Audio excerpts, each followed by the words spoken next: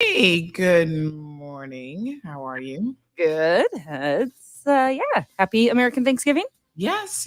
Good day. Looking Yeah, I forward saw to the helicopter up in the skies on this Thanksgiving morning. it. Is something going on? I don't know yet. Hopefully nothing too serious. Did you hear about? I'm sure you already know. I'm sure you already got.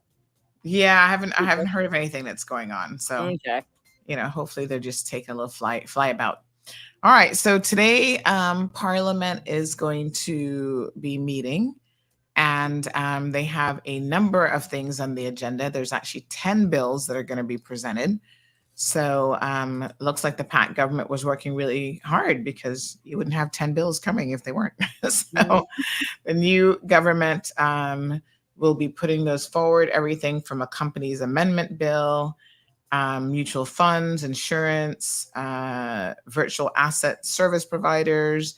And I think one of the biggest ones that a lot of people are looking for is the one in relation to pensions. So being able to dip into your pensions yet again. Okay.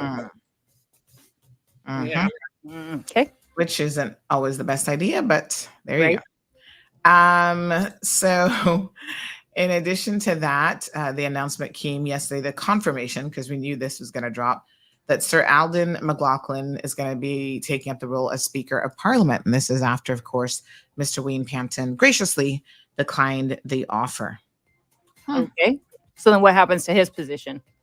Well, he's just sitting in the opposition. So, Okay. but this is one of the controversies that's happening right now is there's a real big question about whether or not a sitting MP should be Speaker of the House, because basically it makes that person impotent, literally. Well, so the people of Red Bay that need him, Exactly. He's too busy. Yep. Huh. So we're doing a poll. We're going to stick that up on our website. If anybody wishes to participate in that poll, they can. All right. All right. So the charges have been laid. I think we might have mentioned that this was coming, but 2 people of the, I think 3 or 4 that were arrested for that 4-way convenience store robbery in West Bay. 2 of the individuals have been charged. So far they've charged one man, age 23, of Georgetown, with robbery, conspiracy to commit robbery. And then a woman, age 24, of Georgetown, was also formally charged with the same offenses as well. And both are going to be appearing in court. Actually, they appeared in court yesterday, so we should be able to get their names shortly. Another man, age 34, has been granted bail as the investigations continue. So they haven't quite charged him yet. Okay.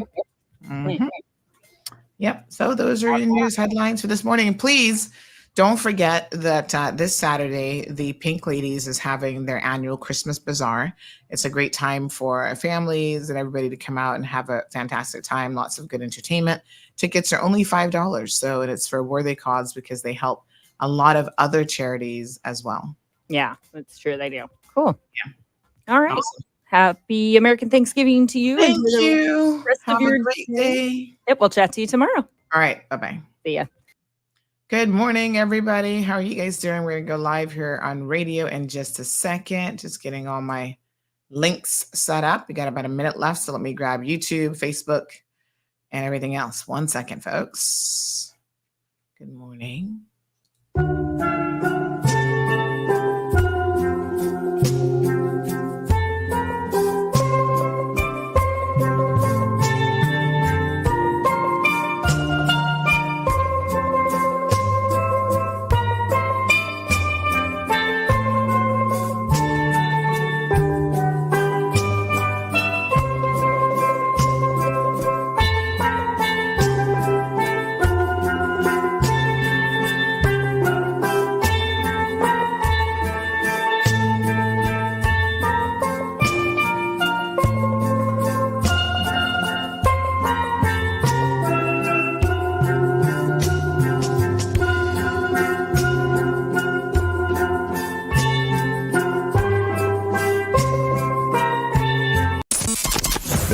Bigger, better, bolder. The cold, hard truth is taking talk to the next level. Right here on Bobo 89.1 FM, Cayman's Community Radio. We are still spilling the tea and committed to being part of the change that Cayman so desperately needs. Join Sandy Hill weekdays from 7:30 a.m. for Premier Access, Cayman Voices, Truthful Thursdays, and much more. Cayman's #1 talk show is now bigger, better, bolder, and more than talk. Getting results with hot topics, consumer reports, court exposés, and more. I've come to set the record straight. I've come to shine the light on you. Let me introduce myself. I am the cold, hard truth. Now, from the CMR studio in Grand Cayman, live, direct, it's the cold, hard truth. Now, join the conversation on 345-936-2626. That number again is 345-936-2626.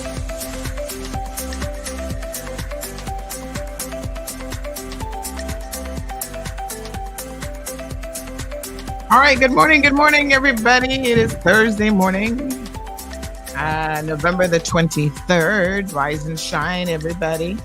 How are you guys doing? Hope that everyone is well. We got a full agenda today. Let's get things going. So hope that you guys are having a wonderful American Thanksgiving so far. So happy Thanksgiving to all of my American friends. As you know, we kind of celebrated a little bit here as well. So there will be a number of restaurants that you can go to. I'm sure Miss Elrita is going to have the hookup today. They do an amazing spread for for Thanksgiving. So if you need a little turkey, ham, and all the trimmings, definitely go give her a check, as well as many other places around the island. So I love me some turkey and ham, honey chill. It's absolutely my favorite holiday, American Thanksgiving, and so is Cayman Thanksgiving, because then I get to do it again the first Sunday in December. So lots of good stuff. So let's start off this morning with a bit of gratitude. Good morning to Miss Brenda. So good to see you. Miss Vernita is here. Good morning to Miss Alice. Hope that you're having a beautiful day. Potato Cat says, how many abstentions can we expect today? Well, I want to see who's going to be showing up to work today in Parliament. Good morning to Miss Stephanie. Richard said the speaker doesn't have to be MP, can be a member of the public. Why doesn't Parliament look for some long-standing civil servant to do the job? Well, I mean, if they're still a civil servant, they can't do the job. I guess if they were a retired civil servant, maybe, yes, they could be in the runnings. And don't forget, we're asking this poll question. I'm going to put it up here on the screen in case you missed it yesterday. I do want you guys, my apologies. I do want you to vote in the poll question, because the poll question is just that. We got two questions. The first question being, did Mr. Wayne Panton make the right decision? And the second question is, do you believe that the speaker should come from outside of Parliament? So I'm going to grab the, I'm going to put it up on social media. We'll do it on the website, and we'll do it here as well. So make sure you vote, folks. When you click on the barcode, the QR code, it will simply take you to the poll, and then you can register your vote there. So I'm going to cue that up here in just a second. All right. Everybody doing good? So Richard, it's a very, very good, solid point. And I think that I completely agree with you that there is zero need for the speaker to come from inside of Parliament. First of all, it becomes political. As you well know, there's a lot of things still going on at the moment. The new Premier, Juliana O'Connor Connolly, was actually on OC's show on Monday. And we've heard a lot of commentary about what she had to say. So I'm in the process of trying to dissect it. I need to, unfortunately for me, listen to the whole thing and really bring you, the people, the truth, because by most accounts, she simply isn't speaking the truth. And I know that she can be, and I hate to say this, but her premier apparently can be very liberal with the truth. In other words, sometimes she's just not honest, all in the name of politics, I guess, and her own self-serving agenda. And that's very, very unfortunate, because despite what people think, I would rather not have to sit here on a regular basis and call out our MPs as dishonest people. I would prefer for them to show up, do their jobs. My apologies, knocking over my phone here. I prefer for them to show up and do their jobs and just be honest about it, or at least keep your mouth shut if you can't be honest. I work by a very, very simple philosophy. Sometimes you can't tell people the cold hard truth for whatever reason. I mean, I don't think there's many times that that's the case, but if it is the case, then what you do is silence is golden. Remember that? Silence is golden. Yes, silence is golden. You don't have to say anything. So the fact that she has now decided to get on her proverbial high horse, which really she shouldn't, because there's so much about her past and experience and, listen, duplicity at its best, right? So what I would say is, if she says nothing at all, we kind of don't have much to say. And instead, my apologies, what she has done, which I've seen other MPs do as of late, that's just not a smart idea, is they start opening in their mouths and then people go, wait a minute, that's not true. That's not what happened. That's not how it went down. So we're going to dissect. Hopefully tomorrow we can do it, because like I said, I now have to go through her entire interview with OC. I'm going to clip out some stuff and I'm going to demonstrate to you all where she's being duplicitous, where she's being dishonest. And, we're going to have to break it down. Had she not said anything, had she just get about working and accomplishing all the things that she claims she's going to accomplish, we wouldn't have anything to talk about. So she's given us context and she's given us things that now we can fact check. And you better believe that we're going to do that. I think that honestly, she was not anticipating the people to be as in favor, if that's the right terminology that I want to use, as supportive, maybe is the better word, of Mr. Panton. And so I think that that has probably caught her a bit off guard, which I don't know why, because that means that she's not living in the real world. But, she would have been one of those people always telling him, don't come on here and talk to the people, that they don't want to. And he has never mentioned her name, but I know for a fact, because other MPs talk, even when they're in the same boat, they talk as well, right? So she was one of those naysayers. Oh, don't give Sandy any credit, this, not the next thing. The only time she's ever had anything positive to say, and this demonstrates how people are, is when the last president of UCCI was up to her shenanigans and we exposed her. As you guys can see, we're an equal opportunity, exposing organization. When we exposed her and even the salary that she's making and all the shenanigans that were going on at UCCI, my sources told me that in cabinet, she made a comment like, I don't really like that, Sandy, but I tell you what, on this situation, she really brought out some stuff that I didn't even know, because I didn't even know what this woman's salary is. And, she's doing all this and holding Caymanians down and getting paid this kind of money and da-da-da-da. So you see, this is the way of the world, right? When we say something and when I say something and expose something that, is favorable or good information that a particular person wants, they're all in favor of it.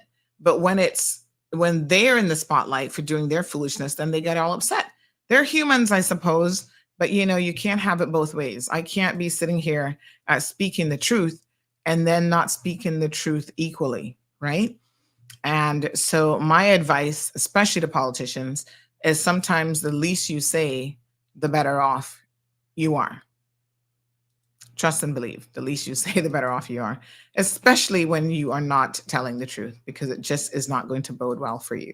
And there are things that we can indeed fact check, and we will fact check, and we will put you to task on it. So good morning to Felicia, Miss Pat, Richard is here, Wee Wee, Diamond Princess, so good to see you. Miss Louisa, thank you. Miss Marjorie, Robert, we got Paul from Bermuda, nice, 70 degrees. You know, Paul, you make a very, very good point that the weather is starting to cool down a little bit. It's been so nice. You can feel the little different crispness in the air, and it's like a little, just a toops of a chill in the evenings. I don't think we're hitting, are we hitting about 70, you think? I'll have to check our weather, but I don't know if we're quite hitting 70, but it's dipping into probably the lower 70s. I think we're still a little bit warmer, but it still feels pretty good in the evenings. Hi, Tracy. Good morning. Good morning to Miss Barbara. Alba, buenos dias. ¿Cómo estás? And yes, happy Thanksgiving. In case you live in a hole, today is American Thanksgiving. Evelyn, good morning to you. So here's the poll question, folks. If you haven't voted already, please go ahead and vote. You just scan the QR code and you are able to vote. And I want everybody to vote, because the more numbers we have, the more realistic we can be about, the results of the poll. So it's one thing to say that you've got a poll up and whatever, but it's a whole other thing, folks, to have good participation, because then that way you're able to really get a feel for what the people are indeed saying. Okay, so make sure that you go ahead and you vote in the poll this morning. 2 poll questions. The first poll question being, did the Honorable Wayne Panton make the right decision by not accepting the speaker post? And then the second poll question is, should the speaker present, let me see here. Should the speaker be chosen from the elected MPs? So far, the results are, let me see here. 97% of you say that he made the correct decision, and 98% of you say no, the speaker should not be chosen from the elected MPs. So pretty big numbers there in terms of, it's not a 50-50 split by any stretch of the imagination. It's a landslide. So keep on voting, folks. There's the QR code. Good morning to Evelyn. Continue her birthday celebrations. We've got Debbie in the house. Good morning, Debbie. How are you? Miss Bonnie's joining us from East End. So everybody just scan the code. Someone mentioned yesterday, I forgot who that was. They had a great idea. They said you can actually screenshot it, and then you're able to click on the link that way and vote as well. Both pretty easy to do. Damaris, good morning. And I see you guys are starting to vote. Some more numbers are coming in. So we're going to put this on social media. We're going to put this on the website. And again, we want as many of you as possible to please participate in the poll. And we're going to be doing more polling on a regular basis to just get the pulse of the community, to see exactly what you guys are thinking. And I think that that's important, for our discussions here. A lot of times I'm interested in how you guys feel on topics. I think polls are a good way to get a pulse. And also, if our elected officials actually cared to know what you thought, they would be paying attention to polling as well. So we're going to use our amazing numbers to get as many of you, participating as possible. All right, so let's see what else is going on. Don't forget, you've got Cayman Classic, folks, that's happening. I want to encourage you guys to go out and enjoy some good physical activity. Some basketball is on. Some amazing teams are here participating in this year's Cayman Classics. And for the first time, they actually have women playing in Cayman Classics as well. So this is a first. And, you don't want to miss it. So it's the Cayman Islands Classic, and it's the NCAA Division Men and Women's Preseason Basketball Tournament being held here annually now in the Cayman Islands.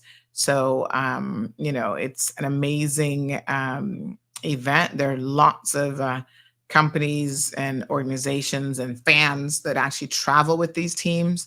So I can tell you that they've been hitting it hard on the court. They've been practicing, and if you've never been to a live event, I mean, obviously you probably watch sporting events, sort of on your TV, but there's really nothing like being at a live event. Just the vibe is totally different. And specifically with basketball, they really get the audience going, with the just stomping of your feet in the bleachers, and you get like a rhythm going. It's a whole vibe that if you've not had a chance to experience, you really should go and see a live game, because there's quite frankly, there's nothing like it. And so you really just get into it. So congratulations to all of the teams that are actually playing, and we want to wish them all the best of luck. There can only be one winner of a tournament, of course, and so we'll continue. So good. Now Mary says that the men's finished on Tuesday, and then the women's starting. Hold on one second. Let me just reread that message. All right, so the women starts tomorrow. So I will definitely be there. Exciting stuff. And so this is an amazing showcase. A big shout out to Colin Anglin and his entire team who brought this amazing championship event here to the Cayman Islands. So again, it's the Cayman Islands Classic 2023 champion and tournament. And the MVP, we just got some word here, is Great is it Osabar? Joe Wright with Great Osabar. Yeah. His name is Great. Oh, okay. It's quite a name. All right. So congratulations to him, MVP. So this person says, and I completely agree with this sentiment, no doubt. And we're going to dissect this when we have a look tomorrow. We'll probably focus. I know Fridays are normally Consumer Fridays. We'll see how we get through what is going on in the world of politics, because it's a lot to dissect. And, I don't like to talk about politics every day. Even me get tired of their shenanigans, honey child. Some days I'm just like, give me a break already. But, we try to keep on top of it. I know a lot of you don't have the time or even the desire, quite frankly, to read all this political stuff. And so we do it for you. But this person makes a very, very valid point. And this is what they have said. Sir Alden's selection as speaker is a strategic move by Premier O'Connor Connolly to in effect, gut the PPM organization and render them ineffective, because their strategist has now been neutralized by being moved to the speaker's chair. For all the talk about the only way forward for Cayman politics is via the party system, the sole remaining party, the PPM, will begin to disintegrate today. Sir Alden's appointment as speaker today clearly calls into question whether the PPM can effectively contest the next general election. Now, this is super interesting. And I tell you what, I agree with pretty much all of this. But I'm not sure. I think it's going to neutralize him even as an MP. But I think that the point here that the caller is making, and you may not necessarily be getting it if you haven't been following Cayman politics, is that really and truly the PPM is still led by the Honorable Sir Alden McLaughlin. For all the videos that he wants to do and all the things that he may say, I think all of us know that Mr. Roy McTaggart is simply Alden's mouthpiece, because he can't be, premier. Well, he couldn't be premier again this time. I think now he could come back. So it's like 2 consecutive terms. But, he continues to control the party. He's running the show. And everybody knows this person themselves, or former member, or they might still be a member, I don't even know, of the PPM who sent in this comment. So I think we all recognize that the real leader of the PPM remains Alden McLaughlin, and it is what it is. So that says a lot. And, a lot of people, again, have been tooting their horn about the party system. And, I think that the truth of the matter is, the party system has not taken foot here in the Cayman Islands. You can't have one party, and really we've had a one party system for quite a number of elections now. And that's why they were able to, dominate for the last 12 years. So, yeah, it's kind of crazy. But we'll talk some more about that. We do have some guests. I think they're pretty much ready. Let me just see. Somebody was calling us here. Are they trying to get on air? This person says that Miss Julie needs to retire now and put some younger people in. Well, it's interesting that you say that, because unfortunately, she actually refused when she had the opportunity. She actually refused to allow Mr. What's his name? The Honorable Andre Ebanks to get the position as, and I think he was a choice for probably most people, to get the position as premier of this country. I say that, yes, he's young and maybe his experience is limited. However, he would have been the people's choice if they had a choice between Juliana O'Connor Connolly and Andre Ebanks. I don't feel like I even need to do a poll for this, but we can if you guys want to. I feel like this is without fear of contradiction. He would have been the choice. And so she knows that, and she knows that she's not particularly popular with the people. And so that explains what she has done in terms of going on OC's show, trying to fool the older heads, I guess. But, the older people are wising up now, honey chat. A lot of them got WhatsApp and they have access to this show and other contextual things, and they're not as easily fooled as they used to be. Good morning, caller. Welcome to the program. Good morning. Just a thought, in regards to Miss Juliana and people like Bush Makiba. It's I don't know if they see themselves as permanent fixtures. They do. For the governance of the Cayman Islands. They started young. Yes. To give younger people a chance. I think they just believe that position is forever theirs. Yeah. It's unfortunate. They don't know what it is to be humble and sensible enough to step down, step aside, and let others grow just like they did. Yeah, so true. Yeah. It's just too much. It's just, it's just upsetting at times. Because and the question then becomes, caller, should we, through constitutional reform, seek to limit these, lifetime these self-appointed politicians? Because it seems like this is a lifelong career. They have no intentions of ever bowing out gracefully. Even if they remained in Parliament, if they would just let the leadership be younger and they could take on a more mentorship role, right? But they don't seem that they're going to do that either. They want to be in control. And, their behavior and their pattern of behavior and their old habits, which obviously are very, very hard to break, is part of the reason why we continue to be in such a hot mess in the world of politics in the Cayman Islands.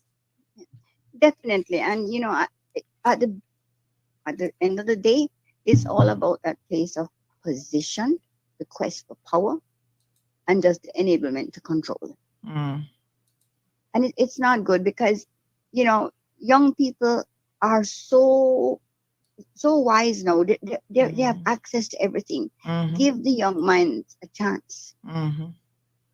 They observe, and we don't know why do they think that what is in their mind is the beginning and end it all of the life of this nation. Good questions, caller. They just need to just bow and step aside. Be humble enough, be wise enough. Be mindful enough that there's others that would like to step up the ladder also. Not because you're up there, you're going to sit there forever. Amen. Yes, absolutely. But it's dangerous when you drive after power and position and that place of control. It's not good. Yeah. Thank you. Thank you so much, caller. I agree. There should be something said. And unfortunately, in Cayman, I've always jokingly said that there's only two ways to get a politician out. They either die in office and then, we'll have a by-election, or they get voted out of office. you see very few politicians. And since I've been back since 1996, I can only think of one, and you guys can correct me if I'm wrong, that actually have basically voluntarily come out of politics, decided not to run. They've retired. Everybody else, the only way they're going to get out is die in office or get voted out by the people. And it says a lot when you don't know when it's your time and when it's not your time. And the sad thing is you could be I think now that I'm thinking about it, there's two politicians that I think who have bowed out. But you could be so incredibly useful behind the scenes. You could be a mentor. Some people are disruptive from behind the scenes. We know that within the PPM as well. They have some very key players, former politicians who are still very, very instrumental in their organization. But, in the name of what it is, they are still mentors to those individuals. And so Angeline, good morning, says this is why term limits need to be set. Good morning, Mrs. Hill, and the entire audience listening. Good morning, Ms. Keisha. And Pat says addiction to power and control is a real thing. We're seeing it right in front of us. And that's so incredibly unfortunate. So we are going to change gears here because we do have some guests who have joined us. Let me just finish up this comment. Miss Sarah said Andre Ebanks would have made a wonderful premier. He's smart, articulate, and now has experience, especially as he worked in the UK for some time. He is worldly, has a legal brain, understands politics and the Caymanian people. So yeah, I mean, he is young and there's something to be said for experience, but I think on the world stage, he is able to really represent himself. A lot of people are not necessarily impressed with the current premier and how she even looks on the world stage, much less. Having said that, I've always said that she's an amazing orator. She obviously is a lawyer. We have to remember that. And she has the gift of communication. She can definitely get up on her 2 feet and have a lot to say. Now, like I said, on tomorrow's program, we're going to dissect how much of what she has been saying lately has actually been the truth. And it's confusing to people, and that's why we want to dissect it. All right, but listen, we got some wonderful news. UCCI is in the house today. They have been extremely busy doing a lot of different things, and we want to give any organization out there, but especially educational organizations who have been doing amazing things for the Caymanian people, to tell us what it is that they're up to and the programs that they offer. In fact, we've talked about the RESEMBID program before, and we're going to get an update here this morning on that. But they've been doing a number of collaborations. So we just saw them collaborating with, I think it was UE here in the Caribbean. They've had their STEM conference just the other day. So they've been extremely busy. They've done a collaboration more recently with a school in New England. And really these collaborative efforts give all Caymanians the opportunity to not just study locally at UCCI, but really have access to additional offerings through these courses, right? And so I think that this is incredibly important. UCCI is, by some accounts, a smaller university, but these collaborations allow it to have that big university feel because you actually have access to all sorts of programs that are truly amazing. I definitely, for the New England one, they actually have a state-of-the-art, they've rebuilt a portion of their school, and they have a state-of-the-art media center. So I actually would love to go and visit that school because I want to see what the up-and-coming generation, as we say, the younger folks, what they have access to in the world of media. Because I remember when I was at USF back in, this was the 90s now, but I know what the newsroom looked like back then, and it is a totally different, the world has changed a lot since then. So I am particularly curious to see what that looks like. But technology and opportunities, sustainability, workshops, and so on, are a lot of things going on here at UCCI. So let's go ahead and bring in our guests this morning to the program. We've got Mr. Cleveland, who is no stranger to the show. Cleveland Julian, he's been on the program before. Good morning, sir. How are you? Good morning, Ms. Hill. Interesting. Everything's good? Everything is good. Good to see you. Yes, thank you so much. He says interesting times. Always, always. So good to see you. So I know that you've been in charge of the RESEMBID program and you guys have been working extremely hard. So you'll be able to give us a little bit of information on that. And we've also got Miss Genevieve Phillip, who is also joining us, Durham, and she is going to be telling us a little bit as well about this collaboration.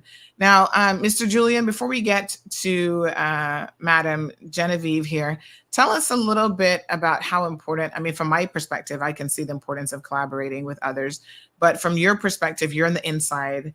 Give us an idea of, why these collaborations are so significant to UCCI. Well, let me just say, I love the way that you queued that up for us, because what you actually did was really outline the purpose of what the first RESEMBID grant was supposed to be about. So the first RESEMBID grant allowed us to take a snapshot of where the unemployed and underemployed were in Cayman and what are the future job opportunities that we needed to position them for. And so we have some of those things on deck, but others we need to expand our collaboration so we can meet those actual needs. And so what those collaborations allow us to do is exactly that: give Caymanians more opportunity to demonstrate their skills, to build competency in future jobs so that we don't have to outsource those if we don't need to. Yes. Oh, that's wonderful. So we have Dr. Genevieve Phillip Durham, who's acting provost. Good morning. I know this is your first time in the program, so we'd like to give you a warm welcome. Thank you so much. Appreciate it. Yes, it's nice to definitely nice to have you here. So tell us a little bit about what your role is with the RESEMBID program. I play primarily a supporting role, and in my capacity as interim vice president and provost, I assist Mr. Julian and his team with the upcoming workshop sensitization and education, and more or less participating in the regional and local sensitization, sharing the messaging and sharing a lot more about the program and the initiative. Last week we had our launch at UCCI, so I was part of that and brought on the campus community, and we'll do some more of that next week. On next week, Wednesday and Thursday, we do continue with the workshops for the education and sensitization projects, and you would see trending on social media, the sustainable UCCI. So it's all about entrenching the idea of sustainability and the impact that it can have in the campus community as well as the local community. Beautiful. So Dr. Phillip Durham holds, she's PhD, holds a bachelor's in public sector management, which is quite interesting, postgraduate diploma in international relations, and a master's in global studies, as well as her PhD in international relations. So she is at the University College of the Cayman Islands as the interim provost and vice president of academic affairs. So good to see you. I see that you've got experience in administrative management roles, regionally and internationally, working across both the private and public sector. And of course, sort of following up from our earlier discussion, that you have a keen interest in political economy of development of the Caribbean and small island territories, obviously, such as the Cayman Islands. So that is super, super interesting. Maybe one day we can rope you into some other conversations. One day, sure, I'll be right here. So this is fantastic. So, Mr. Cleveland, you've been so busy. I know that sometimes we got to just pump the brakes and give you an opportunity to remind people of exactly what you have been doing.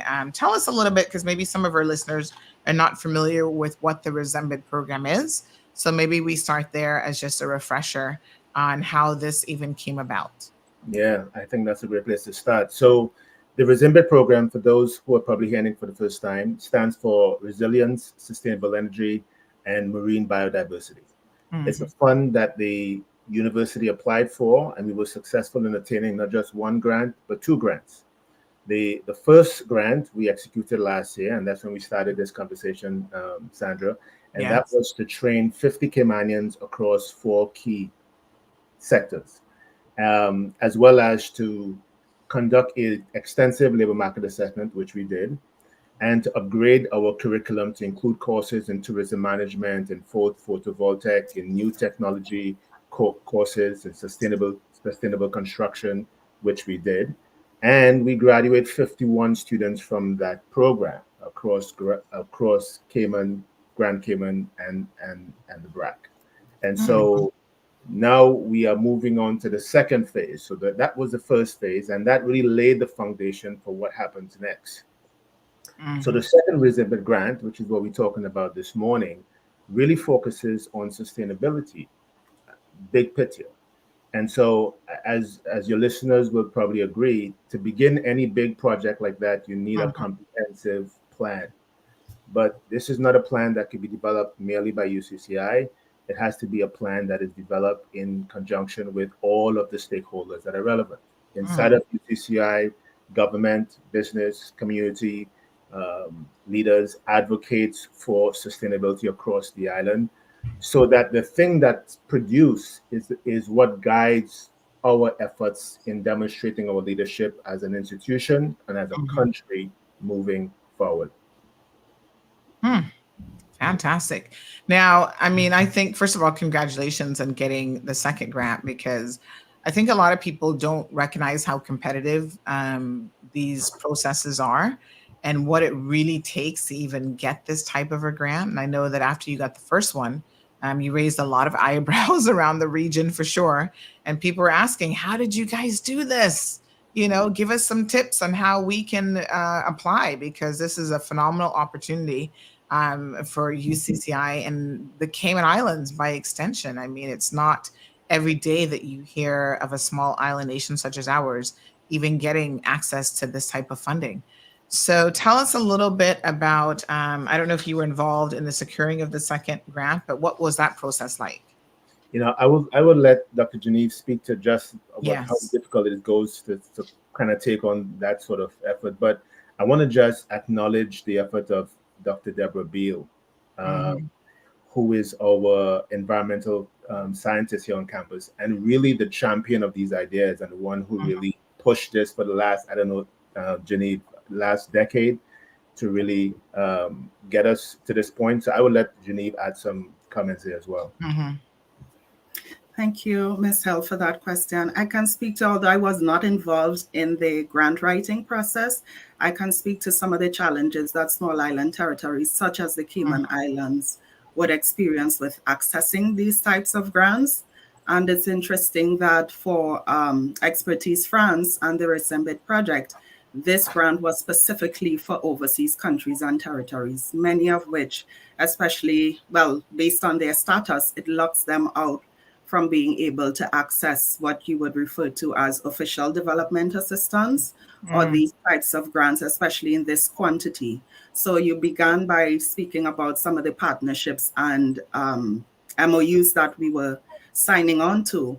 And those are the types of things that we would need to continue to do in order to be able to access these types of grants, because it may not necessarily be via Expertise France and projects such as RESEMBID, but it is extremely difficult based on the economic trajectory and the GDP of the Cayman Islands to be able to access these. So it's about us building the partnerships that would enable us to jointly access grants. As you mentioned, we are having partnerships with the University of the West Indies Global Campus that would allow us to partner with the 5 campuses of UE, as well as the New England Institute of Technology, Johnson & Wales, a number of them, and Mr. Julian spoke to the thrust toward sustainable construction, sustainable tourism. And we are well positioned, not just as a university, but as an island, to really be a forerunner in terms of the sustainability thrust. And I always share with persons that Cayman Islands is one of the few in the region that I know has a ministry dedicated to resilience and sustainability. So I think we're on the right track, and I'm really happy that UCCI is a part of this process. And we do want to encourage private sector, civil society, even regional and international organizations to come on board to partner with us so that we can be able to access more of these grants to do our part in the sustainable thrust in the Cayman Islands. Yes, that's quite phenomenal. So let's talk now about you've had an entire cohort, Mr. Cleveland, already graduate from the initial Resembid program. Let's remind our listeners what actual areas of study those individuals would have had opportunities to undertake. Absolutely. And so when we did the assessment, what we found was, though there are ample opportunities for Caymanians in tourism, there aren't a lot of leadership opportunities for them. And Mhm. so what we did was upgrade our curriculum to include a tourism management course, for which we graduated 9 students from that particular program. And those students, most of them are now serving in industry across companies like the Westin and the Ritz. We also added a solar voltaic course, which is an installation course for those interested in solar. And as you know, this is the future of energy and energy management. And so what we have been doing now is every semester we can now begin to train solar voltaic technicians, for which every solar company on the island will tell you there aren't enough individuals for those jobs currently. And Mhm. most of the individuals getting those jobs have to be recruited from the outside. So hopefully this is a pipeline for which we can serve that need in a very relevant way. We also upgraded our curriculum to include sustainable construction. And we graduated 7 students from that program. They are all in industry, and a couple of them actually moved on to do project management training so that they can enhance their skills. Again, we want to push Caymanians in positions of leadership in these industries. And finally, we added a CompTA certification, which for those of you unfamiliar is really the standard for help desk and help desk management in the industry. So if you want to become a help desk technician in the industry, that is really the go-to um, certificate for you to have. We really expanded that, and now we have an official relationship with CompTA where we are the preferred partner on island to provide Mhm. those services. Fantastic.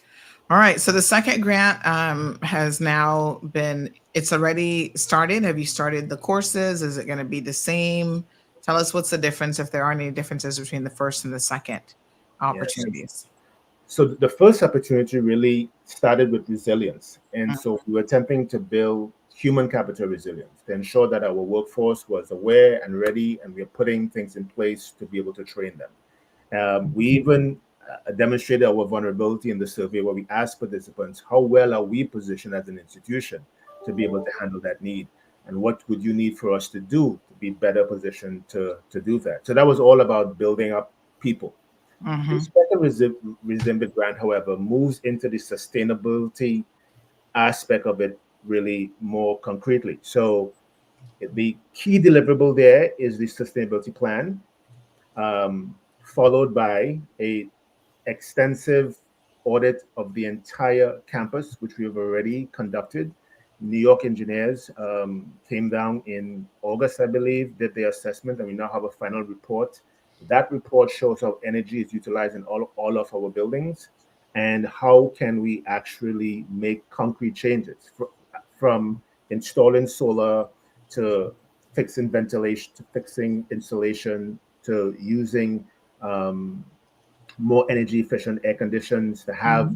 shut offs on all of the buildings. So there are very clear recommendations that came out of that ASHRAE audit that we now have to take action on. And so what that would look like for us in the next couple of months is to be able to do retrofits on our buildings, Mm-hmm. beginning with Silvaso Hall, with the administrative buildings. We can't do the entire campus because this is just a startup project, right? But we Mm-hmm. will spend the funds to do something significant enough so we can demonstrate to Resembid our proper utilization of that grant. But to be honest with you, beyond that, what we're really trying to do with this grant is to raise the level of awareness Mm-hmm. that Caymanians have around this sustainability conversation, because it's a lot more easier to get people to listen and to move if they Mm-hmm. understand. And so coming out from this effort is also an energy audit course that will be offered next year in spring. That's already been commission. I think it passed approval of the committee yesterday, if I'm not mistaken. And so Iranians will be invited to come in and learn how they themselves can begin to take action in their personal spaces. Well, this is fantastic. I think a lot of us are quite confused when we hear things like sustainability. We don't really understand what that means, and how it impacts us. I know a lot of people are, oh, this is just climate change nonsense. Don't listen to it.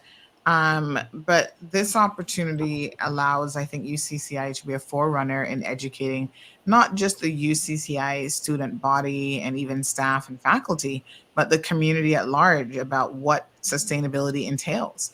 And so when you talk about, retrofitting some of your own buildings to be more sustainable and to have in a real way, like cost savings, that will impact your bottom line and financially, and help any savings that the university realizes, that's passed on to everyone, that's passed on to staff, that's passed on to students.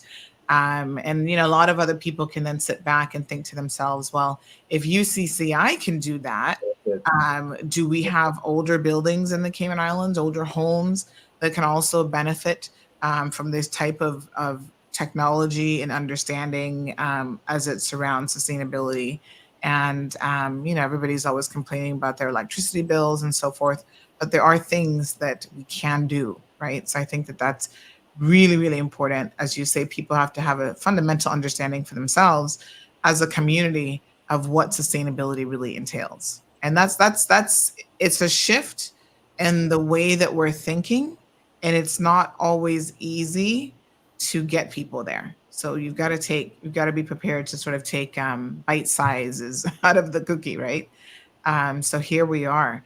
So there is going to be a community survey that allows the people of the Cayman Islands to give some feedback on sustainability. Can you tell us a little bit about what that survey is and how it's going to actually work? Absolutely. So what the survey is attempting to do is to just get a snapshot of kind of where we are in our understanding and our potential to really engage in change around specific thematic areas that the plan would lay out. And those areas include anything from energy and water conservation to waste management to how we procure stuff at UCCI, to biodiversity, for which we have a critical interest in, to how do we manage people and culture on our campus, our wider community, to how we engage around the conversation of health and safety and wellness, as well as campus operations. And the thing I really want to put a pin in here is it doesn't have to do all with technology and solar. It really has to do with also people management. Because the essence behind sustainability is this: if we make too much deposits too much withdrawals without making clear deposits, eventually things run into deficits, and that could be tragic. And so what sustainability does, it really pushes you to ask, what's the balance that must be maintained so we can extend the lifeline of people, communities, buildings, structures, and in environment. So we are anxious to get people's opinions on those from across government, from across community, so we can begin to have an idea of what are the initiatives we need to be focused on beyond this grant. Absolutely. Dr. Philip Durham, any comments? No, just to add to what Mr. Julian was sharing, I think the important thing as well that we would want to capture is the methodology being used, which would be linked back to what you have said about sustainability. And you're quite right in that oftentimes people look at this as a scientific endeavor. It's all about science, it's all about technology, it's all about solar panels, but it is really about the methodology focuses on measuring knowledge, attitudes, perceptions, and behaviors. And I think it's important as data is being collected that understanding is clear, that sustainability is about, we are moving from a space where in the 1960s we were focused as a region on economic development and economic growth. And we are now into a space where we have to talk about development, sustainable development, which you are able to meet the needs of your current generation without compromising the needs of future generations. And I think that message has to be made quite clear that it is not primarily a scientific endeavor. So even as Mr. Julian plans for next week's workshop, I'm seeing one of their focus areas being on, in the overall project, sustainable procurement. So at the last session, we were talking about we can't show up to a room talking about sustainability and we have 2 cases of plastic water bottles. You know, we have to think about when we procure goods that we are buying things that are biodegradable, that we encourage people to come with their reusable water bottles. And you know, we don't want to wait until there's a natural disaster or climatic event to really find our space in the sustainability and climate change discussion. We really want to look at the policy, assess the policy, and see meaningful ways in which we can make the transitions that definitely would impact our lives positively. Wow.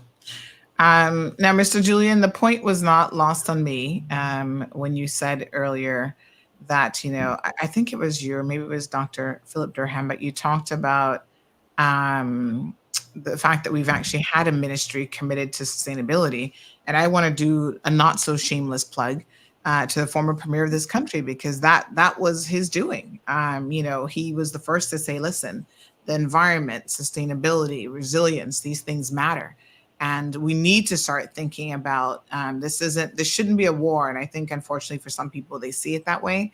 And this demonstrates how long of a way we still have to go in terms of educating our people. But they see it as a war between the developers on the one hand and the environment on the other hand. And they don't see how the two can really coexist and can share space. So as the good doctor just said, you know, economic development, we continue to strive in that area and we need that for our people, but it shouldn't be at the cost of our environment, because we should be recognizing by now that the two have to coexist. Because if you destroy everything that's sustainable, if you destroy your environment, then economic growth will be limited. And at some point, it's going to actually, retract, and you're going to have losses in a significant way to the people of your nation. So, you know, I want to acknowledge him for recognizing it. And I know that he's definitely taken his licks, unfortunately, politically and otherwise, for being seen as the environmentalist minister and one who really was trying to push just further education around this area. So it's important. This RESEMBID program, I think, is really amazing.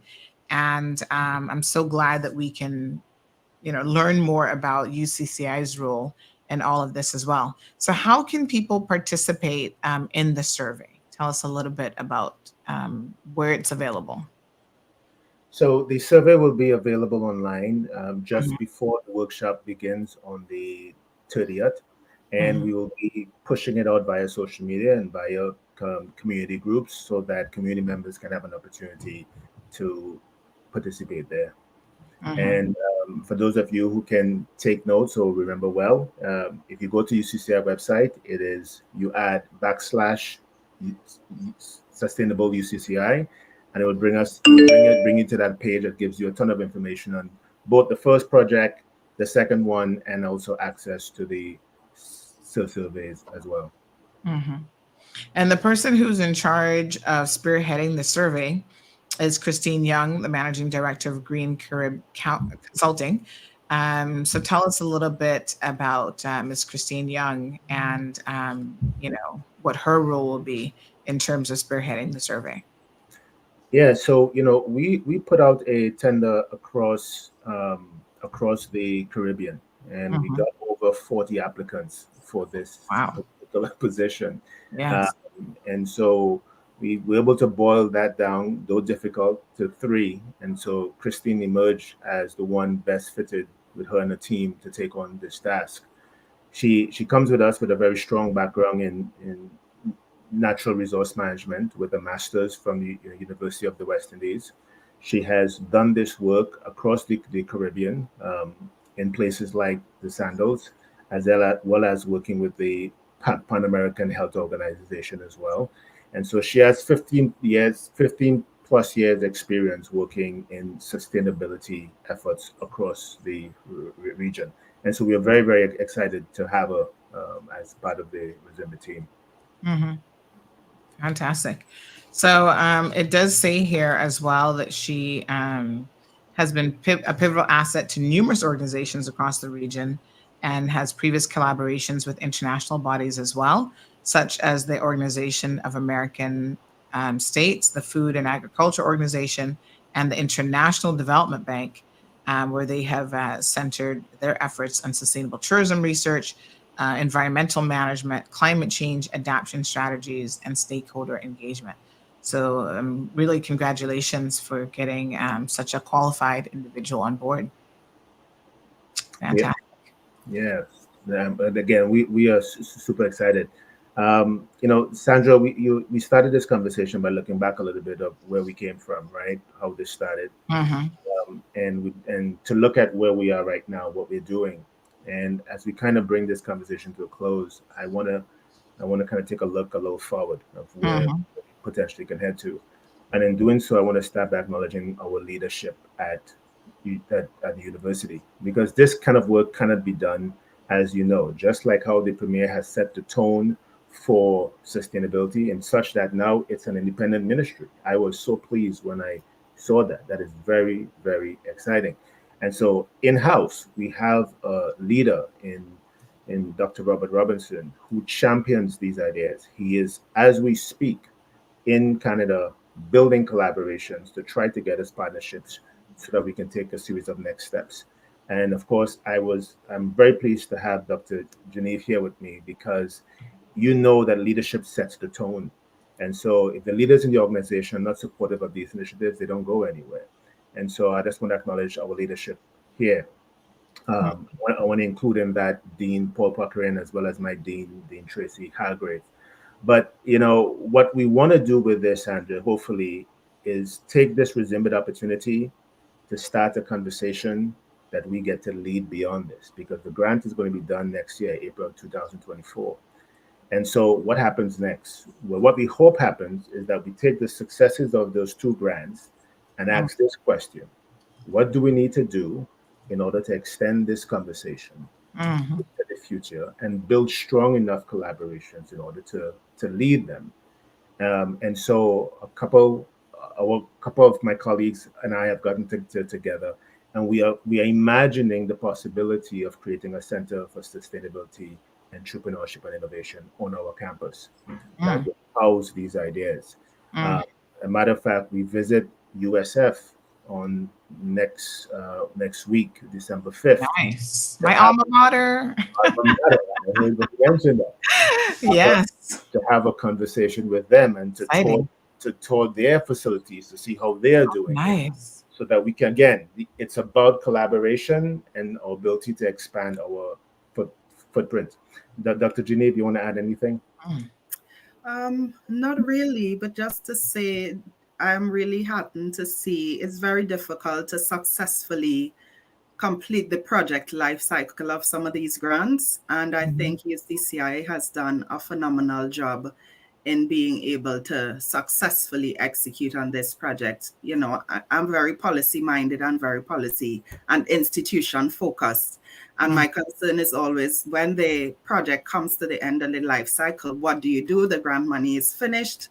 What do you do next? So I think future looking and ensuring that when the grant period and the project cycle has ended, I think what Mr. Julian and his team has done really to entrench and embed the concept of sustainability into the future of UCCI, I think we're in a really good place to continue beyond the project life cycle and to ensure that we continue having the conversation about sustainability, because we are coming a long way from where we were very much focused in the Caribbean policy space, addressing our vulnerabilities. And now we're in a space where we are talking about adaptation, mitigation, building resilience, and being able to attract these types of opportunities so that we can match the effort that we are putting out at the institutional and policy level. So really exciting stuff and exciting times ahead. And be on the lookout for our energy audit course, which we hope the grant covers it, but we want to be able to expand it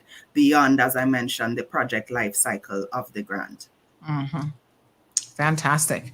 Well, thank you both so much for coming on this morning and kind of getting us up to speed with exactly where you are with the RESEMBID program, and for telling us a little bit about the survey. And we should mention as well that the survey is, you guys have taken great steps to make sure that all the information obtained is confidential, so that people need not worry about that. So I like it. Fantastic. Congratulations. Thanks for having us. Sandra, appreciate it as always. Absolutely. Have a beautiful day. Thank You do too. Thank you. All right. Thank you. So Kevin was in the background listening from USF, and he says they're learning from the best because he's at USF as well. So, memories of my university days there. They have really grown from strength to strength. That the main campus there in Tampa is just, I can't wait to go back and visit. But I see them on LinkedIn all the time, and all the amazing stuff that they're doing. And they just look like they are just doing a lot academically and for the community. And they've just grown to be an even more amazing university than I remember them to be. So, folks, please don't forget, we've got a poll up. I want to see these poll numbers increase today. Go ahead and vote. I see they are slowly going up. Just scan that barcode, the QR code, I should say, and register your vote. So it's a two-part question. The first question is, did the Honorable Wayne Panton make the right decision by not accepting the speaker post? And the second question is whether or not the speaker should be chosen from elected MPs. And so far, the resounding results are yes, the Premier made the right choice. I keep calling him Premier. My apologies, I guess. Somebody said to me yesterday, don't worry, Sandy, he can be the Premier for Newlands forever. The people in Newlands is like, we still consider him the Premier. So the resounding numbers so far, 96% of you agree that he made the correct decision. And then for the second question, some 95% say yes, the speaker should come from, the speaker should not come from elected MPs. So we simplified the questions because I think the questions are a little bit longer, and we wanted to make it as simple as possible, yes or no responses. So yeah, definitely go and participate in the poll. All right, so let's go back to some of your comments from earlier. Angeline says they're just greedy. They have done nothing for the people other than themselves. Good morning to Power. Says all the men's of principals sitting back watching. What a hot mess, child. Angeline says, and she was never a good lawyer either. Well, I guess since, when did she get involved in politics? I don't know, but I've only ever known her as a politician. So I've never heard anything about her being a lawyer, but I do know obviously that she is a qualified attorney, but I can't speak to that. Angeline, I guess you would know. I don't know anything. I've never really even heard anybody speak to her. So I don't think she was really, I don't know if she wasn't a lawyer for very long before getting into politics. I'm not sure how that transition happened. If anybody can remember how Madam Juliana decided to get into the world of politics, do share with us, because it no doubt is a very interesting story. But I have no recollections of hearing anybody who have ever worked with her. I've certainly never seen her like in a courthouse or anything like that. So it's not like she'd be an active attorney at law. But she is a qualified attorney as far as I know. So Apostle Pablo says Kimanian should vote for the Premier. Marshall says they don't want to retire because they want to make the big bucks, and they definitely ain't mentoring anyone for free. It's so sad, really, because as the caller said before a guest came on, they had to remember where they started and how they started. And, even in the world of politics, if you think of politicians are, as that's their career. I mean, I hate to even use that term, but, there should be some progression in their skill set. And I imagine if it's a profession and it's a career, there should be like courses and development and, Yeah, you might have someone who comes in from somewhere else. Maybe they were like an accountant, a lawyer, a business owner, but it doesn't mean that they're well versed in running a country or even managing people. And so I think everyone, including politicians, should be open to receiving professional advice. They should be willing to, have experts come on board. Not all of them are great speakers. They need to take some guidance in that regard. Some of them, it depends on how you define what a great speaker is, right? But let's analyze some of the speeches from when they were in Parliament last time. They could not even stay on point. This was a very specific calling of Parliament for a reason, a vote of no confidence in the government. And so if you can't speak to that, and you don't need an hour and 20 minutes to speak to that, if you ask me. So as most of you recognize and acknowledge, most of them were simply using that as campaigning time because they knew the people would be watching the proceedings and would be paying attention and listening. So Chris Saunders used it as his campaign, soapbox, and John used it as a campaign soapbox. A lot of people on the opposition side, they didn't even participate. They were just checked out. They were just following the party line and voting whatever Alden told them to vote. But, even the ones who spoke, by and large, they could not stay on point. The only people, in my opinion, that debated and made significant contributions to the question at hand, the vote of no confidence, was Sabrina Turner. Hands down, she had the best presentation. The premier tried to demonstrate through the history of what they were able to accomplish. And he went all the way back to when they took over the government from COVID times and so on. He tried to demonstrate, despite coming in during very, very difficult times by all accounts, that they still accomplished a lot. And so, I give him some points for that. And then Andre's speech, it spoke to it, but it was confusing. So a lot of us were listening to him. And I got to tell you, people were messaging me during his presentation in Parliament saying, what is he saying? Because they were like, does this mean that he's going to vote against his own government in terms of a vote of confidence? It made us all nervous. We were all waiting for this Perry Mason moment where the shoe was going to drop politically, and it was a bombshell. And a lot of people were like, no, Andre, what are you saying? It was confusing. And at some point, we need to listen to what he said again. Maybe we can, hold on. I think I've got Kevin. Let me see if I can find this Dropbox, because maybe this is good as a time as any. Let me see, Kev. You have the Dropbox ready? The link handy. Maybe this is as good a time as any, really, to look at what Andre said. It was pretty short, as these things go, so we can certainly replay it. But it was, I myself was listening to it, and I was holding my breath because I was also a little bit confused. But these guys can't even stay on point.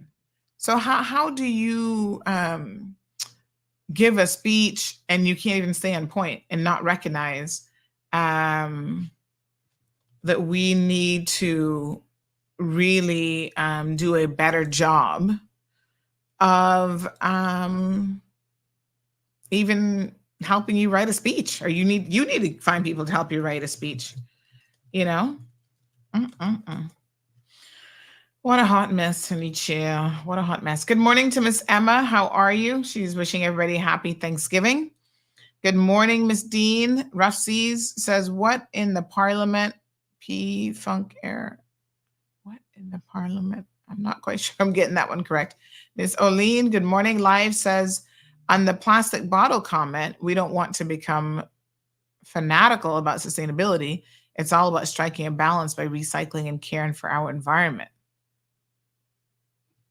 Well, I think we all recognize the ills of plastic bottles, and it's hard for me because I'm a plastic bottle kind of person, but I've really had to learn to cut back, and y'all see me using my mini bottles.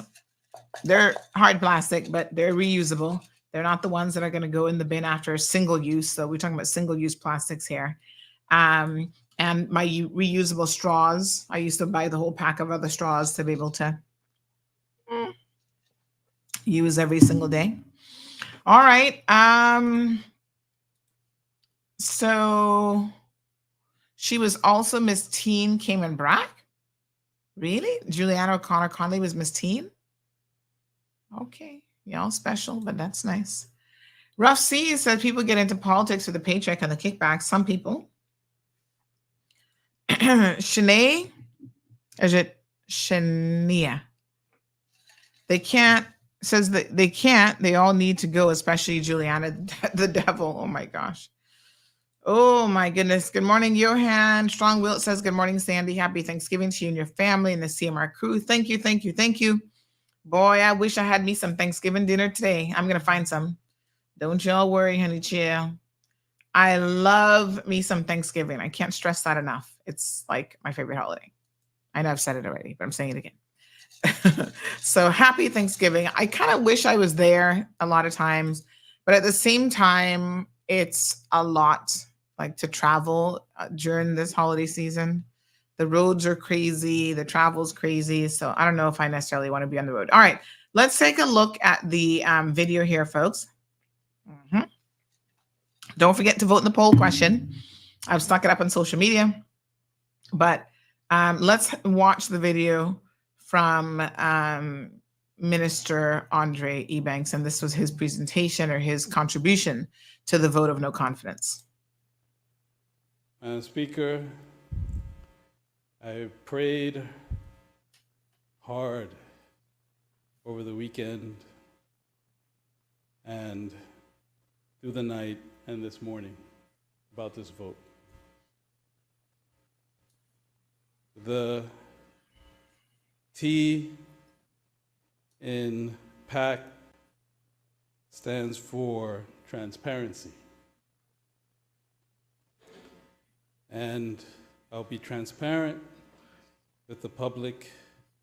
When we caucused last night and were asking for positions on the vote tonight, told my colleagues the honest truth that I had reservations.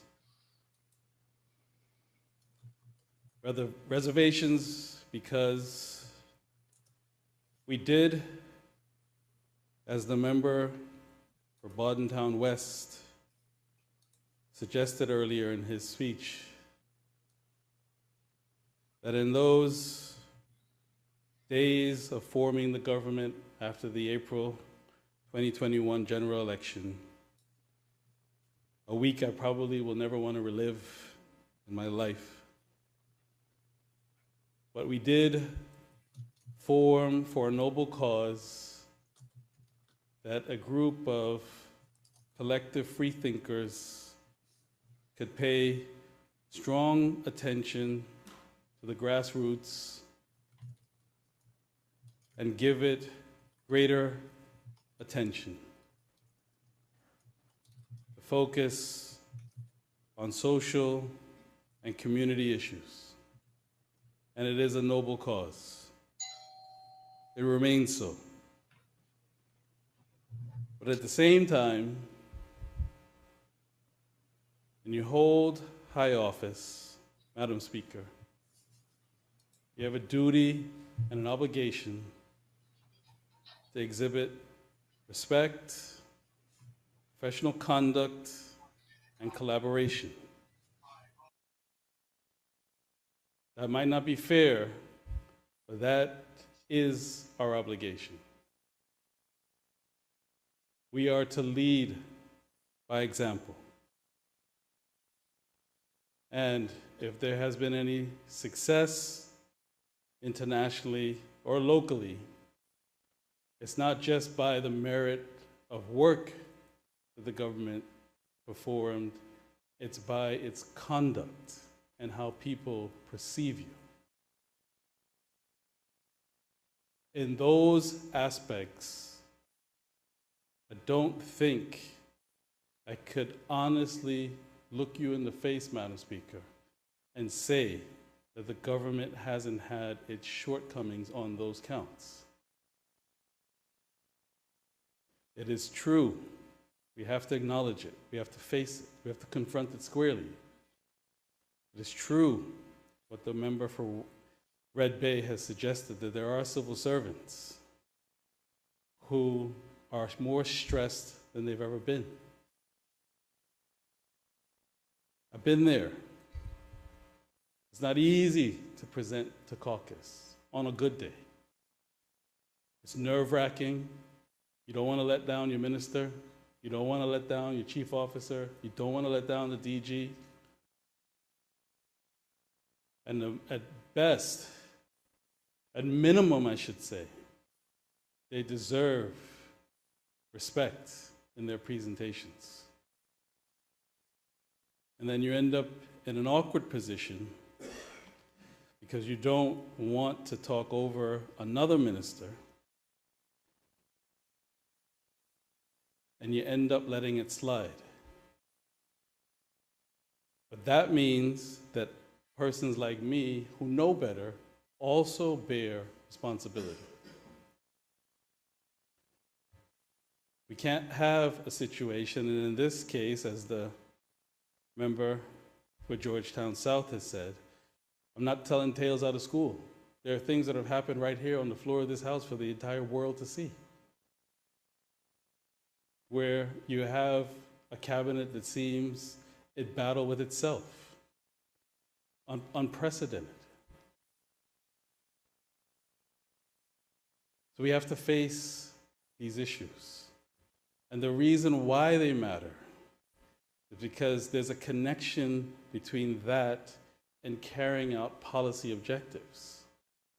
I think if the DG was here, I think he quotes Peter Drucker, that strategy, the culture eats strategy every time. So you cannot achieve all that you could. And yes, we've had solid achievements.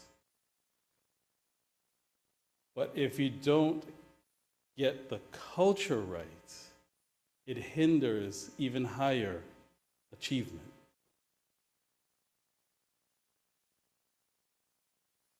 We cannot have a situation where when we formed in April 2021, that the rationale was to have those collective thinkers that could speak freely, converse with each other, respect each other.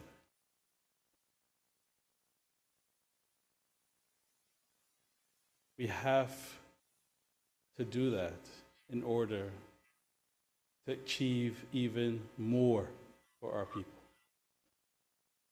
The leader of the opposition laid out two paths because the arithmetic must be fixed. You can't deny that. Either, if my note is correct, a new PPM-led government, or second, a reformulated pact. And whether that, take names and faces out of it, whether that reformulation is different people in different posts, is just the start of it. It's more so us committing as a group to a better culture. So my prayer is that if we are going to fulfill all the challenges that lie ahead, no need to recap them, they've already been said here throughout the night. I will put my hand up to say, I need to do better. I need to call things out when I see it. I need to step in and be a larger voice with my experience to say, I've been on the other end of that table. That's not good. That doesn't exemplify higher office. And it's hindering better performance. Now, we've had cycles of this in this government. And yes, We'll have these junctures where there's a threat of movement on one side of the aisle. We come back together, we pray, we say it's not going to happen again, and then it happens again. And now it's 9-9. But I will commit today to my colleagues, as difficult as this is, that if I step up and you all step up, we can fulfill the mission we started. And that includes collaboration with the opposition.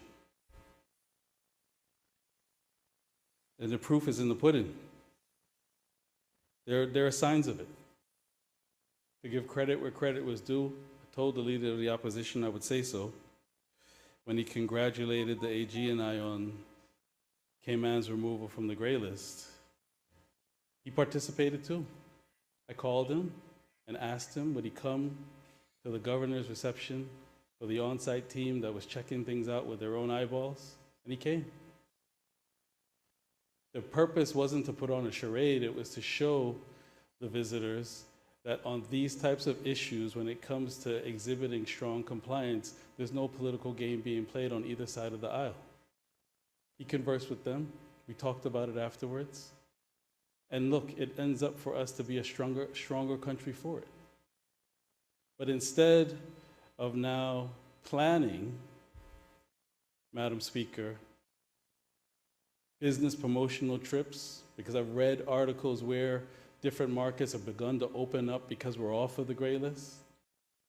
There's publications that Cayman Finance sent out where markets such as India and Latin America that used to have us as high risk are now going to allow some of our transactions. So instead of planning those business trips, thinking ahead, trying to figure out the revenue measures, we're here. And not because of anything complicated. One of the strong supporters that I have said, you all's problem are you.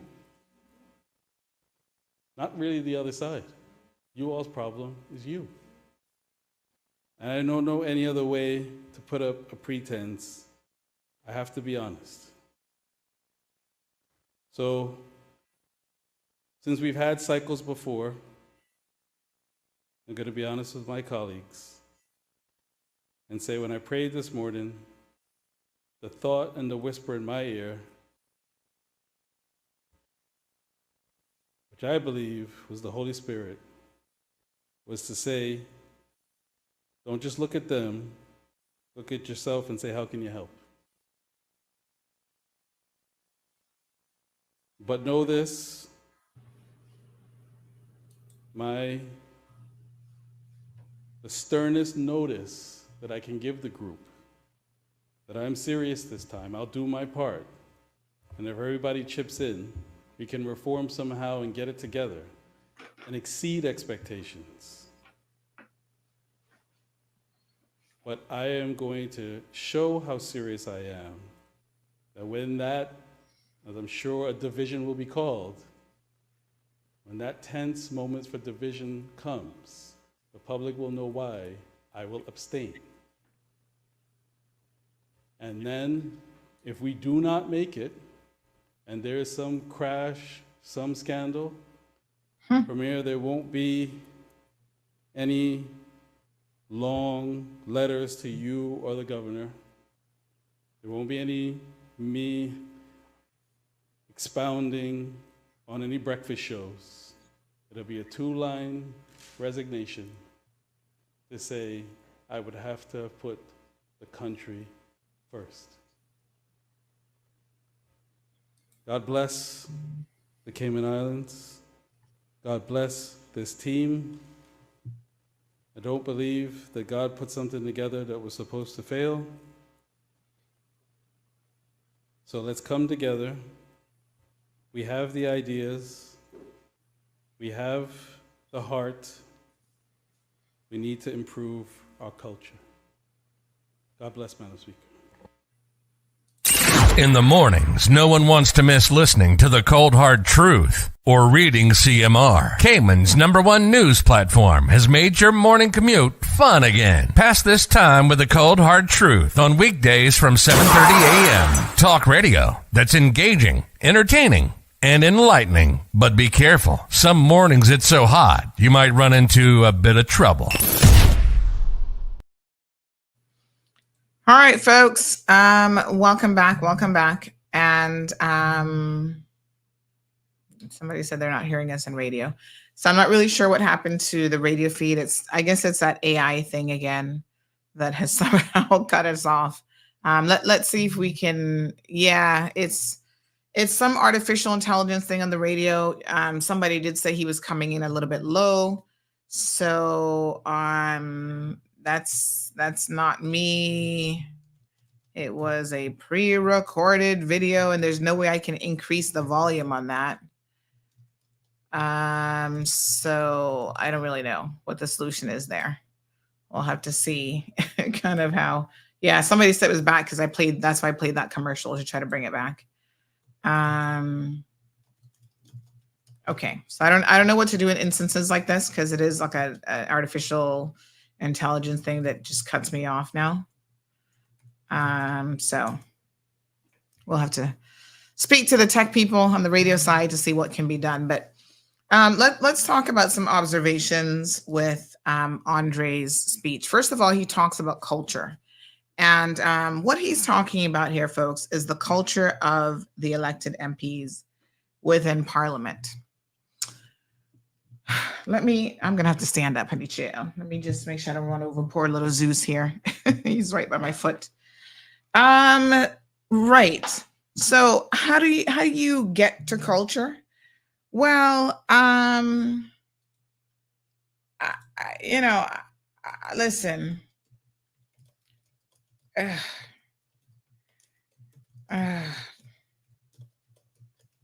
Culture. Culture is the people. Let's talk about the political culture. The political culture comes down to the people. And I think, with all due respect, Minister Andre this is where he's politically green and he just doesn't get politics. I wouldn't be surprised if he ends up being another, what was his name? Winston Connolly, and decides to come out of politics. You can be a professional. You can be an economist. You can be a professional civil servant. You could have done all of these things. If you don't understand the world of politics in this country, people like Juliana O'Connor Connolly are going to eat you every single day and spit you out. And I think that's exactly what's going on here. We have a bright, young Caymanian. A lot of you like him, although a lot of you don't like what he did the other day. And you're now questioning, I'm going to read some of those comments. You're now questioning, how you feel about what he did and even what he said. I think, to be fair to him, this demonstrates his expectations when it comes to the real world politics just doesn't make any sense. He doesn't get it. This is a dog eat dog world. These politicians are ruthless. They have no manners, right? So a lot of the stuff that we've heard, and he's talking about the culture and how difficult it was to get stuff done in cabinet and to communicate with them. And, this is a big part of the problem. And you have to acknowledge, right? Oh, we could be more respectful. Really? Look at some of the people that we've unfortunately elected to public office.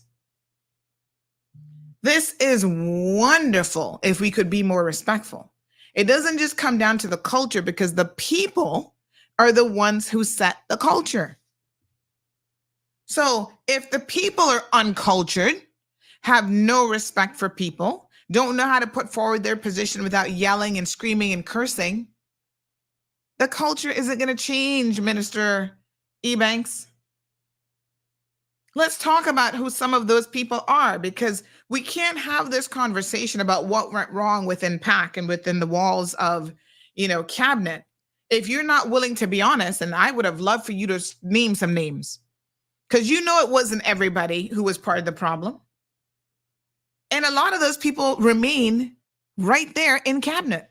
So you think Juliana O'Connor Conley is going to be able to do a better job controlling uncontrollable people? You think she has that skill set? Well, I mean, we'll wait and see. She's already going around telling people she's going to snip off their, you know what, their testicular fortitude. She's going to snip it off because it doesn't look like she's too fond of men in any event. So she's going to make all of you come on your knees where she's concerned. Now, whether or not that's going to work, as opposed to trying to be more conciliatory, maybe Wayne was too nice of a guy to handle these guys. Would that have made a difference if he was in there acting the fool too and yelling and screaming at them? Is that how he was meant to keep control? Would that have made a difference? You need to talk about the individual people who are wreaking havoc in that circle. Let's start at the top. Deputy Premier Chris Saunders. Y'all think I have a hard on for this man, and I do. Because he is disrespectful. And he has disrespected the civil servants, particularly the women. He's disrespected me with his lies, right? I mean, this is a person, when you say something to him that he doesn't like, the first thing he pops off, well, these effing fools, I don't care what they think, Sandy. Blah, blah. I'm like, whoa. That's not where the conversation was going. We were going to just talk about, this particular contract and how you allegedly made the wrong decision. You're not willing to admit that you made the wrong decision, that you lied to the other members of cabinet. You got them on board with the decision, that now that it's all coming out and y'all been slapped with a lawsuit by Blue Waters, everybody in there's like, oh my God, why did we listen to Chris? He got it wrong, right? The culture is one of disrespect. It's one of greed. It's one of, we don't like the premier because he's a white Caymanian. That is the culture that was going on right in cabinet. So let us be honest. So listen, you can hold your rosary beads all you want. I don't care about that. We saw how nervous you were. Your voice was crackling. We understand the pressure that you must have been feeling. At least you were honest. And you had told the premier in advance, from what I've heard, the premier never told me this, but other sources told me, that you informed him that you'd be abstaining. Nothing is going to change, Minister. The culture isn't going to change because, by and large, the exact same people that were part of the PAC administration are now part of the UPD government. So what's going to change? Y'all going to behave for 2 weeks and then it's back to your old tricks? Or is what going to change that Drew DeSanta is going to give everybody what they want because she thinks she can please them all? And so that will placate them and no one is going to argue in cabinet anymore? Right? How would you have controlled, if you were Premier, Minister Andre, how would you have controlled somebody like Chris Saunders? How would you have made him respect the governor instead of cursing the governor out? You know how embarrassed it was for the governor? When I heard the story, and it was at least a month or so later, of how Chris Saunders cursed out the governor and how he went on, I actually called and spoke to the governor myself. Because this isn't one of those situations now where I can take no hearsay, no go in between and blah, blah, blah. I sent some messages and I said, I need, Zeus, I'm about to run over you. I said, I need to speak to the governor myself. And it's in relation to a particular matter. And he spoke to me and he was embarrassed. He said, I don't want this to become a story. I don't, this does not look good on cabinet. And it certainly does not bode well for the people of the Cayman Islands. He said, I was embarrassed. That a minister could think that he could speak to me in such a disrespectful way. There is a way to get across your opinion. You can be a person who doesn't, what is it saying that you can disagree without being disagreeable? You don't have to be disrespectful to someone just because you disagree with them. All of this had to do with a question of gambling. Why is it that our MPs seem so hell-bent on ignoring what the police are saying in relation to, there's an element of the world of gambling that has some serious players in it, gang members, other types of violence, there, coercion, blackmail, all kind of stuff is going on. And there is a question coming from the RCIPS, is what the governor was saying, that some of you are actually getting political funding from some of those very same criminals. It's a criminal enterprise. And because you're getting political funding from it, you guys are now refusing to do the right thing in terms of legislation. That was the question. Why would that offend somebody like Chris Saunders to the point where he had to disrespect the governor? And you see, this concept makes me very, very uncomfortable. That he was also hell-bent on creating some sort of a race war in Cayman. That is not who we are. You want to talk about culture? That is not who we are as a people. Caymanians come in all shades and colors. I mean, I personally say there's no such thing as a white Caymanian, because once you got 1 ounce of Negro blood, you're black, really, no matter what you look like. But whatever. We accept all shades of the rainbow in our community. We're Caymanians, first and foremost. Trying to divide us along color lines is very, very problematic for me. Now, that does not mean that I don't acknowledge the history, and there is a difference here, of what has happened to our people. And I have acknowledged their prejudiceness even with amongst and within our own people, right? And y'all know I'm speaking the truth. Some of y'all, you keep your hair short because you don't want the nappiness to come in. You can't have your nice natural Afro curls, right? Some of you had to marry a white person. There was no choice. You could not even consider another person of color because you grew up being made fun of. Your blackness was a problem for you as a child. And so when you look at the person in the mirror, you can't love that person for who that person is, which includes your beautiful black skin. These are some of the realities that we've talked about on this program, that we've highlighted on this program. Self-love is important, regardless of what you look like. And a lot of us struggle with that because we do have a community where sometimes people will discriminate against you based on the color of your skin. But we don't need political leaders in this country trying to make that an issue. And I've heard it from external political leaders in the Caribbean asking me, well, how do you feel that you have a white Caymanian as premier? And I was like, what? Where did that come from? I'm like, Wayne Panton is white? Okay. What? And I know where it came from. It came from the likes of people like Chris Saunders, his own deputy premier. If you can step to me and tell me that the biggest problem you had with Randy Marin getting the contract for the LFTs was because he's a white Caymanian business owner and this, that, and the next thing, I'm like, what? Yeah. People like Walling Whitaker, he should have gotten it because of what? Because Walling Whitaker's black. Because as far as I know, Walling not got no supply company doing medical supplies, but Randy Marin does. And he's got the experience in ordering stuff and connections overseas and getting stuff here as cheap as possible to save the people the Caymans money. So he won the bid fair and square in terms of he came in with the lowest price. So how does the issue become, oh, it's because he's a white Caymanian? You see, I don't really like that kind of foolishness. People should be given opportunities based on the criteria that you've set. You shouldn't be excluded because you're black or you're white or you're high yellow or you're in between or you are West Bear or your name Ebanks or Smith or whatever. None of those things matter. And when we have politicians who are engaging in that type of rhetoric and that type of behavior, you want to talk about culture? That is creating so when we talk about Garrison politics, he's talking about he's not engaging in that. Really, I don't even know if he knows what he's engaging in. It's very dangerous to want to go down that line of thinking and encourage your people to start dividing themselves based on the color of their skin. That isn't who we are. Even since Juliana's gotten in, you know what they go around saying? Oh, well, at least a brown Cayman Braca got it.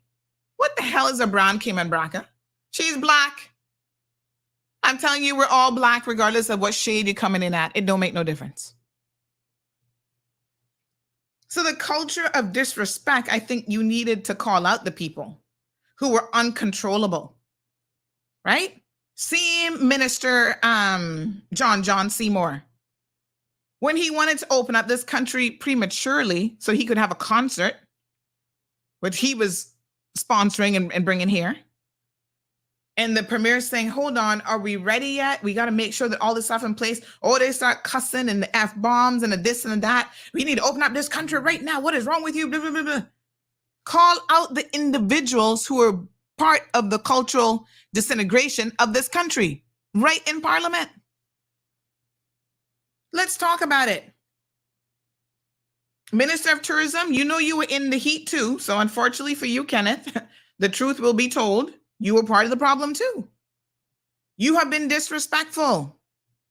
In fact, Minister, we're going to sit down and talk because I want to believe that you could do better. Your relationship with Saunders was a little bit too close, and you were following in his high heel footsteps, his platform shoes. You saw him as something to emulate, and I'm telling you, unfortunately, that is not the case. Let me show y'all a message, right? Because I know that sometimes y'all think, oh, this is Sandy just picking on people. Let me show you a message that I got on Tuesday that I have been sitting on and mulling over. I even had a dream about this last night, which anytime I dream about something like this means that it's weighing heavily on my mind about what to even do with it. But you see, this is where I have to stand by the principle of you bring it to the people. Let the people ultimately decide how they feel about a situation. Even if I like you, I'm not in the business of hiding anything. This was a message that I got. And it is very, very unfortunate because, again, you talk about culture. This speaks to a culture of entitlement, of attitude, of lawlessness. This is what I got in relation to the minister. This person said, hey, your minister, Kenneth Bryan, is up to his shenanigans again. His inflated ego parked his vehicle in front of the ambulance at the international basketball game last night and refused to move it. The ambulance had cones around it and all. This man is a menace to society. A young man approached Kenneth about moving his vehicle and he blatantly refused. This is the type of individual that we have elected as minister. Now, it so happens that a player did have respiratory difficulties and had to be transported to hospital by ambulance, but not before the ambulance scratched a bus nearby, trying to swerve around Kenneth's vehicle. I am so sick and tired of these politicians thinking they are above the law and putting parking convenience over lives. I hope you expose this piece of you-know-what for the low-life, despicable person that he is. I beg you to, actually. Wow. What?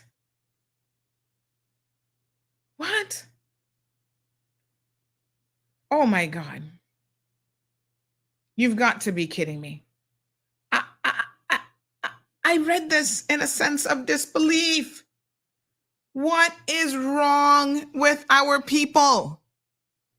With all due respect, Minister Andre, you need to be talking about the caliber of individuals that we have elected to public office. And you know what? It has nothing to do with Wayne Panton and his leadership capabilities. He couldn't fire all of them. The ones that he could fire, he fired. The ones that he could hold responsible, including Bernie Bush, he held him responsible. In fact, he is the only premier, the only leader of government business that has held so many ministers responsible for their bad behavior. The only one that has ever put a code of conduct in place for his ministers.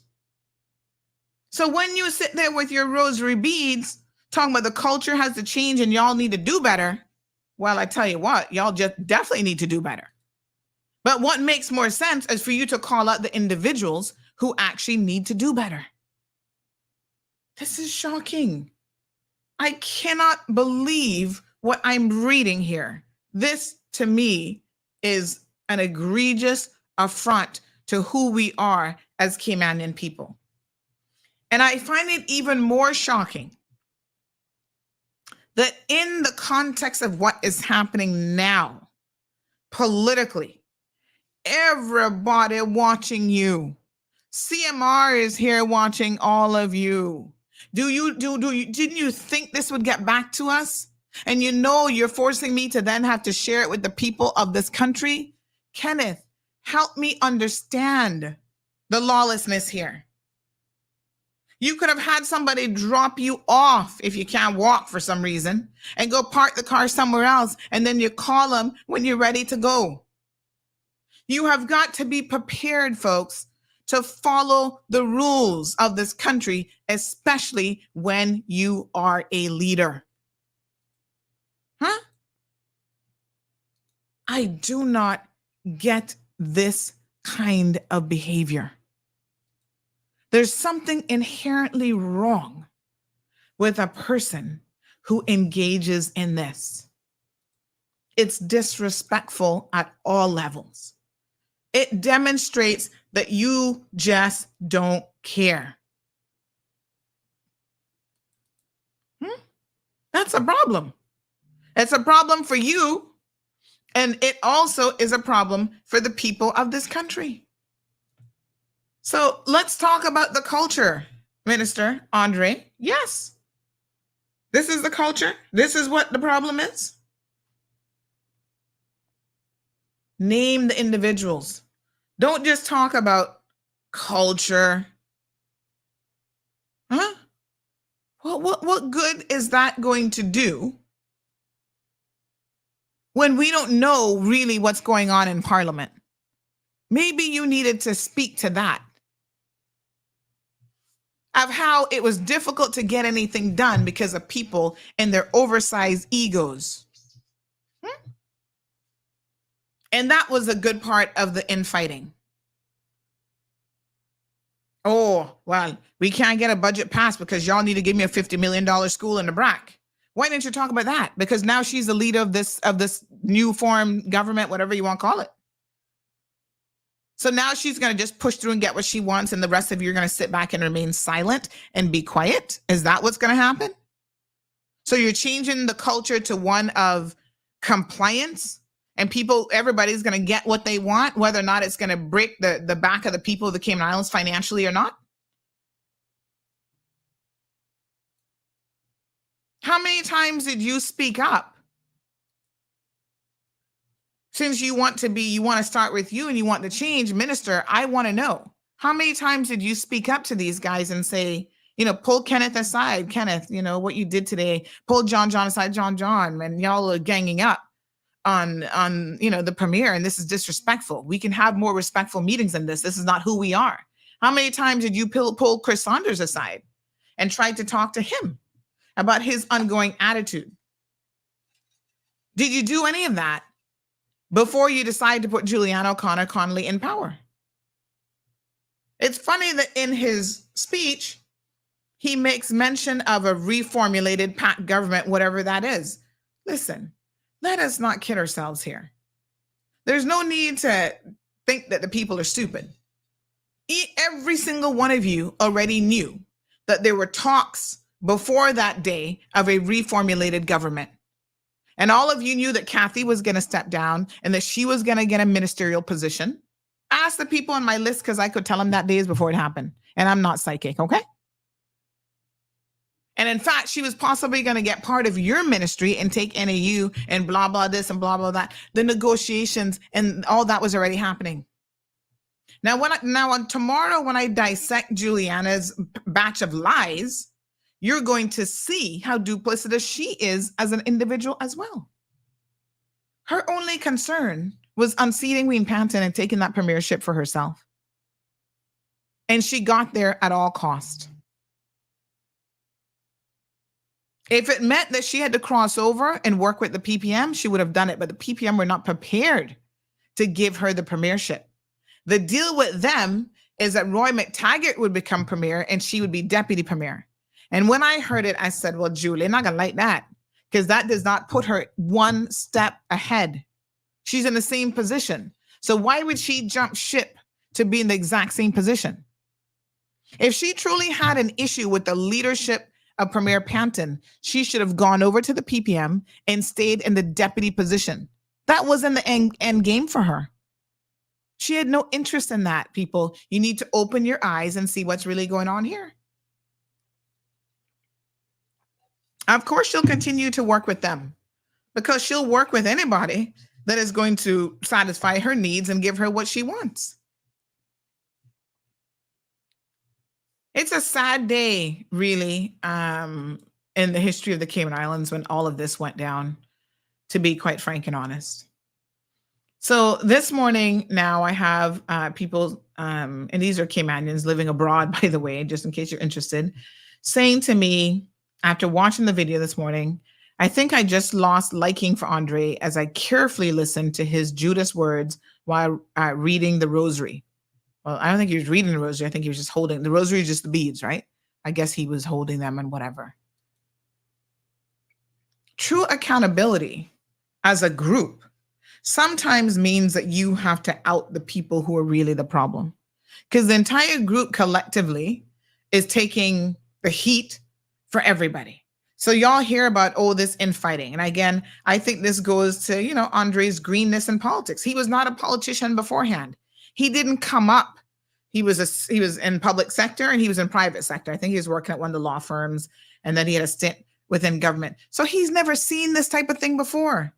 Andre, if you think this is so unique and different, my dear, you needed to become a real member of the PPM, not a pretend member, a real member of the PPM, and sit in some of their internal meetings, and you'd see what be happening over that turtle stew. You'd see the real stuff that goes down. Politics isn't for everybody. And I can tell you what, the more you are a principled person, the harder it's going to be for you to be a politician. Believe me, you. It takes a special kind of cat to be able to navigate this situation. And there's a lot of people who just refuse to even be bothered. And that's unfortunate, because then that leaves us with a lot of riffraff in politics. Let me be very, very honest. That means that the picking's not really the best. Morning, Miss Marjorie. Potato Cat says, gonna rub those prayer beads down to the core with all that rubbing. Miss Darlene Manzanera says, a young Caymanan with a strong, bright future as a great leader. Maybe it might just not be in politics, because I don't think he's getting that this is the real game now. This is the big boys circle. And that means that, unfortunately, you have to put up with a lot of this. Now, it's interesting because some people ask the question, is it better to have people who are outwardly disrespectful, or have people who are on the face of it respectful, Juliana O'Connor Conley, but inwardly extremely deceptive and will cut you off at your knees? I'm not sure which is worse, to be honest. I have to really think hard and long about it. Because I prefer honesty, I probably prefer the person who's just rude and downright, because then I can deal with them straight up. The duplicitous person who can make up lies about, oh, the premier couldn't be there because he was at the hospital with his driver who had just passed out after Parliament that night. And so I didn't want it, but they were begging me to take the premiership. And because him and Heather weren't there, this is how the vote went down. Woman, stop lying. You claim that you're a Christian. Please, I'm begging you to stop lying. But we're going to get into all those details tomorrow when we go through her recent media appearance in depth. Cameron says, I know it's not easy saying the Apostles' Creed prayer while speaking up in Parliament. Good morning to Miss Sue.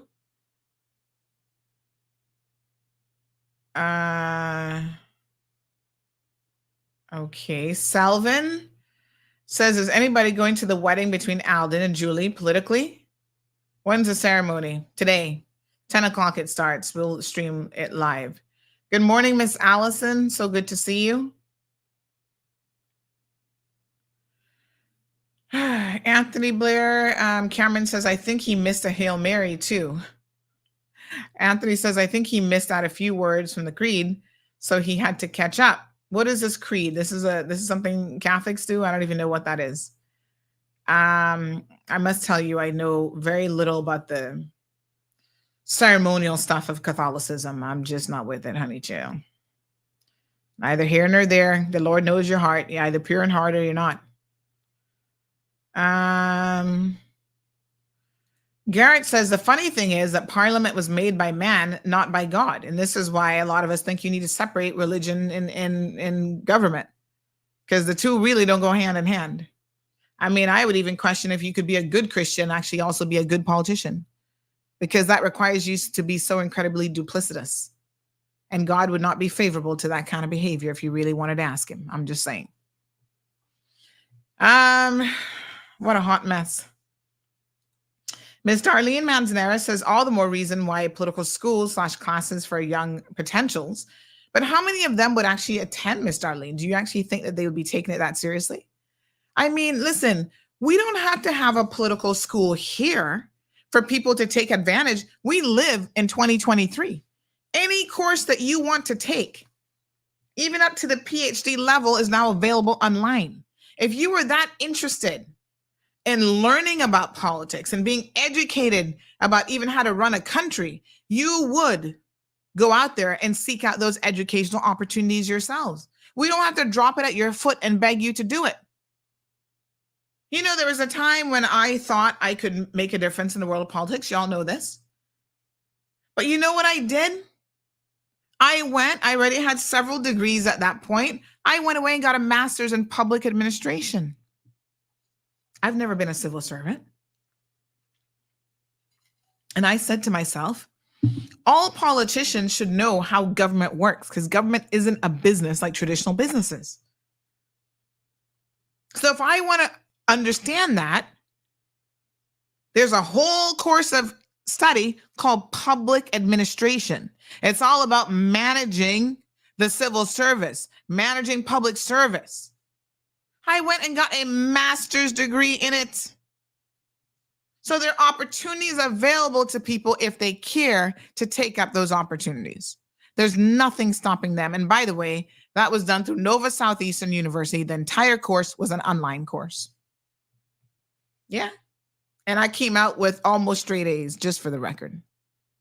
If you care to help yourself, there's ample opportunities in this day and age to do it. There's absolutely nothing stopping you from doing so. In fact, at one point here, there was, I think it might have been UCCI in collaboration with the Civil Service College that was also offering a public administration course. You can do some of these online courses in as little as a year. No, everybody wants to jump up and self-declare themselves as an expert. They understand the problem. They have zero solutions. They don't know how to communicate with people. They don't understand the fundamentals of management, of the public service, of nothing. They know nothing about how budget works, none of it.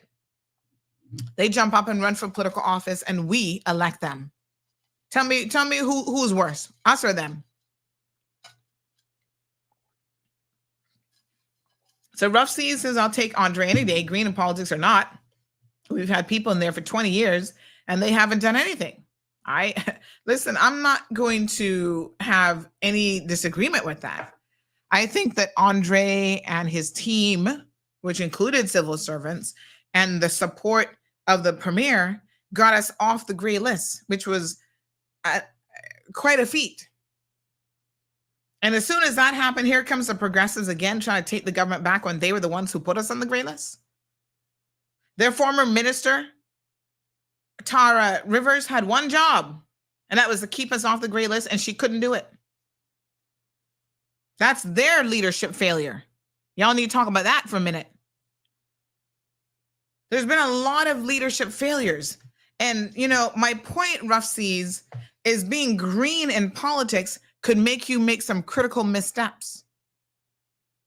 He's holding, in my opinion, former Premier Wayne Panton to a standard because he has nothing else to compare it to. What would he have done is he was part of the same PPM-led government who sat there and allowed McKeever Bush to do what he did, got charged, got arrested, they did nothing. Got charged, they did nothing. Got convicted, they did nothing. It was only when, at the 11th hour, that the opposition was saying that they were going to call a vote of no confidence, that what did they do? They still did nothing to hold him accountable. They ran and called an early election. So, Andre, if you were sitting with the PPM, what would you have done then? You would have needed about 5 bags of rosary beads and a lot of prayers, because you would have done what? This is politics.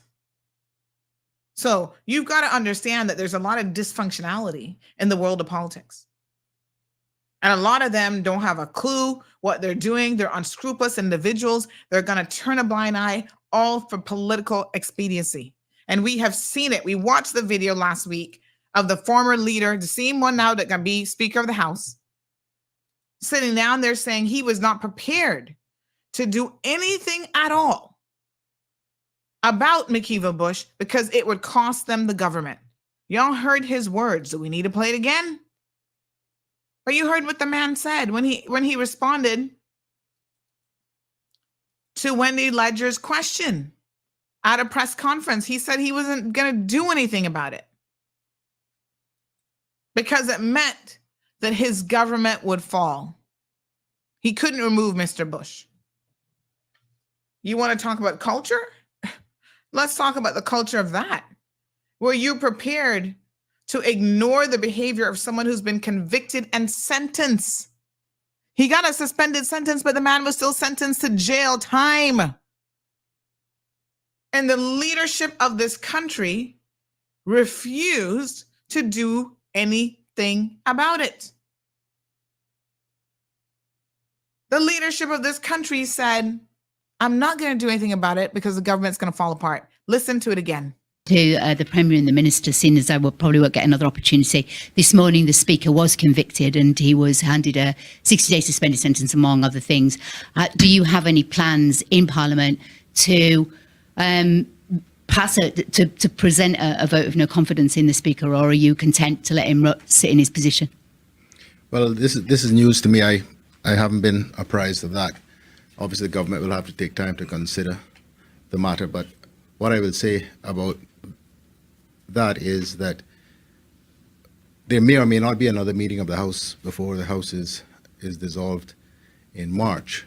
I am not sure that the country would be well served now by my taking action, which... Let me be very honest here. This had nothing to do with the country being well served. What he meant to say, what the truth was, and you saw him kind of scratch. You saw this subconscious thing of scratching right by his lip. That's an indication that he's about to lie to the people of the country. Watch it again. Let me show y'all again. I am not sure that... Hold on. There may or may not be another meeting of the House before the House is dissolved. Hold on. Let's go back. Sit in his position. Well, this is news to me. I haven't been apprised of that. Lies. Obviously, the government will have to take time to consider the matter. But what I will say about... See that? You see that? You see that right there? That hand gesture on his lip where he's scratching his lip? Trust me, anybody who is well-versed in body language will tell you you do that type of behavior, and there are other things that people do in relation to their lips, when you are about to lie. That is a real indication of here comes the lie. Here comes the lie. Sometimes people cover their entire mouths with their hands because subconsciously they are like, okay, let me shut up because I'm about to tell a lie. You see that behavior right there? That is called a micro move in body language, but it is extremely we'll have to take time to consider the matter. But what I will say about that is that... Trying to scratch the lies away. There may or may not be another meeting of the House before the House is dissolved in March. I am not sure that the country would be well served now by my taking action which precipitates the collapse of the government and the holding of early elections. So we have to bear that in mind. Well, it had nothing to do with what is in the best interest of the country. It had to do with what was in the best interest of the PPM politically. Straight. That's what it is. Very unfortunate. Diplomacy is what Andre is battling with, not the gutter politics. Rough seas, the people in there now with their experience haven't done jack. I mean, I don't want to confuse the issues here, right? I'm not saying, and I saw Miss Darlene said that she's confused. Let me try to clarify the point. She says, sometimes I'm confused. A week ago, you said, where are the young Caymanians for politics / members of parliament? So here's Mr. Ebanks and a few others doing that. Let's give them encouragement and support to do it. Everybody has to be held accountable. Whether you're young in politics, you're green in politics, you're new in politics, once you jump into that arena, you're going to be held accountable and responsible for the things you say and the things that you do. This isn't my point when I'm talking about his greenness, is that I think his expectations are not aligned with the real world of what's actually happening. And so he's making a decision based on his expectations because he has limited experience. If he was on the other side, he somehow thinks it would have been different. He thinks it's going to be different now that Juliana O'Connor Connolly is leader. That's the point that I'm saying about green. And everybody has been green at some point in whatever area of your life. Every single one of them was green. But when you get in there with someone who isn't green, like a Juliana O'Connor Connolly, and you're not wise enough to see her tactics and how she's going to use you, you will have a problem. This is the point that I'm making. This has nothing to do with, listen, young people get into politics, they have to be prepared to take their licks from day one. This is not a fan club, sorority or fraternity. Even them gonna be giving you your licks when you get in. We're trying to prepare people for the real world. We don't have the time for anybody to get in there and not hit the ground running. We don't have the time for you to take 4 years to figure it out. And that's the other reason why I've also said, Ms. Darlene, if y'all have listened to me carefully, is no first-time MP should take up a position of minister. I've said it a million times, and I understood why this government had to do it, but I still stand by that position, that is detrimental to you as a first-time MP. Because you were still learning the ropes of even just being an MP. Now, on top of that, you have the added responsibility of being responsible for multiple agencies, multiple departments, running all of that, and you're still in learning mode. I'm also saying, Ms. Darlene, that if people are serious about getting into the world of politics, do some work beforehand, because there are things that they can do to better prepare themselves a little bit. They get in there and they're woefully ill-prepared. Unfortunately, Kathy Wilkes is another example. She went in there green. I had high hopes for her, and she has failed. She couldn't even manage her own constituency office properly. You see? And this has nothing to do with being green politically. This is being green in the world. You've never managed staff. You've never managed people, right? A lot of them have done no community work. They just do just a little bit of something to be like, oh yeah, well, I did this, so you should vote for me. It's not enough. You've got to be willing to immerse yourself a little bit deeper than that. So what was the first thing that she did? She goes and hires somebody who's charged with stealing money from the Cayman Islands government to run her political office. The people that said to me, Sandy, what is Kathy doing? This is a mistake. And I even said it to her. What are you doing? This is a mistake. No. I know what I'm doing. Really? Then tell us why you had to fire her if you knew what you were doing. You didn't know what you were doing, and you wouldn't take counsel from people who could see the problem coming. This is what I'm talking about. They don't know anything about managing people, about making good decisions. And it has nothing to necessarily do with how old you are. It's how inexperienced in life in general you are. Why would you hire someone to work in your MP office who's facing serious charges of stealing hundreds of thousands of dollars potentially from government? You don't see how that's going to just go wrong? And then when she gets in there, you want to talk about all these other things about her. Oh, she's talking people business on the streets and she's doing this and doing that, making my office look bad. Really? You couldn't see that coming either? Right? But because she helped you go door to door and got you voted in, political favors, paying back political favors, you don't do it. Morning, Miss Vernita. She says, knowledge is power. It sure can be. Miss Sue says, yes, Sandy, amen. Marshall says, that's just it. She's saying that she's a Christian, but she's not. Leap of Faith says, Darlene McKenzie, jump the ship. Darlene McKenzie also says that hope can take care of our premiership better than Hope can take care of our premiership better than what we did with our garbage. I'm not quite sure. Something might be missing in that one. Good morning to Miss Lucille. She says, I'm listening and I'm so confused. When I talk about home, it's the only Cayman Islands, and I don't know what is wrong. I'm going down, but I have a lot of grand and great grand coming up, and they have nowhere to go. We have to keep calling on God until he comes down and stands before all of us. Bless all. Well, God helps those who help themselves, Miss Lucille. He expects us, the people, to do better. I'm just saying. Ay. She's still working for PPM, says Cameron. Good morning to Miss Joy. Miss Darlene McKenzie says, secondhand premier is back in the seat now.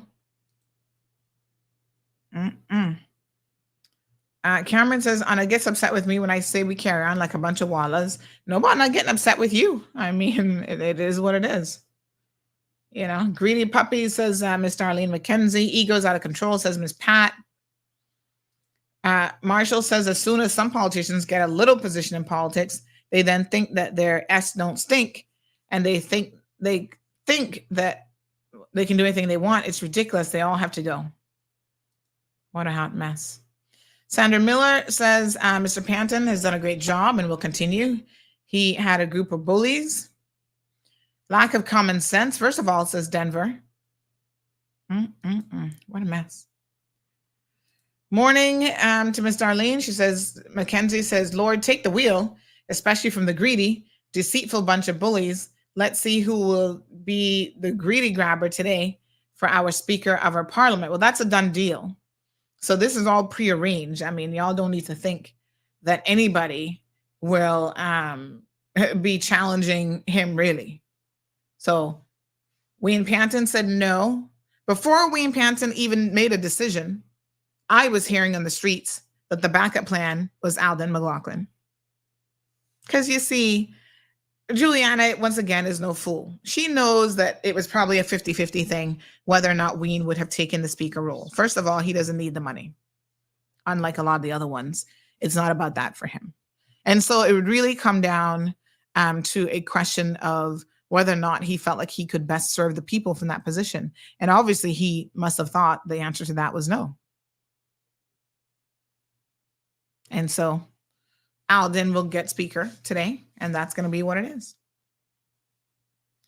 Anthony, good morning. He says, be qualified for the role of importance that affects the quality of life for many, or you just don't get the job.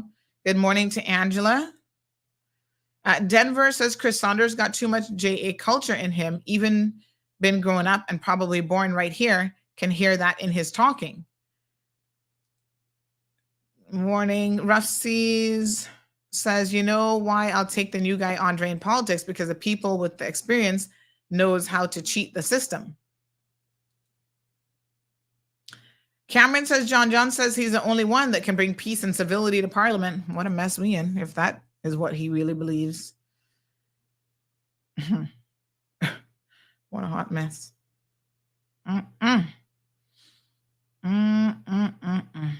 Wow. Body language, says Pat. Yes, honey child, it says a lot. I mean, people do things subconsciously all the time. You'd be surprised.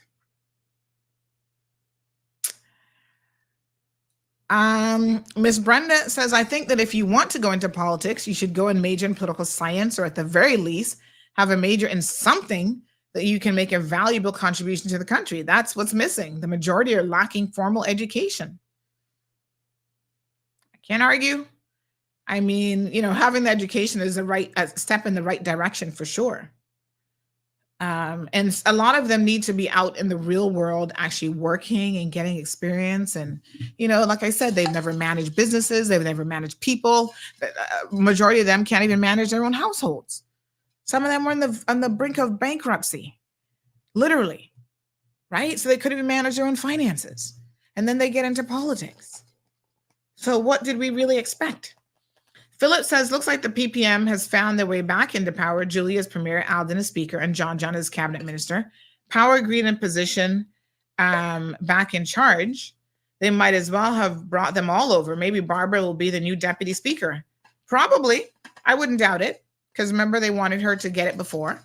Now, that'll be an interesting combination with her and Alden working so closely together. Alden's wife better keep an eye out again.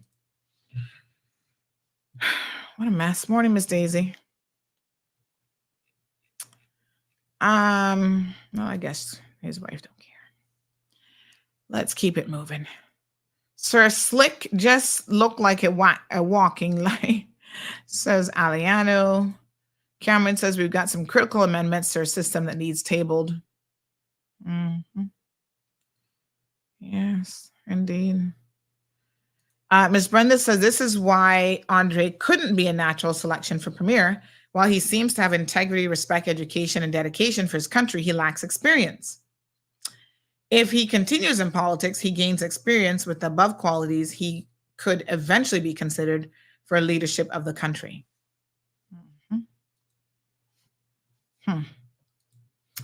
Marshall says he was looking out for his party, not the country. Liar. Remonstration day today. You put on your principal hat this morning. Good morning to live. Miss Shirley says Wendy Ledger, fearless legend like Sandy, not afraid to call out what needs calling out. People need to pay attention long before they vote. It is said insanity is when you keep doing the same thing and expecting a different result. Same goes with voting. Duh. Amen to that. Salvin says, Sandra, 12 of the 13 members of government thought nothing is wrong with or about former premier, and that must be a part of the debate as well. Please. So 12 of the former members of government.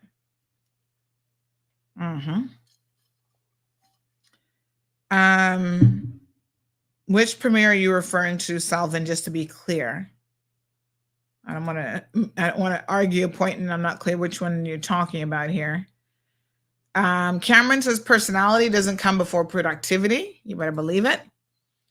Kenneth, a lot of people expressing that they were very disappointed in your disregard for where you're parking. I mean, if he wasn't going into Parliament this morning, you better believe I would have called him to say, what on earth is this? Do you understand how breaking a parking law, because you're not supposed to park like that, and you certainly can't be blocking ambulances and so on, has actually potentially jeopardized a young man's life? The person who sent this through is particularly aggrieved because they work in the medical profession. So undoubtedly they're looking at it going, this athlete could have died because you parked and the ambulance couldn't get in the way that they should have. I mean, I can't imagine ever blocking an ambulance. Like, what? Oh my gosh.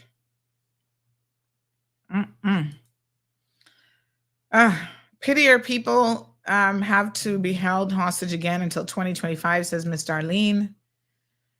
Cameron says Arden needs to come out of retirement and step back in the ring. He was their match.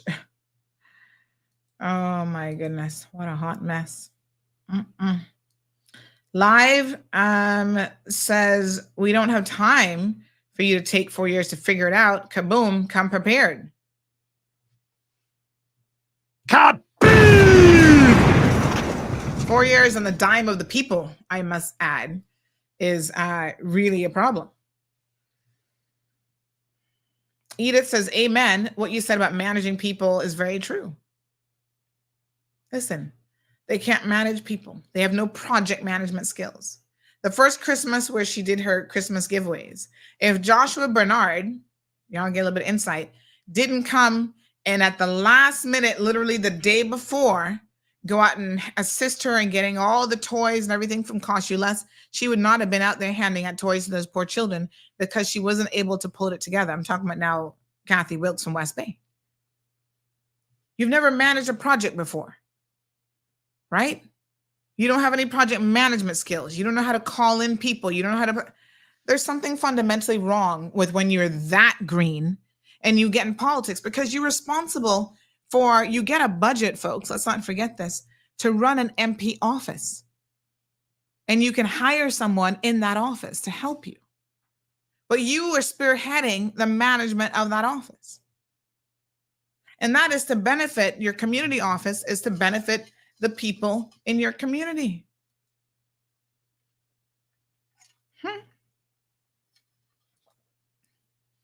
Cameron's asking if I can bring Arden to the show one day. Well, we can invite him. I mean, I think he's been, I don't know what he's doing. I think he's working on other business endeavors, but I don't actually know, if he's interested or not. Gabby says it must be exhausting working in politics. You think? Miss Brenda says, remember this quote: this is not a job for someone looking a job. This is for someone that can do the job. Oh, yeah. I like that one, Miss Brenda. Very, very true. Cameron says, when I hear expressions like my people and country first, on our hearts melt like butter. Oh, my gosh. All right, let's read some WhatsApp messages. I think Parliament is going to be starting here shortly. So this person says, this is in relation to Andre. Let's see. Hold on here.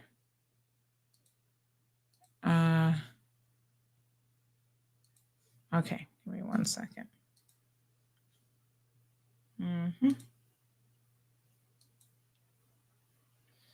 All right, this one says, where did I put it? Oh my goodness. Did I just save this? I thought I did. 1 second, good folks. Coming on through. Oh, I think I'm saving it as a JPEG. 1 second, my apologies. Save as, oh yeah, we don't want to save it as we want to do an image file this time, not a PDF. There we go. All right, honey child, we got it now. So this person says the following. I think he means well, speaking to Andre. He did say he could have done better to keep them in check, and he told them going forward he will. He gave them a stern warning. He was doing a favor. She was doing a favor because she helped put her in Parliament. This is in relation to Kathy now. But she knew all along she wasn't going to leave her in her office. OMG, I can't believe that Kenneth did that. He was asked to move and refused. I want to hear from Kenneth, and we do as well. If this is true, disciplinary action needs to be taken. Kathy's hiring family who don't have the experience about running a political office. And it strikes me as curious, peculiar, and straight down dumb that a lot of people are hiring individuals to manage their office who themselves have no experience in anything, no experience in management or any of that. They have experience stealing from the government of the Cayman Islands. They're retired. Your mom who's retired and probably doesn't even really want to work. Hiring family to give somebody $5,000 a month in your family, which is what Chris Saunders has done, don't make no sense if they're not the best person for the job, because they're supposed to be pivotal in helping you run your constituency office. Good morning, caller. Hello? Hello. Hi. Good morning. How are you? Not bad. How are you? All right, ma'am. Can I talk to you privately for a moment? I'm sorry. Say that again. Can I talk to you privately for a moment? Well, I'm on air right now, so you can't do it right now. Yeah. So you have to call me later. Yeah, you can. Private phone call when I'm dead in the middle of a show ain't gonna happen. This person says, I'm wondering where I can source some worry beads like Andre has, with Judicana in control, we all need to be concerned. Oh my God. Mm-mm.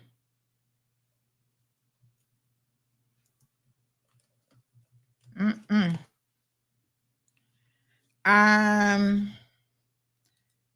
Let me see. This person says, Sandy, you're right, about them/him, not experienced, but hope Mr. Andre would call out them that doing wrong. What should say? Ease up on poor Andre, man. Teach him and how things will be best for us, though.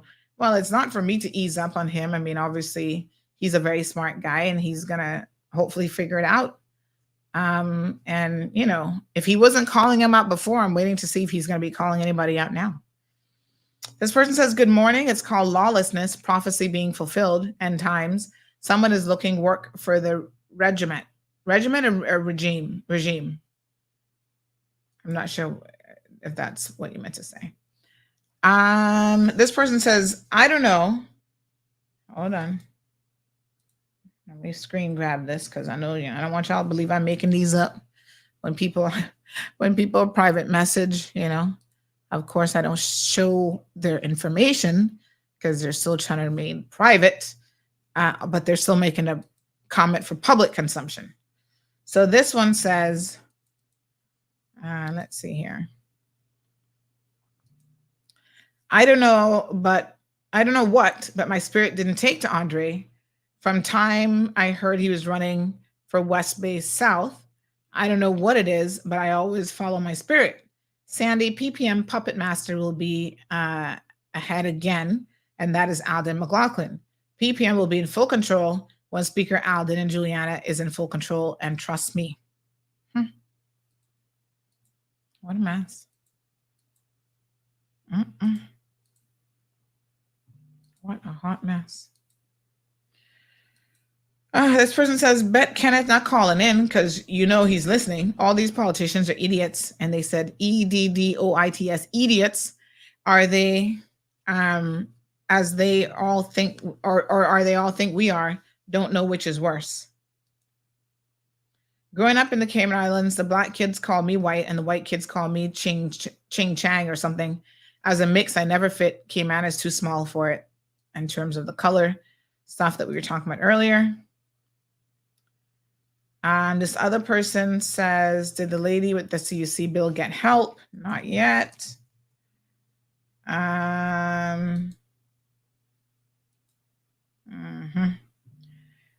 Juju going to make all male colleagues eunuchs, said this person. Lord have mercy. Hot mess. No, sir.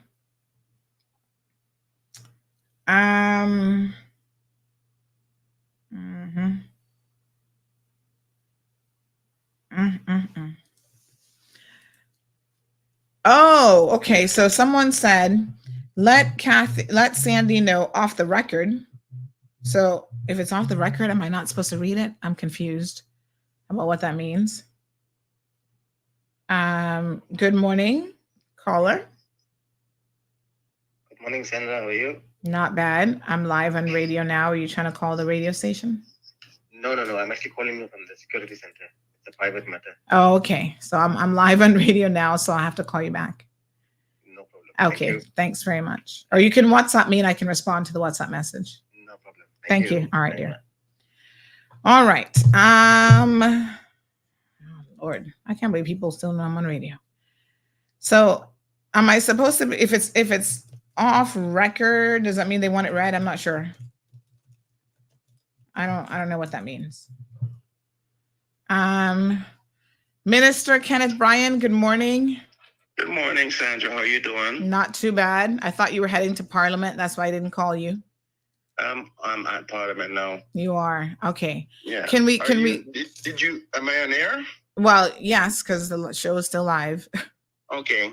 Well, I just unfortunately had a minor report about some parking situation that you were talking about, and it seems to be some misunderstanding as to the truth. Okay. Well, let me read to you so you can have exactly what was sent through. Let me read it to you so you can respond. Again? I said I'm going to read to you what was sent through so that you can respond to it. Because I'm not sure what the person told you, but you should have the full 411. Okay. So I actually received this message, and this is what this person had to say. They said, "Hey, your minister can." Go ahead. Yes. Will that be Mr. Alden McLaughlin you were saying hi to? Yes, that's Sir McLaughlin. Okay. Soon to be speaker. Let's get this so you can go into Parliament. He says, yes. The person says, hey, your minister, Kenneth Bryan, is up to his shenanigans again. His inflated ego parked his vehicle in front of the ambulance at the international basketball game last night. So this came in on Tuesday. So this was Monday night. Refused to move it. The ambulance had cones around it and all.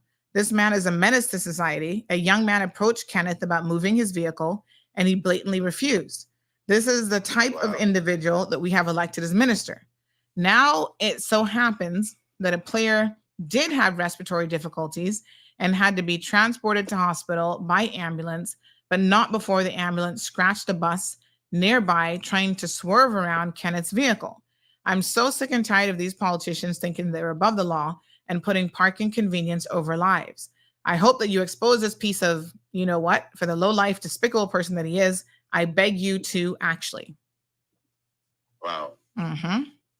Well, I'm sad that somebody has twisted a normal circumstance to something different than what it is. And this must be political. And I would encourage you to reach out to the organizers of the event. The parking location for the elected officials were taken up already. Where I parked, I was instructed to park there. They came to me and asked me to move the vehicle. I was quite happy to do so. Actually, the organizers of the event said, no, Minister, we'll talk to the open lane for the ambulance. And I said, you sure? Because I don't want this to be on Mall Road. And I literally said that, and guess what happens? Ends up on Mall Road. Mm-hmm. Anyway, I can assure the public that there was no me being, no, I'm not moving my vehicle, which people would love to portray. That's not the case at all. And it's quite sad, that politics gets this bad that somebody would make that kind of comment, because that's definitely not what happened. Now I'm going to be forced to ask the organizers of the NCC, of the Cayman Classic, to call and confirm for you, because it's just wrong for them to paint a picture that did not happen. And I try my best every single day to not be involved in anything that would cause dismay in the public's eyes of the things I do, for people to make stuff up. And Sandra, I think there's a due diligence on you to not just assume or read off people's viewpoints if they're not true and if they're not confirmed. I mean, anybody can write you a message and say anything right now. If you're just going to read it as if it's true, there's a level of responsibility on you, because that is totally not the case at all. Well, as I said, we were definitely going to call you. So let me just clarify what you're saying, though, before you go down that road. So you're saying that where you parked, allegedly blocking an ambulance, is where you were told to park by the organizers? Yes. Okay. And when you were asked to move the vehicle, you moved the vehicle? I was quite happy to move the vehicle, and I was instructed not to, because it should be fine for the ambulance to get out. And matter of fact, I think it may be good that we do a three-way call right now live for everybody to see, so they can answer your questions as to, matter of fact, funny enough, the person who was helping with the organizing of the event is an officer, a police officer himself. I mean, this is just so sad that I have to fight this misinformation, malicious misinformation, if I dare say, unnecessarily. This is just wrong, man. I don't know how else to.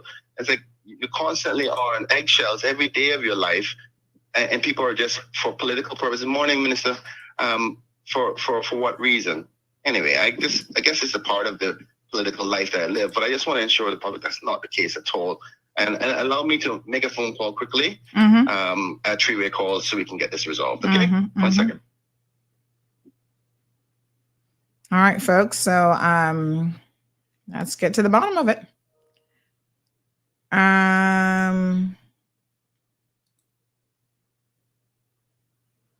Patricia says 19 electoral seats, 12 seats / 2 candidates, 3 seats / 4 candidates, 3 seats / 3 candidates. Hey, doing, man? All is well, all is well. I'm so sorry to do this to you, but we're live on Cayman Mall Road right now. So the public is listening.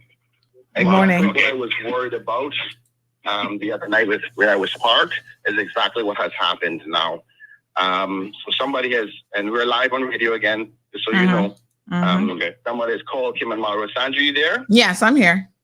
Okay. So somebody has called Cayman Mall Road and said I intentionally parked in front of the ambulance and I refuse to move my vehicle and X, Y, and Z. So please do me a favor. I don't want to say anything because I want the truth to be as it is.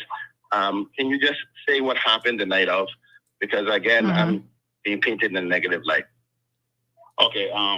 So first of all, I'm also a police officer. And we're at the Cayman Classic. Yes. With permission from the Commissioner of Police to be here. So on the night in question, we were informed that a vehicle was parked in the vicinity of where the ambulance is parked. I went through the.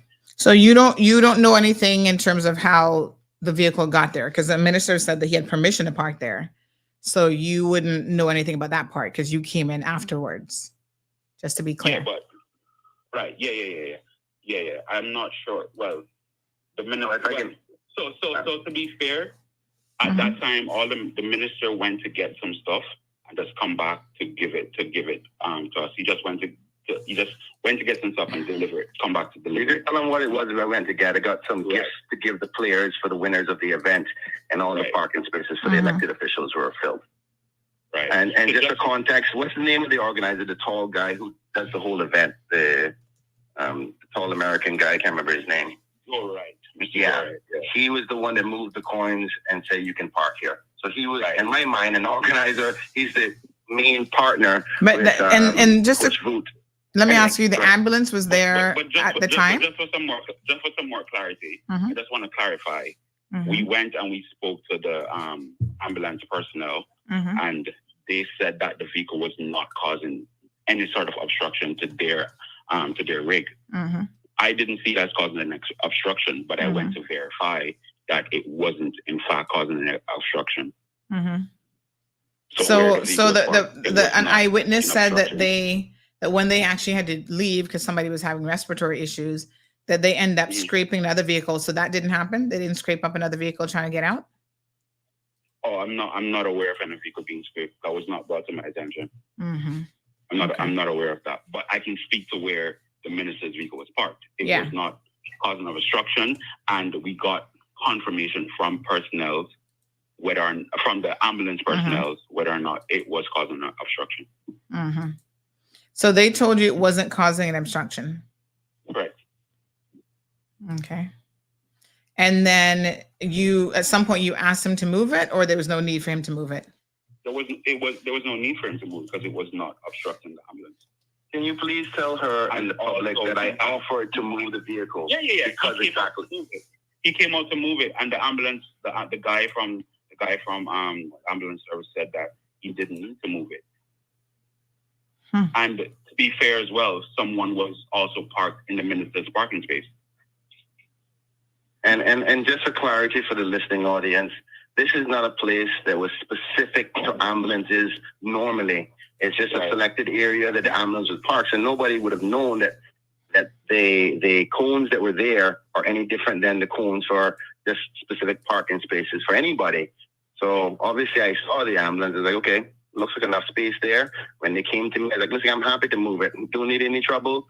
They went and verified, actually, you don't need to move. And I said, you sure? And I said these exact same words. I said, I didn't want to end up on Cayman Mall Road. And exactly what I was worried about is exactly what happened.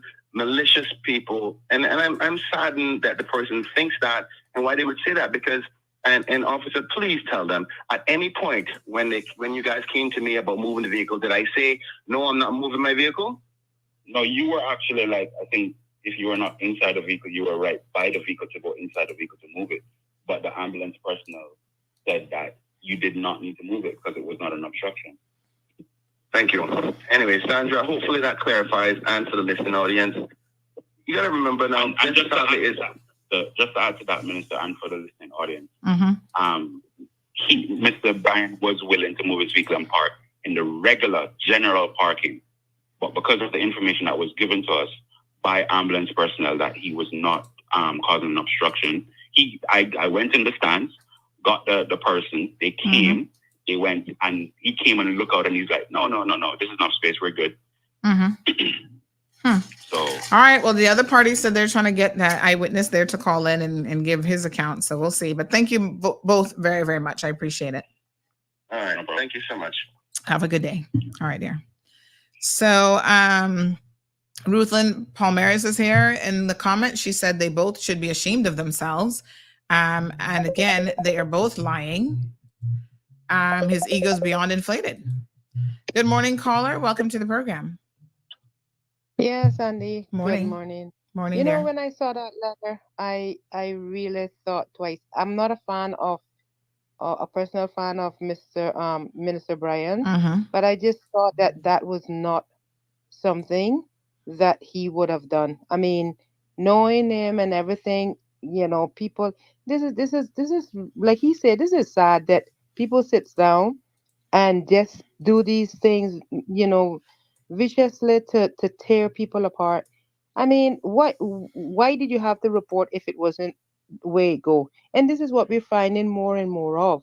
So we have to be so careful and you know, get the 2-3 sides of stories or whatever, because this really makes him look bad. I mean, it's as Mall Road and everybody, hundreds of people, that's already given them a bad taste in their mouth. Well, we're the young man who has supplied this information said he's going to call in because he says they're lying.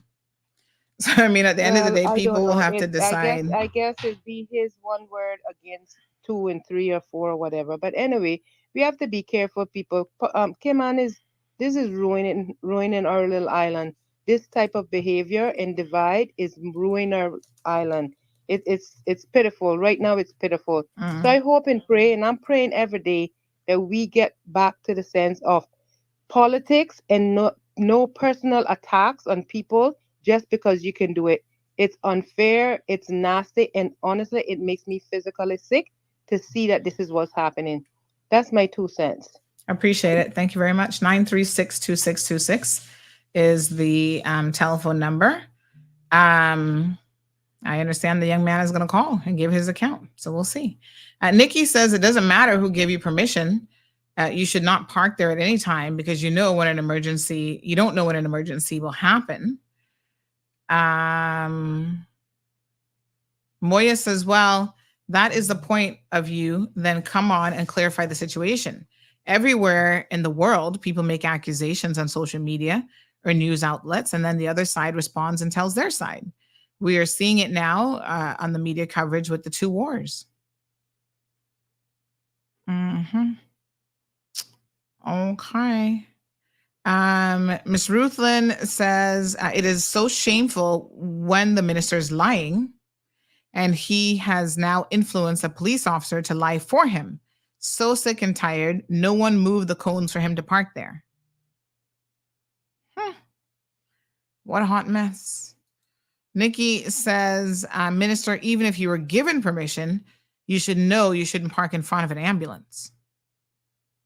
And I am a little bit surprised that the ambulance crew would have said anybody parking in close proximity to them would be okay because they need room to maneuver stretchers and other, equipment. So who knows what this is. But yeah, if the other caller can call in, I wasn't there. So obviously I can't speak to what happened. This person says, oh, Miss Darlene, on Miss Darlene's comment, Kenneth does carry a high level of ignorance. If you put yourself in a public domain, expect public criticism. Another person says, Sandy, they're all lying, police and all. Okay. Well, y'all need to call in. If you were there, call in and say what happened. I wasn't there. So I can't say who's lying from who's telling the truth. I read what was sent. But if y'all are saying that they're lying, then you need to call in. 936-2626 is the telephone number. And I don't know what vehicle was damaged. So if the ambulance said they were fine and they could maneuver, then why did they damage anybody's vehicle? All right. Parliament is in session, folks. Let's cue this up. And again, if that person wants to call in, by all means, feel free to do so. Why am I not hearing any audio with the parliamentary proceedings?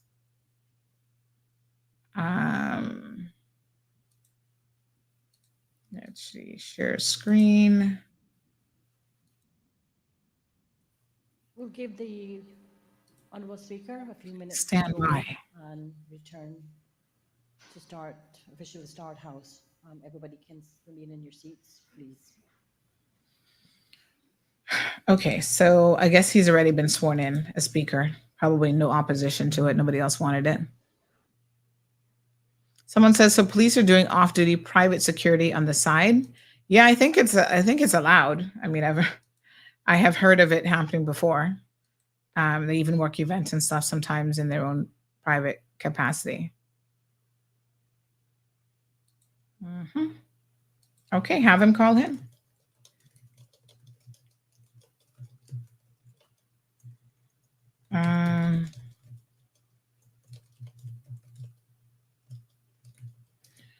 Okie dokie, waiting. 936-2626. Sounds like the police were being instructed on what to say. Both their stories does not add up. You can hear the lies falling out of both of their mouths. It would not be any louder. It could not be any louder or clearer, says Angeline. Allison says, I believe if you're going to give information to Miss Sandy, make sure you tell the truth. If not, it looks really bad on her side. And Miss Sandy, give right where right is. Please ask more questions and details when someone calls in. That's my point. Well, we're waiting on the person to call. We can ask him all the questions then about exactly what he saw and what transpired, et cetera, et cetera. Okay.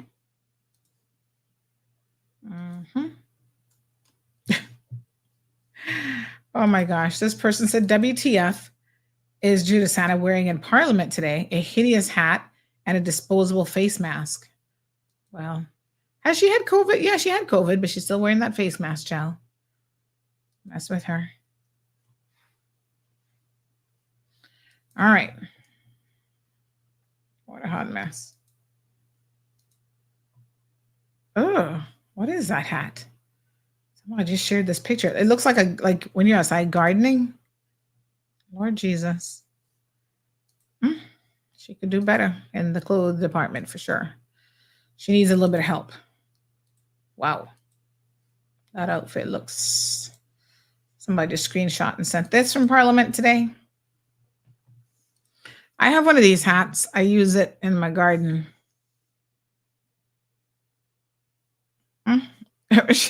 They said she's probably wearing Crocs. Y'all need to behave. Oh my God, I cannot with you all. I can't. Behave. Oh my gosh, what a hot mess.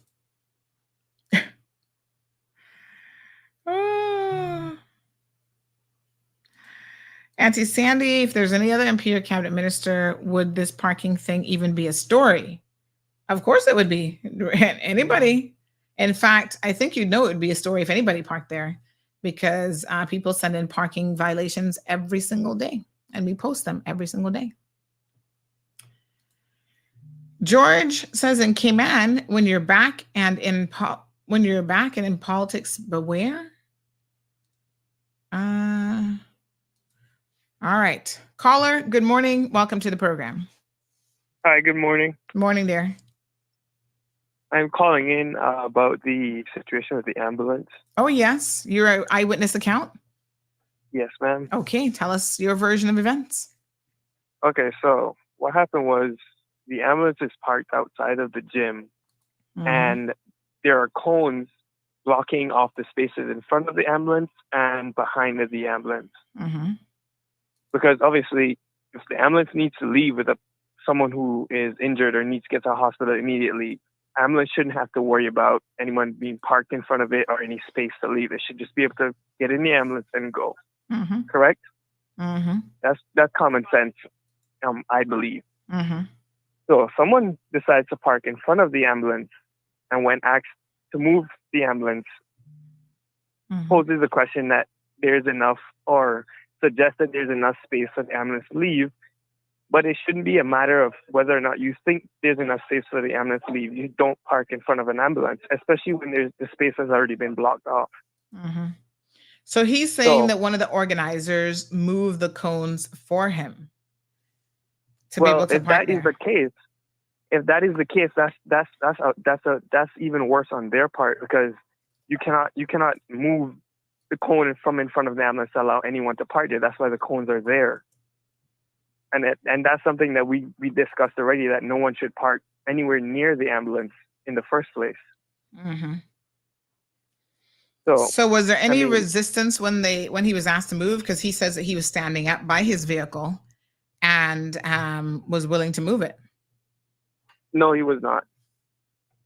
Because if that was the case, he would have.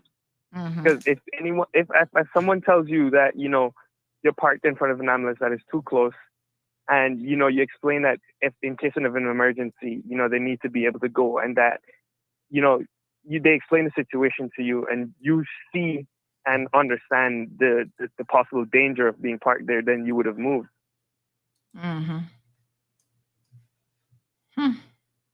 All right. And do you know anything about the ambulance then having to actually utilize their service and actually scraping a vehicle? Yes, ma'am. Any clue whose vehicle they scraped? What happened was the buses that pick up the players were parked outside, and that's the whole reason why we didn't want anyone parking in front of the ambulance, because we knew that closer to the end of the game, the buses come back to pick up the players, and if the buses are parked there and cars are parked on the other side, you know, there might be a tight squeeze. That's why we didn't want anyone to park there.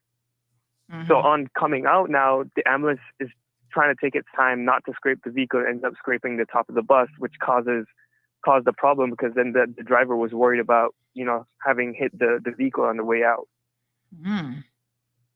Wow. So who's going to pay for the damage to that bus now? Is that in the taxpayers' money from the ambulance crew doing it? I am not sure. What a hot mess. All right, my dear. So, I mean, some people are saying that, you know, maybe you guys are just unfairly picking on the minister. What do you think about that? No, I wouldn't say that. I would say when it comes to someone's life, it should not, we have to call these things out, because we have to take, I would say, as an island, having people coming here, we have to take pride in how we present ourselves. And if we're gambling with people's lives like that, that's not right. Like, if we're gonna say that, you know, people come here, be safe, and if they need help, we can provide help. We have to show that we can do that. And someone is asking, then, did you witness this, or do you have any videos? I mean, people are putting you to the task here today, saying, you know, do you have any videos? No, there's no video. Yeah, but I was there. You saw it with your own two eyes. Yes. A matter of fact, I was the one who asked him to move the ambulance. Oh. To move the vehicle from in front of the ambulance. Oh, so he would have said no to you? Yes. Okay. Well, can't get much closer to the source than that. All right. What a mess. Thank you so much. Thank you. All right, dear. So, folks, the young man said he was the one involved. He told him to move it. So I don't know what kind of mix up. Pat says, why are we so uncomfortable holding our politicians accountable? Well, we get what we get, I guess. Ruthlin says, please, not today, sir. Safety first, says Jackie, above all else. So we have Alden McLaughlin in his first day now on his new job. General elections, which are constitutionally due by May 2025. There he is, folks. First day in the job as Speaker. It is time for a reset. A reset. Try again to give the country mature, stable government. Apparently, they're the only mature and stable ones. Elections voters tried a thing, as we say in Cayman, Mm-mm. and elected an unprecedented. This is what he's doing with his new speaker seat. And those independents themselves tried a thing. And behold, the birth of Pact. Alas, Pact was short-lived. Politics, The government boy. has now been rebranded. Isn't he supposed to be impartial? What's he talking about? United People's Movement. Hmm? I am certain that the inclusion of United in the new name is no accident. Hmm? Indeed, we must all pray for unity of purpose within this repackaged. This is an unholy unity. nation. Indeed, I believe the fate of Cayman and our people hinges on having a government in which all members are pulling in the same direction. Democracy is a messy business, not just in Cayman. All No, over you the world. politicians messy. And it does not always deliver the result that voters thought they had voted for. And that is increasingly the case as not only the rise of independence, but the rise of small parties which force coalition governments all over the world. Yesterday was another example. The Netherlands have no less than 26 parties. What a mess. So how long do we believe it will take for a government to emerge from the results of that election? Mm-mm. So Winston Churchill, who in my opinion is the greatest prime minister that ever was anywhere in the world, Really? put it this way: many forms of government have been tried and will be tried in this world of sin and woe. No one pretends that democracy is perfect or all-wise. Indeed, it has been said that democracy is the worst form of government, except for all the others, forms that have been tried from time to time.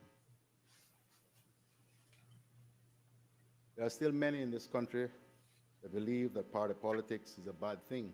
But whether you call Your it own leader believed it? a team, a movement, or a party, to govern effectively requires a set of people who have coalesced around a broad set of principles and policies and agree collectively to pursue them. That is the only way a government can be held to account by voters. Voting for an individual who is not associated with a team that has articulated its position on a wide range of issues affecting the country really is like buying a number. You might win and get what you want, but most of the time, you lose your money. I urge the members of government to put behind you the events of the past 2.5 years and work assiduously and cohesively to achieve as many of the goals you have set before the next election cycle rolls around. And for those who are first-timers here, I should tell you, you have 1 year before the silly season begins in earnest. I want to say a few things about the role of Speaker and my decision to accept the position. The role of Speaker in the Westminster system of government is almost as old as Parliament itself, dating back to 1377, when Sir Thomas Hungerford was appointed. It was in those early times the role of Speaker, a perilous one, because the Speaker was the unfortunate one who spoke to the King or Queen on behalf of Parliament. And often this involved delivering bad news to the monarch. And being the messenger of bad news had its consequences. No less than 7 speakers were executed by beheading between 1394 and 1535. Hence, I believe, arose the saying, don't shoot the messenger. But in those days, they beheaded you. Thankfully, the role of Speaker today is not fraught with quite so much danger, but it is still a very responsible and important office. I am honored to become only the 9th Speaker of this Parliament and its predecessor, the Legislative Assembly. The role of Speaker, as I see it, is to preside at meetings of the Parliament, order the business of Parliament, chair the Parliament Management Council, ensure that the rights and privileges of all members are preserved, protect the interests of the minority in the House, keep order, and ensure that proper parliamentary process is followed. I wish to make something absolutely clear. The Speaker belongs to the Parliament. The Speaker's allegiance is to the Parliament. The Speaker's role requires him or her to be objective and unbiased in presiding in Parliament. I commend the Honourable Premier for having the confidence and courage to ask me, a founding member of the Progressives, a former leader of the Progressives, and the current chairman of that beloved party, to sit as Speaker. But I am certain that she has done so because she knows me and knows that I am deeply conscious of the importance of preserving both the independence and integrity of the office. I promise you, I will conduct the affairs of this high office without fear or favor and without regard to political affiliation. So to my colleagues in the opposition and my fellow members and supporters of the Progressives, I assure you, I have not left the party. I have simply assumed the independent role of Speaker for the same reason I entered politics more than 23 years ago, for love of country. My first loyalty has always been and always will be for my country and my beloved people. And to you, Premier, and your government, you have my faithful assurance that I will do all I can to facilitate your legislative program and to help you get done the important business of the country which needs to be conducted here. Finally, I say, there may be people in this country that loves it and its people as much as I do. But I warrant you, none love it more. I am Caymanian first and everything after that. Madam Premier, members of the government, and my colleagues in the opposition, again, I thank you all for your confidence in me.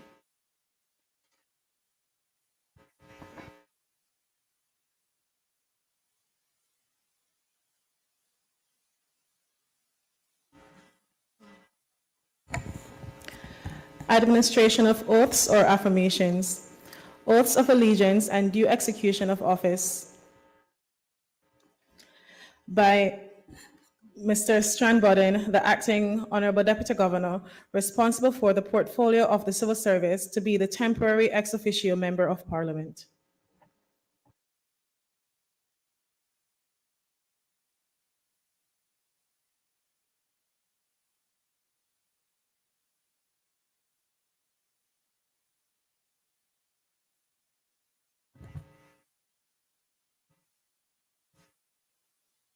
I, Strand Ashton Borden, do swear that I will be faithful and bear true allegiance to His Majesty King Charles III, his heirs and successors, according to law, so help me God.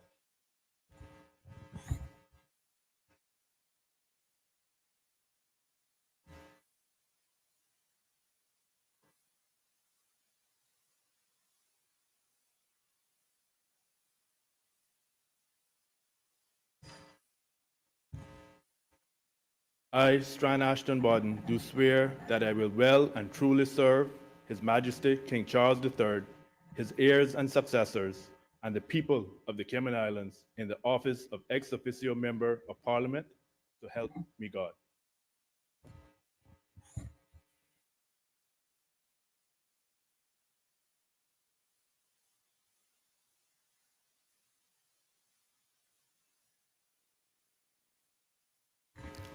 Mr. Warden, it is my pleasure to welcome you to this House as the acting ex officio member in the place of the Deputy Governor.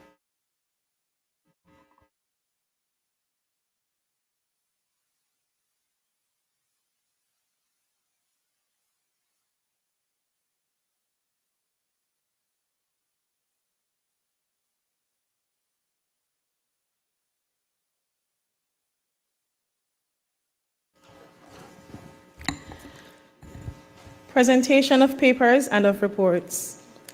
Development and Planning Act 2021 revision, Development and Planning Amendment Regulations 2023, to be laid on the table by the Honorable Minister of Planning, Agriculture, Housing, Infrastructure, Transport and Development.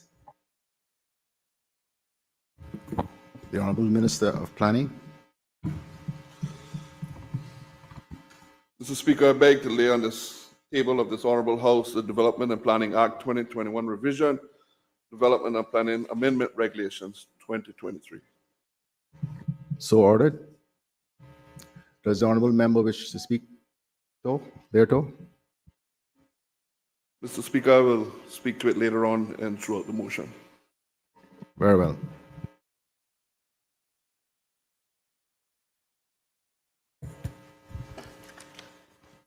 Government business bills. First readings. Beneficial Ownership Transparency Bill 2023. The bill is deemed to have been read for the first time and is set down for second reading. Banks and Trust Companies Amendment Bill 2023. The bill is deemed to have been read the first time and is set down for second reading. Companies Amendment Bill 2023. The bill is deemed to have been read the first time and is set down for second reading. Companies Management Amendment Number 2 Bill 2023. The bill is deemed to have been read the first time and is set down for second reading. Foundation Companies Amendment Bill 2023. The bill is deemed to have been read a first time and is set down for second reading. Insurance Amendment Number 2 Bill 2023. The bill is deemed to have been read the first time and is set down for second reading. Limited Liability Companies Amendment Bill 2023. The bill is deemed to have been read the first time and is set down for second reading. Limited Liability Partnership Amendment Bill 2023. The bill is deemed to have been read the first time and is set down for second reading. Mutual Funds Amendment Bill 2023. The bill is deemed to have been read a first time and is set down for second reading. Virtual Asset Service Providers Amendment Number 2 Bill 2023. The bill is deemed to have been read a first time and is set down for second reading. National Pensions Amendment Bill 2023. The bill is deemed to have been read a first time and is set down for second reading. Second readings. Beneficial Ownership Transparency Bill 2023. The Honorable Deputy Premier to move the second reading. Good morning, Mr. Speaker. It's a pleasure to welcome you in that position. Good morning, sir.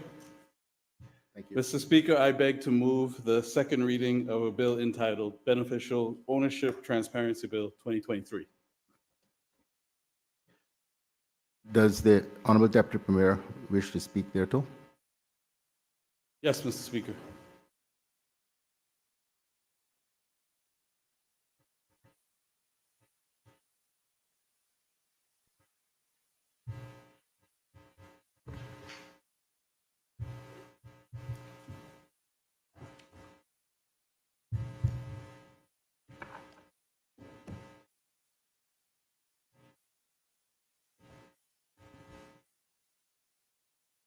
Mr. Speaker, I rise to present the bill on behalf of the government.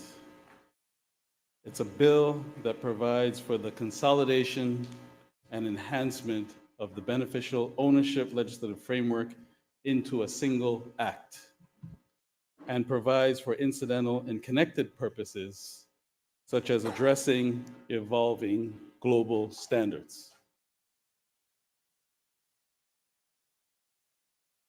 Mr. Speaker, before I present the specifics of the bill, I wish to provide some background which is relevant to this bill, as well as the 9 consequential amendment bills which I will present during the meeting today.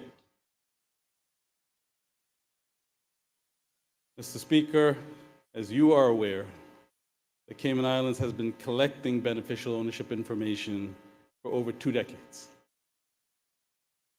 However, over the last 7 or 8 years, matters have become voluminous.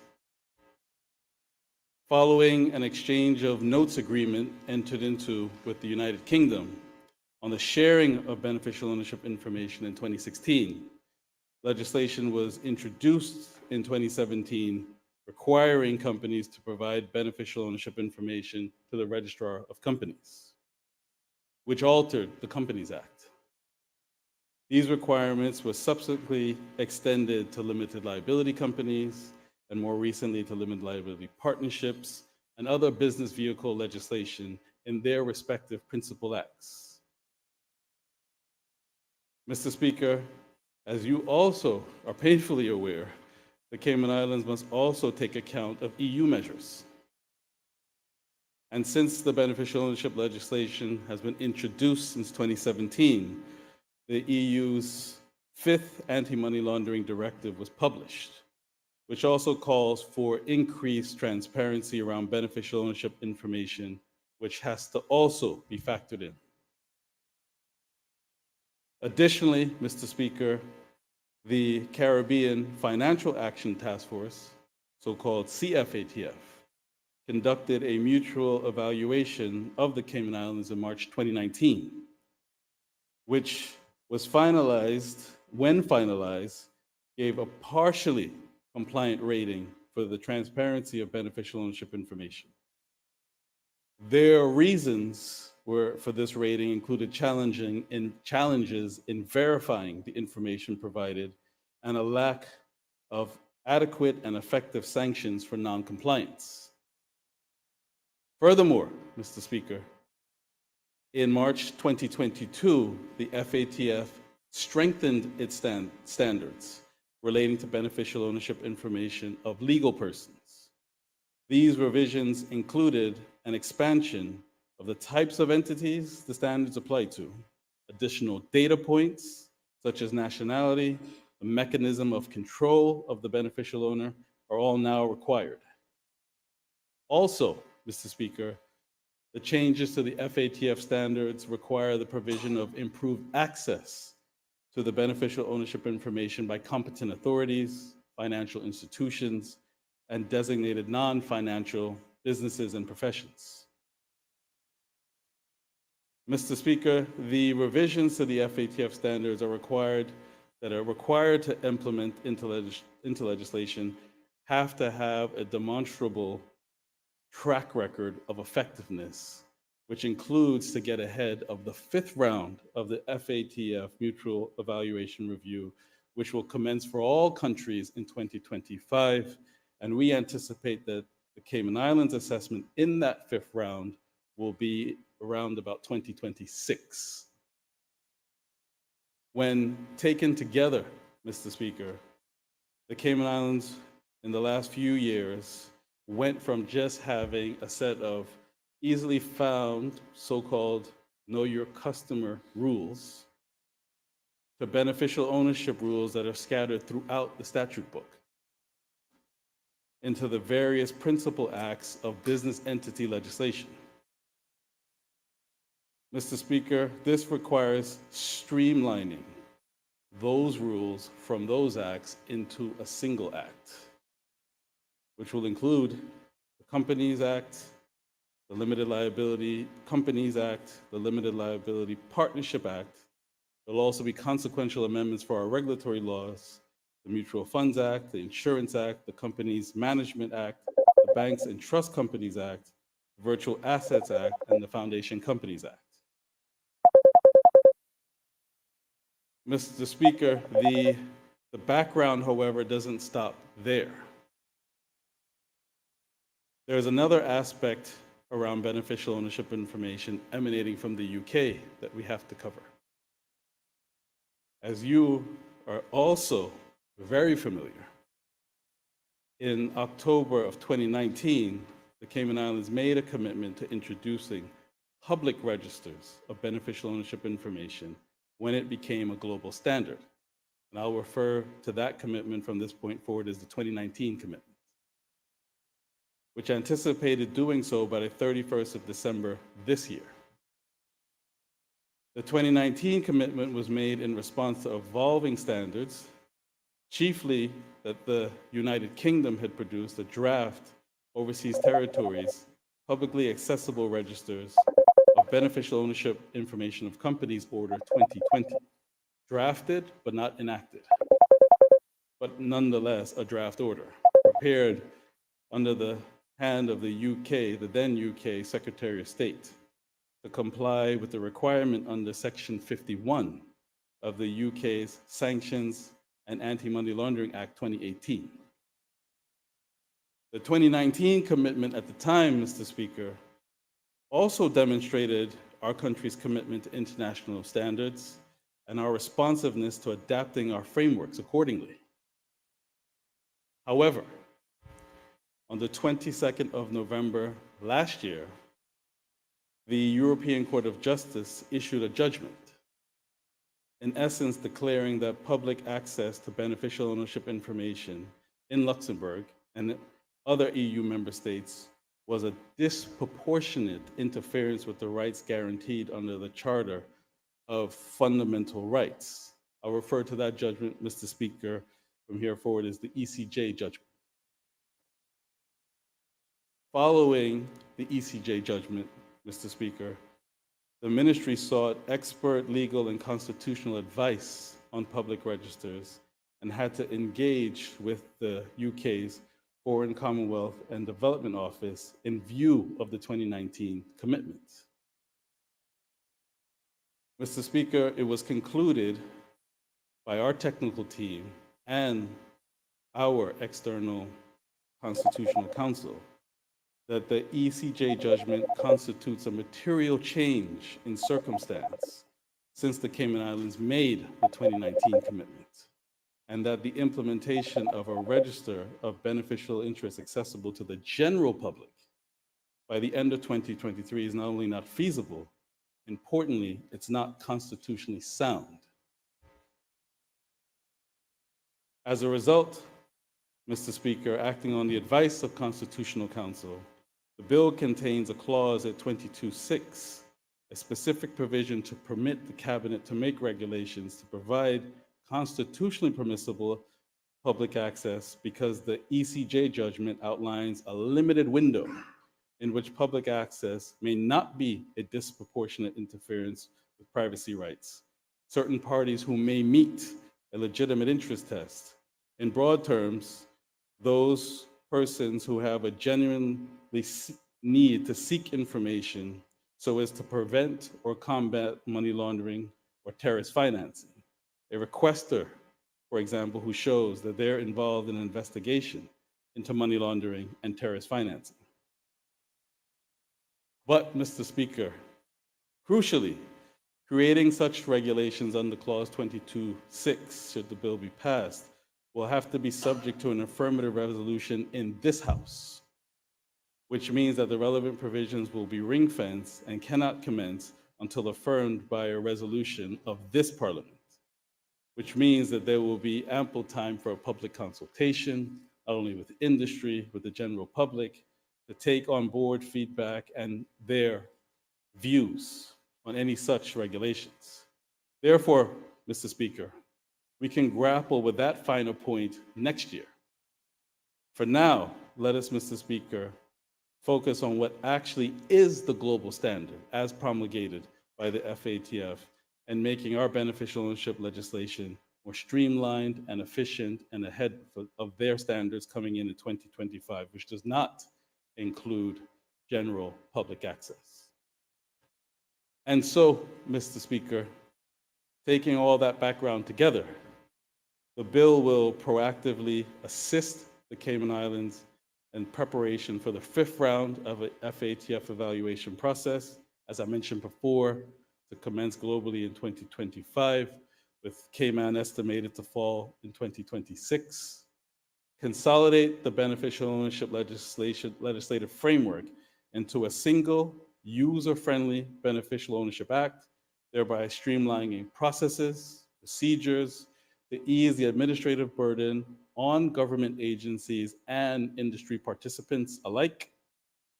Take a step to address the 2019 commitment as far as constitutionally permissible for the time being, and demonstrate that the Cayman Islands once again is a leading financial services center of excellence in complying with evolving international standards. In the interest of time, Mr. Speaker, I wish, I beg that the Hansards reflect that background summary that I have just taken you through to serve as the background to the 9 consequential bills on the order paper today. Mr. Speaker, the bill is arranged in 34 clauses and 7 parts, arranged broadly as follows. Part 1 of the bill contains clauses 1 to 5, which sets out the title of the bill, allows for the commencement by order made by Cabinet, and definitions of key words and terms used throughout the bill, including legal person, beneficial owner, and competent authority. Part 2 of the bill contains clauses 6 to 12 and provides for the duties imposed on the registrable beneficial owner, legal person, and the corporate services provider to identify registrable beneficial owners. Part 3, Mr. Speaker, of the bill contains clauses 13 to 17 and provides for the establishment and maintenance of the beneficial ownership register, which is to be maintained as adequate, accurate, and current. Part 4 of the bill, Mr. Speaker, contains clauses 18 to 21, which set out the process that takes place to issue notices and restriction notices where the legal person has failed to provide information to the corporate service provider, and sets out what effects the notices have.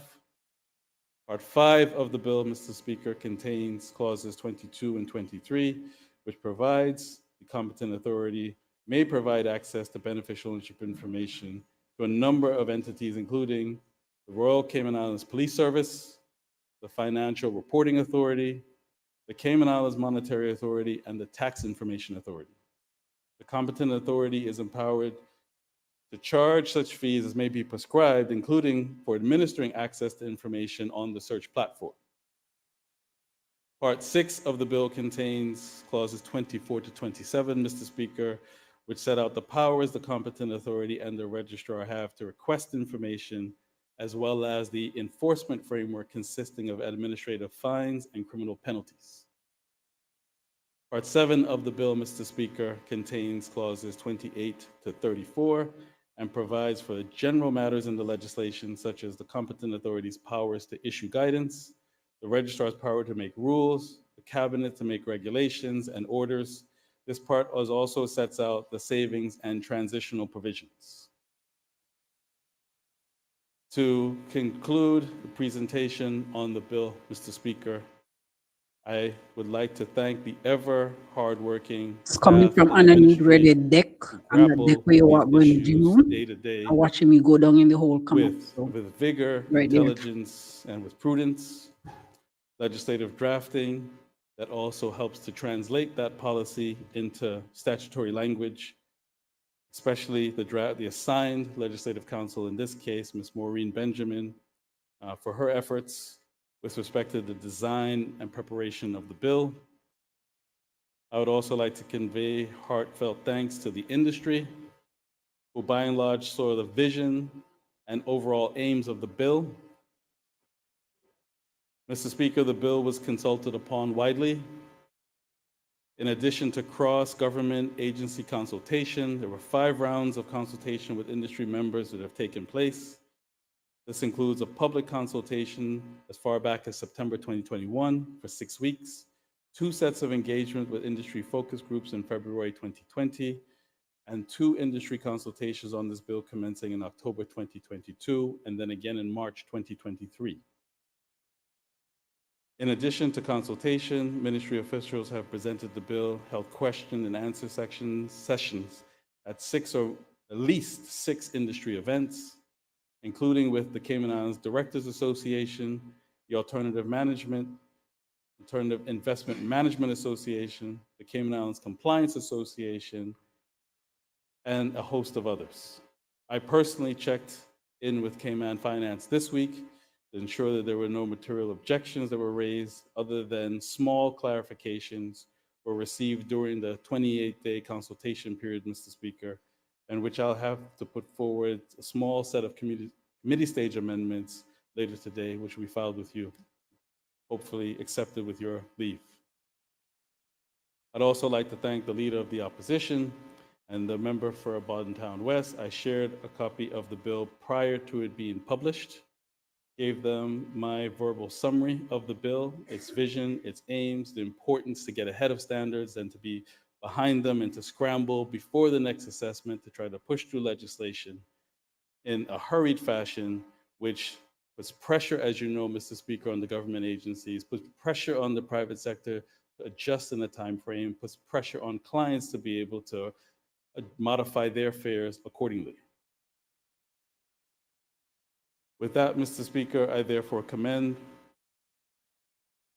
and also thank all of those in not just cabinet, but caucus for also understanding that this is a bill that sets out a new vision for the Cayman Islands to be a step ahead, to not have to grapple with these issues on the back foot, and capitalize on the success that we all share in being removed from the FATF gray list.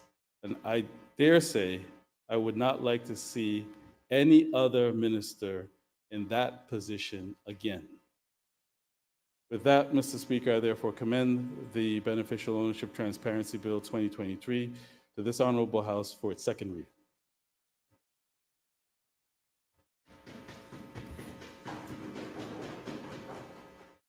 Thank you, Honorable Deputy Premier and Minister. Does any other member wish to speak?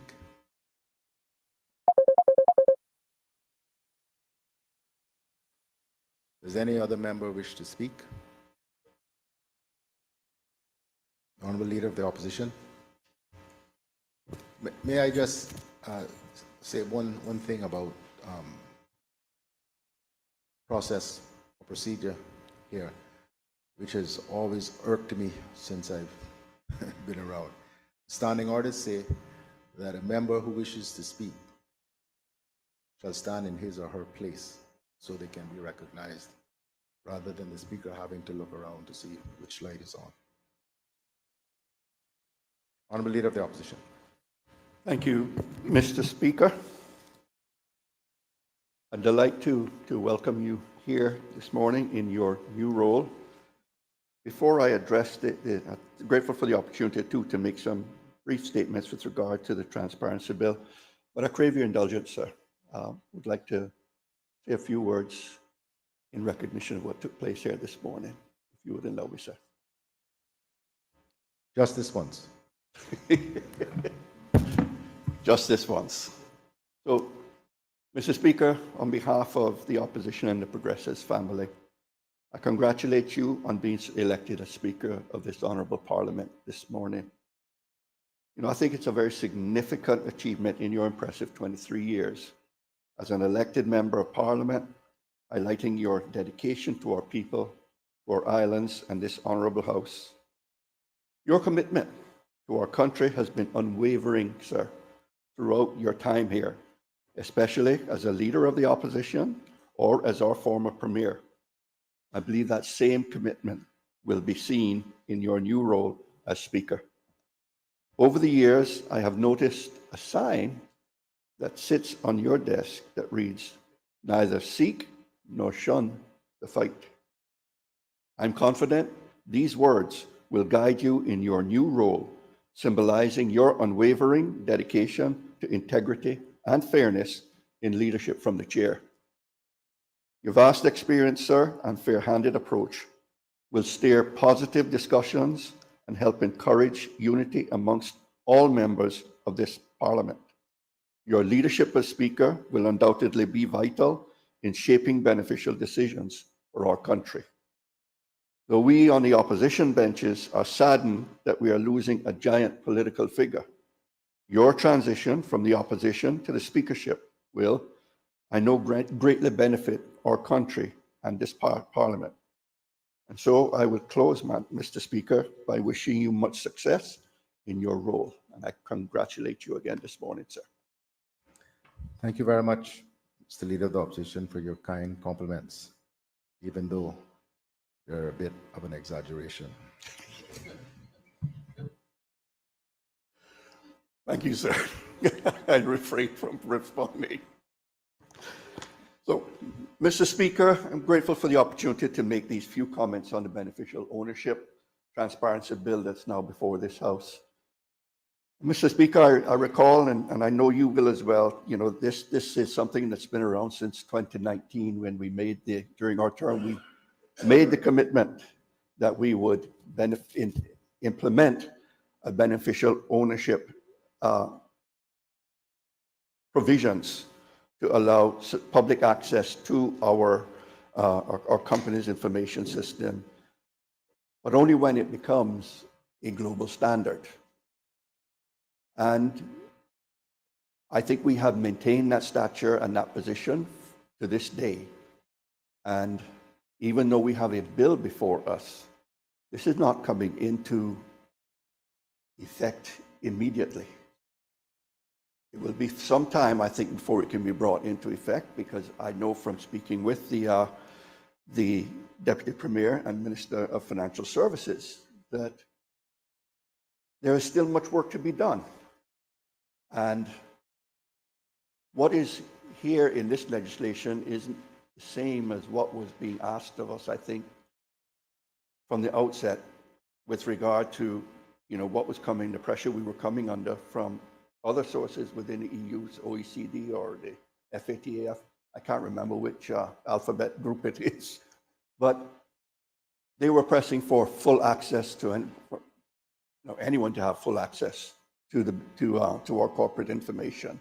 And that's not what this will do. Mr. Speaker,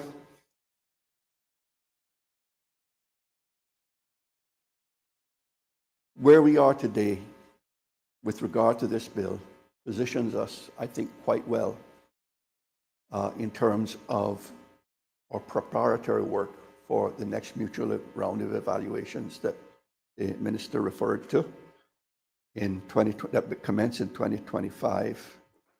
And I would hope that as we progress and move forward to that point in time,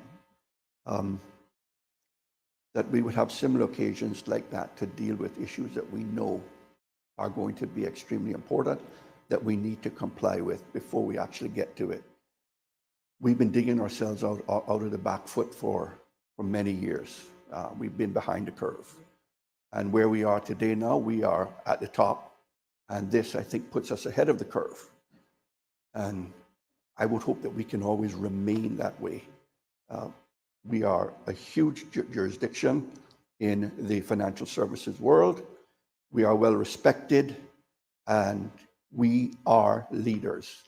Let's resolve in government and in this Parliament that we always remain that way and try our best to make sure we don't find ourselves on the back foot again with this. So I'm, on behalf of the opposition, the official opposition, I say we wholeheartedly support the legislation as that's before us today, and we will all vote in favor of it. I'm going to leave it there, Mr. Speaker, and thank you for the opportunity to say these few words with regard to this bill. Thank you, Mr. Leader. Is there any other member? The Minister for Tourism and Transport. Thank you, Mr. Speaker. I would ask your indulgence to allow me to say a few words of congratulations before I give my contribution in respect to the bill before us, if you give way. Let's limit them. Thank you very much. Let's limit them to a few. Thank you, Mr. Speaker. I want to first say congratulations to you, Honorable Sir Alan McLaughlin, and your new role.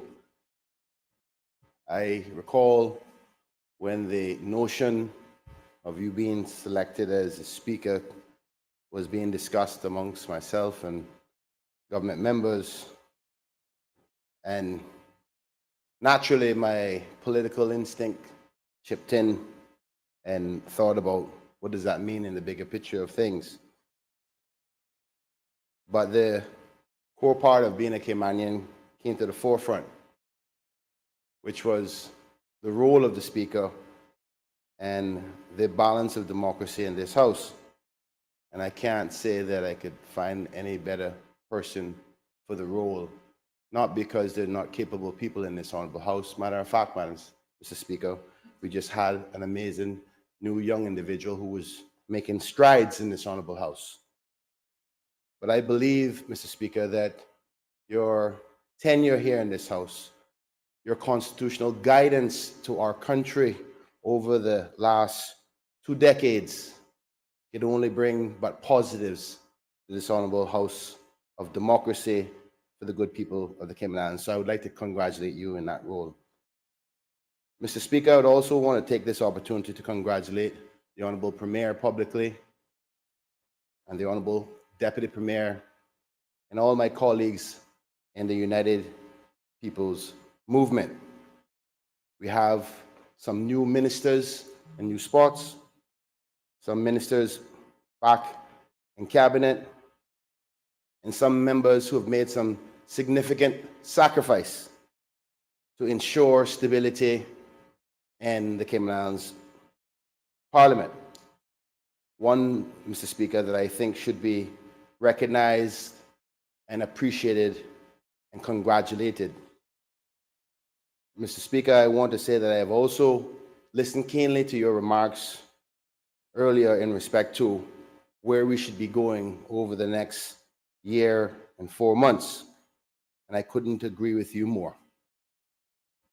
I want to ensure the public that this group, newly formed group, rebranded group, is committed to working together to ensure stability in our democracy, regardless of the differences of policies on the government side and the opposition.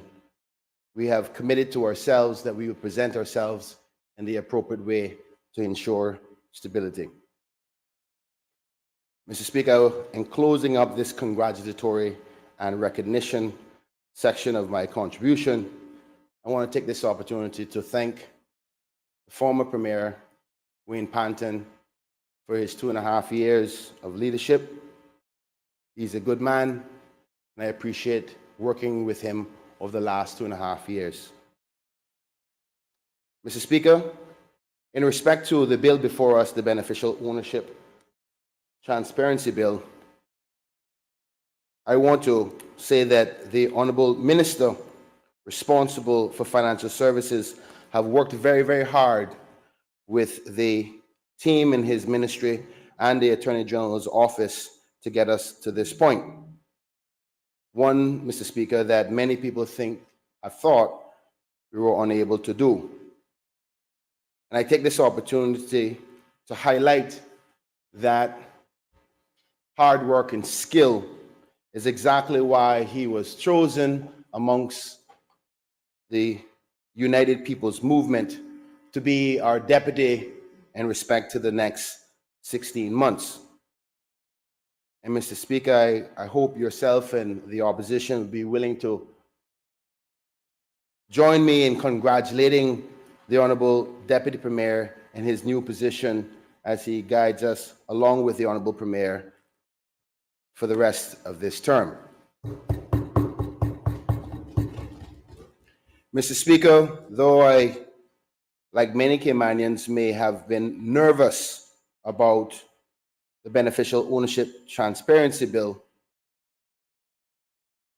I can say on behalf of the good people of Georgetown Central that I am comforted by the guidance that has been given to us in caucus and in cabinet by the Honorable Deputy Premier, that the fears and the worries of potential loss to our financial services industry by the transition into transparency of our financial services industry.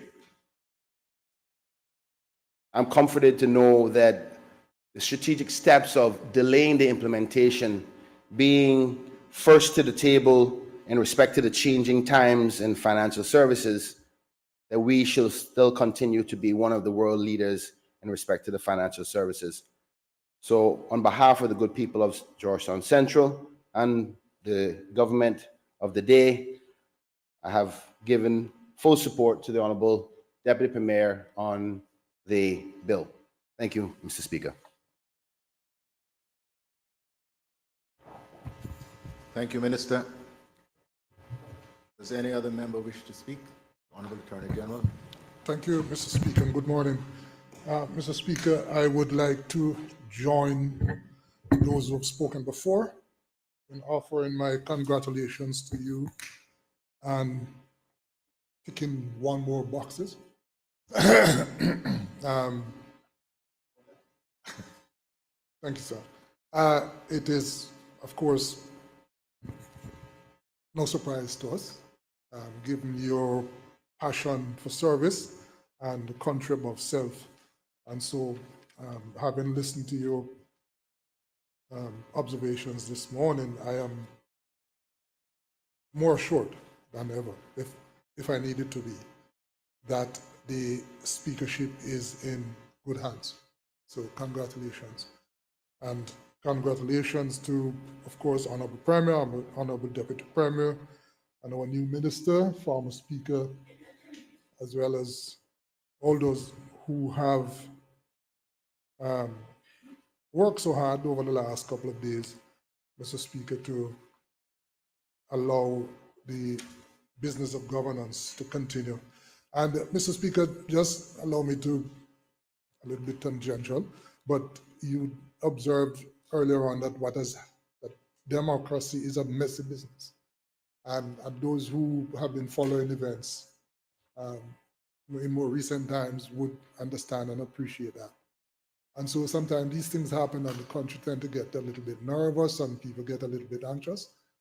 But, Mr. Speaker, if you follow world events as you do and most of the people around you do, this is really democracy at work. And so while there are understandable concerns sometimes, the fact is that like anything else, there's always a way. Mr. Speaker, I rise to provide my support to the Beneficial Ownership Bill, so ably moved by the Honourable Deputy Premier and Minister of Financial Services. As you heard, Mr. Speaker, the Honourable Deputy Premier mention, this is not a mere consolidation exercise. It is also meant to enhance the Cayman Islands beneficial ownership framework. And in the context of the Cayman Islands, Mr. Speaker, this is understandable. It is understandable because corporate transparency is of paramount importance to us as a jurisdiction, given the nature of the business that we do here, Mr. Speaker. As the FATF reminds us, corporate vehicles such as companies, trust, foundations, partnerships, etc., conduct a wide variety of commercial and entrepreneurial activity.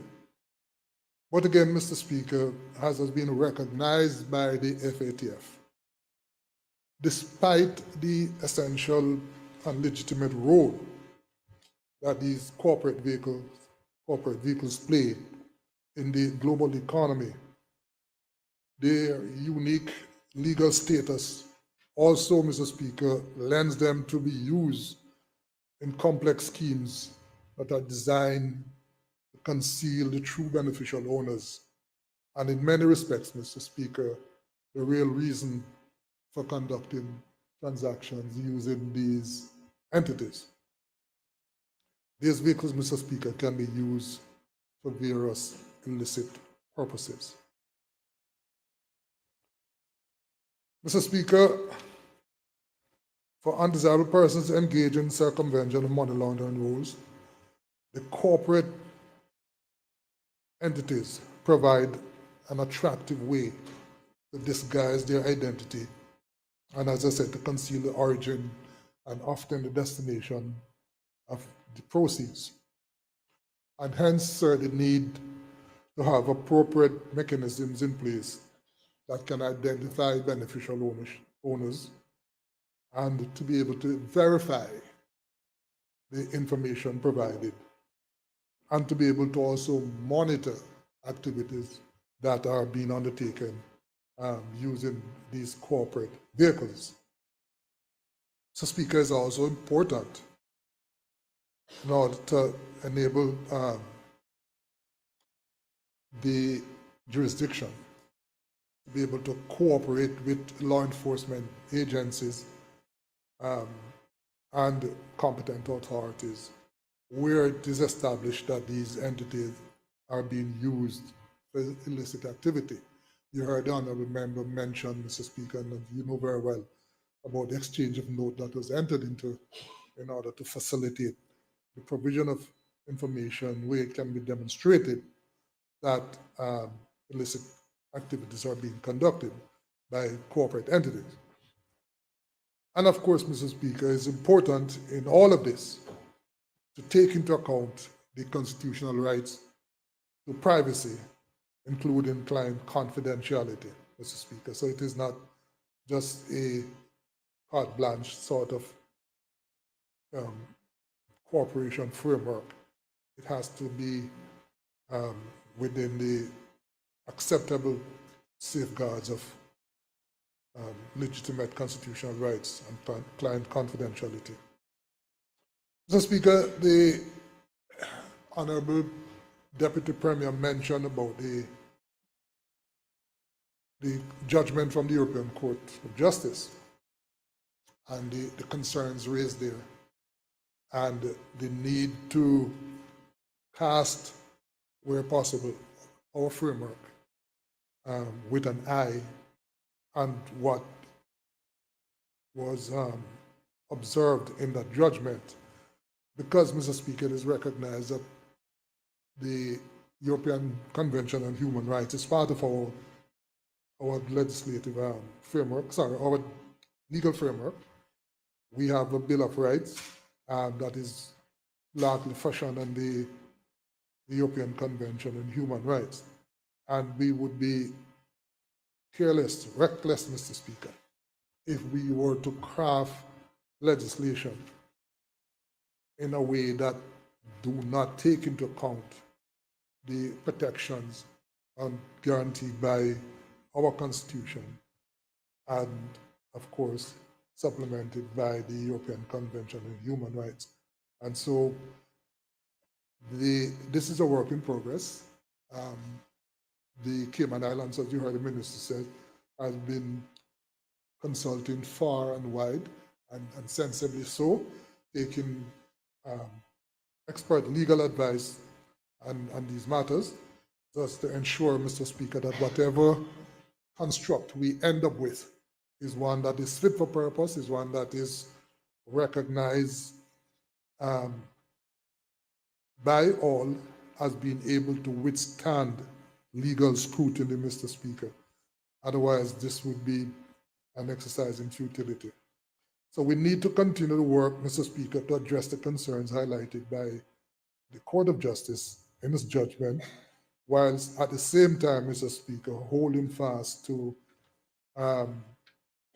giving effect to the 2019 commitment that was provided.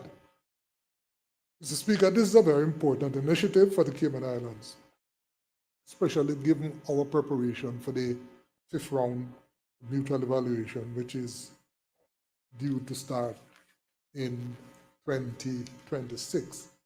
But of course, we can't wait until 2026. As I speak, Mr. Speaker, we have started the preparation in earnest because there is a lot of ground to be covered. Issues such as beneficial ownership will come under increased scrutiny. So too matters such as virtual assets and so on. And so we have to be extremely proactive, Mr. Speaker, in ensuring that the preparation is in full gear by the time we get around to 2026, when we get our technical compliance questionnaire. The Cayman Islands has always shown, as a jurisdiction, has always shown leadership in these areas, Mr. Speaker. And sometimes we feel, as I mentioned before, that we are review fatigue, if I might say that again. But another way to look at it is that it is an ongoing review and ultimate validation of the legitimacy of our framework, Mr. Speaker. Each time we come up against these headwinds, these challenges, these review, we emerge with flying colors and ultimate confirmation by the international standard setters, be it FATF, European Commission, OECD. We always come away with the requisite confirmation that whatever we are involved with here as a jurisdiction in terms of cross-border businesses and others are matters that can withstand scrutiny. They are legitimate book of business. And Mr. Speaker, it then leads to confidence in those who seek to do business through and from this jurisdiction. And so it really inured to our benefit and assist in our reputation as an international financial services center, Mr. Speaker. I want to end, Mr. Speaker, by publicly, again, thanking all of those who have been involved over the many years in guiding this jurisdiction, those who, from the private and public sector, who have been involved, Mr. Speaker, in guiding this jurisdiction through these initiatives. We have been incredibly fortunate to have excellent individuals, both in the public and the private sector, and who have demonstrated the necessary will, the necessary commitment, Mr. Speaker, the passion to assist in ensuring that our jurisdiction remain a credible one in the eyes of those who seek to do business here and for the international standard setting bodies, Mr. Speaker. I want to thank them. Unfortunately, I cannot say that we are at the end of the road, that there is still more work to be done, still many more miles to be covered and so. But Mr. Speaker, I am confident that we have the necessary commitment and the necessary will to continue to do what is necessary and to prepare for any future auditing that will take place, Mr. Speaker. And so I join the Honorable Minister, Honorable Deputy Premier, in commending the beneficial ownership bill to all honorable members of this Parliament, Mr. Speaker. Thank you. Thank you, Honorable Attorney General. Does any other member wish to speak? The member from Bordentown West. Thank you very much, Mr. Speaker. And I guess I have to go back to the Mr. Speaker line. I haven't used the Madam Speaker for so long. Mr. Speaker, before I add my 2 cents, I too want to congratulate you on your new role.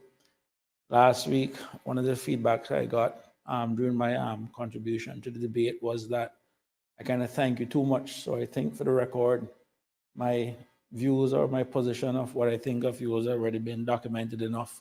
I just want to say congratulations to you. And also want to congratulate the new UPM led by Ms. Julian O'Connor, Honorable Julian O'Connor Connolly. I can say that I honestly can sleep a little bit better at night. I think her heart is in the right place, and I think she's assembled a great team. And I am optimistic for the future of this country. And it's something I actually feel good about. So I want to honestly congratulate the new premier and also the new deputy premier. He did reach out to me, Mr. Speaker, concerning these discussions with the bill. And for the record, I think it's important for the public to understand that one, we're getting to the heart of the financial services industry.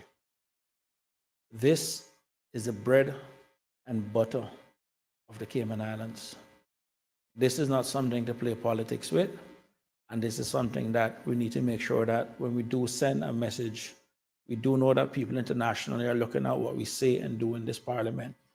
And we need to make sure that when we do send a message, that we send a message that is clear and everyone understands the Cayman Islands' commitment to being a responsible player in the global financial industry. So with that said, Mr. Speaker, I too congratulate the minister and also for the hard work that he has done in terms of getting us off the gray list and everything else. I mean, we do recognize the challenges that we do have within the financial services industry. And like many other people, they are concerned about the, I guess, the balance and privacy with it. The only concern that I have primarily, Mr. Speaker, is actually the last page of the bill, where it basically speaks about countries or territories that have entered into agreements with the government for the sharing of beneficial ownership information. And the only country listed there, Mr. Speaker, is the United Kingdom. And why that jumped out to me, Mr. Speaker, is that when we look at the Tax Information Act that we have, that bill itself is over 300 and something pages. And the bulk of that bill is actually made up, or the bulk of that act is actually made up of agreements that we have with other countries, over 30 that is actually listed inside that actual legislation.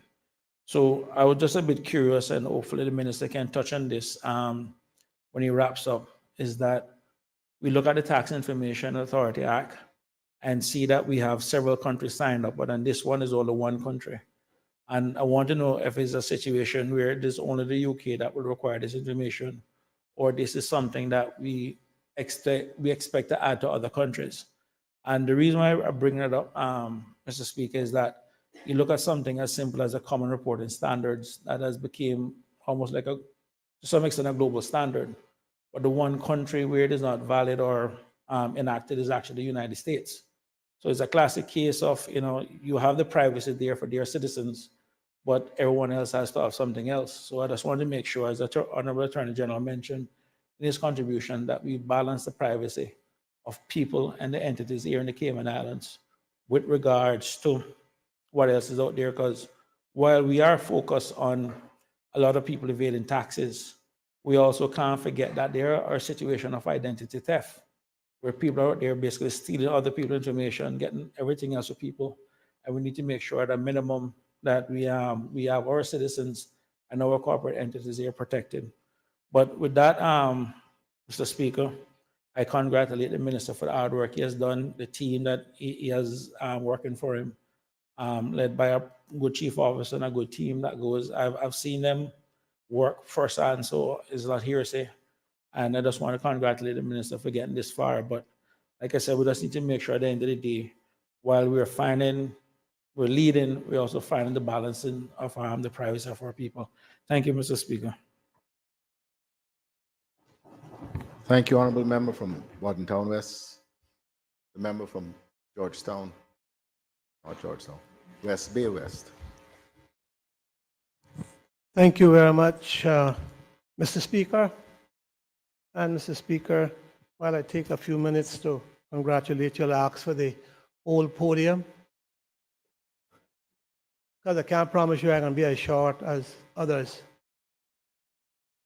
And I like the old podium because somebody said a good working old thing is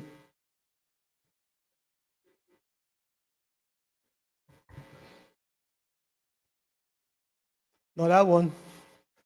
The other one over there, sorry.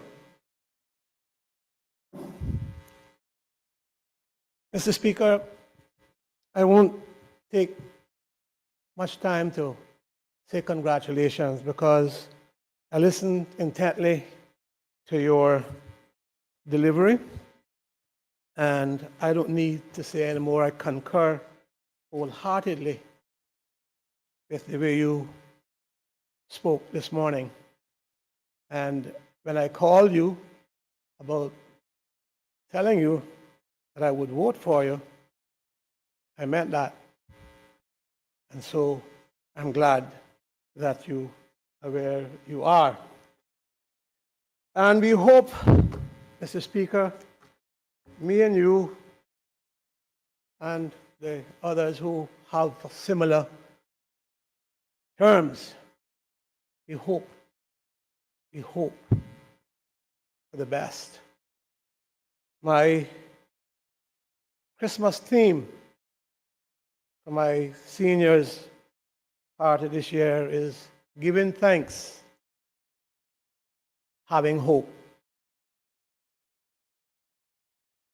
A few days ago, I think it was, I celebrated 39 years of being elected. And as I walked through the door this morning, talking to some of your colleagues, we had to say, when you come in here, you think you can get the world done. And you promise the world to get things done. And then you find out that the world is about to stop you from getting what they ask you to do. So, Mr. Speaker, we will never do everything that we had hoped, and prayed, and sweated, and was threatened to get done. Never, I don't think. We will leave here and we will look back and say, well, we didn't get that done. We didn't get that done. But a true son of the soil, we can say we tried. And we did. Sometimes our best and sometimes not our best. Because sometimes you get discouraged and you say, but why in the world they can't see it this way? And you know it's right. You know it's right. But you got those who are adamant to put it back, put you back. And so that's where I'm at right now. With this bill, I have been against the thought processes of beneficial ownership from the day it came here.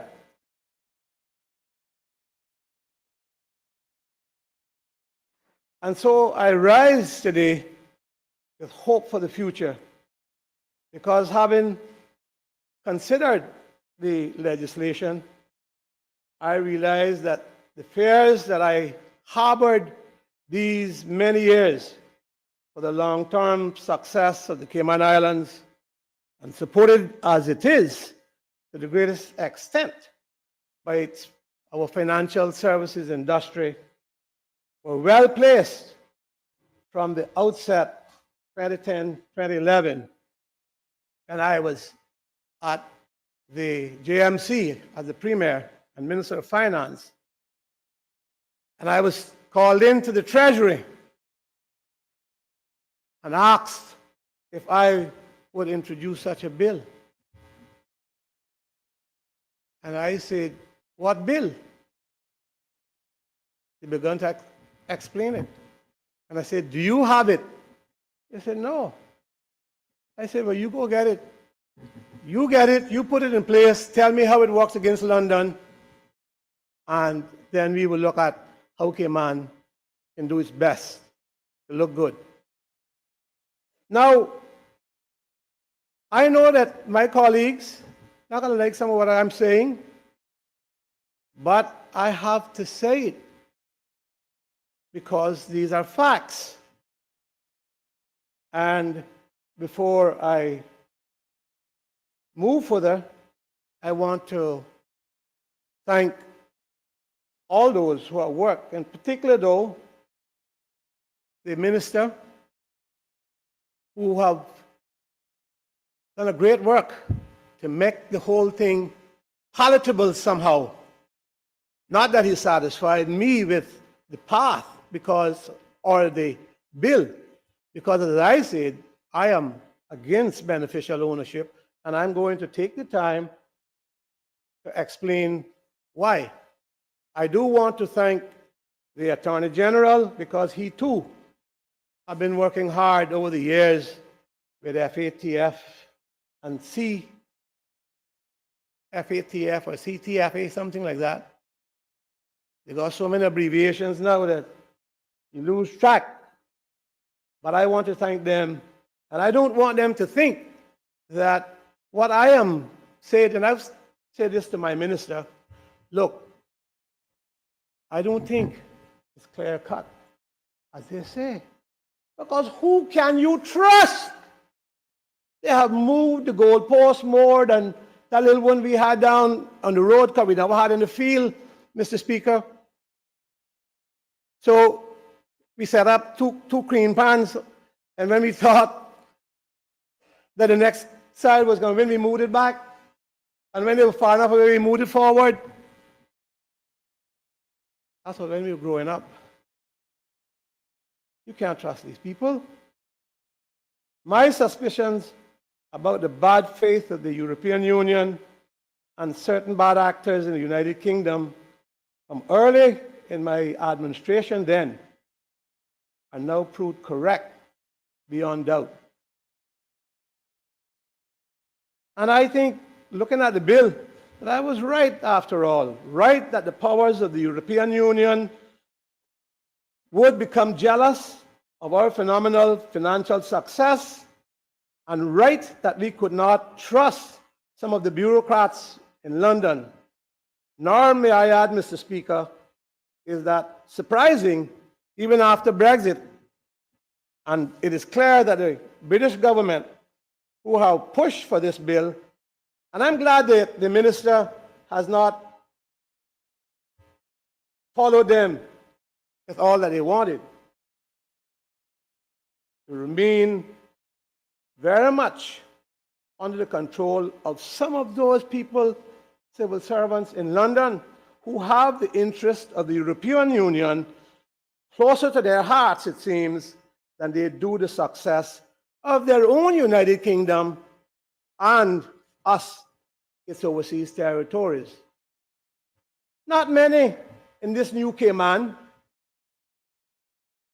not many, Mr. Speaker, came from where you come from, and those older than me and you, not many in this new Cayman that we have were here for the foundation of our financial services industry.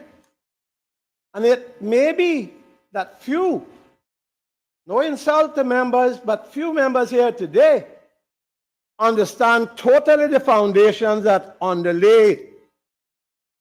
These foundations are being viciously still and inappropriately attacked, as far as I'm concerned, by a now not so slow drip of hostility smiling in your face and negativity behind your back. Here, as I said, I do give thanks to my two colleagues for their untiring work to get us, and I say get us for now, off the grey list. And along with that, I must add not just my minister, but the AG again for his work to help safeguard the minister and ensure that all things are properly done in law. Yes. We still find ourselves vulnerable to two threats. Not only the threat of what I think is unnecessary bureaucratic regime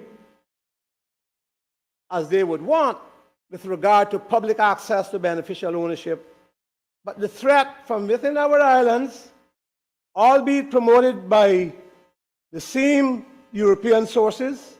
These sources encourage our very own in the name of accommodation of reputation and compliance to throttle the very life out of our financial services industry by layer upon layer of this kind of regulation and enforcement, which not only hitting businesses, look at what it does to us as locals. And yet, we have not been able to say to them, you know, you really have to change some of this. Look at what you're doing to our people. Can't get an account unless you tell them when you go to the bathroom and when you come out. And then you got to put it on paper too, what you done in the bathroom. There are stats, Mr. Speaker, to prove it. And it will not surprise anyone in this House to hear me say so. These are some of the very same points I made many years ago, which I was taking a beating for.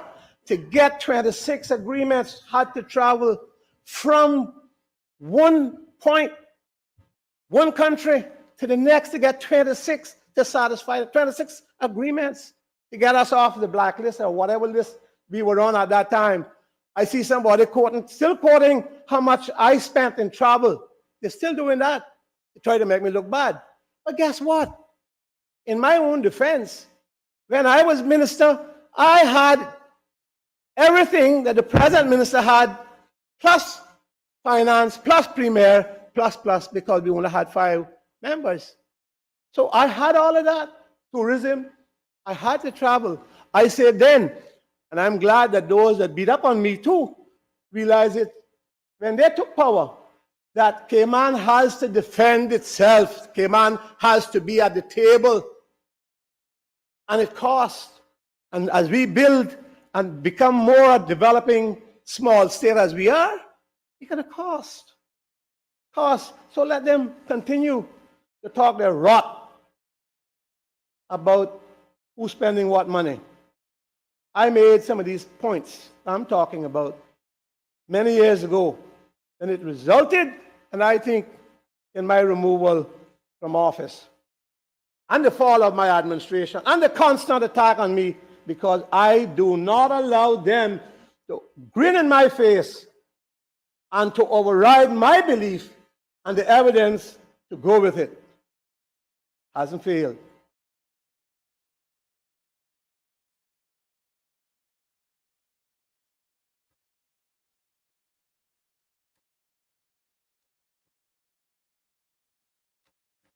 I have taken those positions because they are right.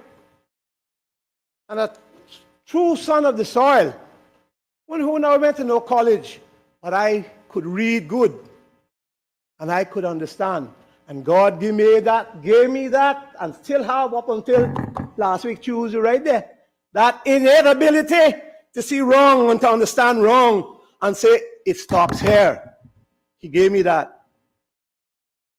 And so, I hope nobody takes wrong what I say. I have taken these positions because they are right and correct.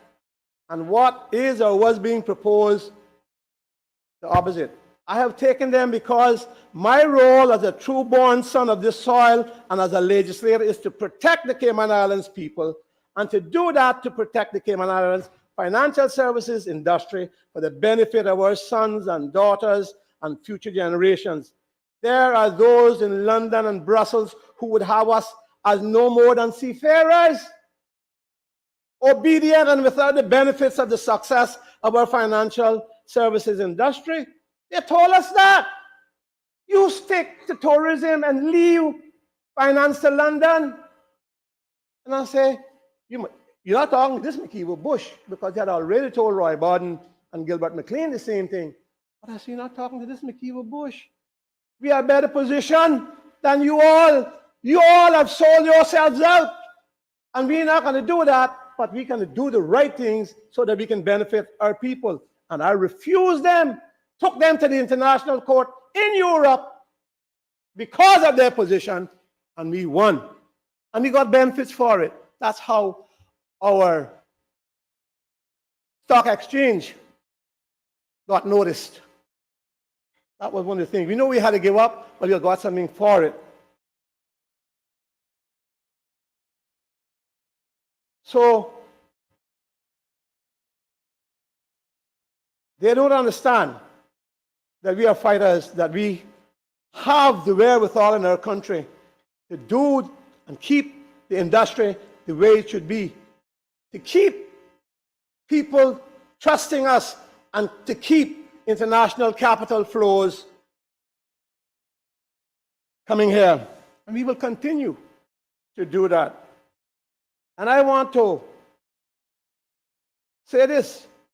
Our budget this year, supported in large part, directly and indirectly, by our financial services industry, produces over $1 billion a year of revenue for 35,000 Caymanian people, and of course for them that live here otherwise. And so our Caymanian people, as a result, still have, much as we are having it hard now, we still have one of the highest standards of living in the world. And we achieve it with the help of the financial services industry, despite the interference from OECD and Brussels. Look at the United Kingdom, sir. The United Kingdom is a debtor nation, and so is every member of the European Union.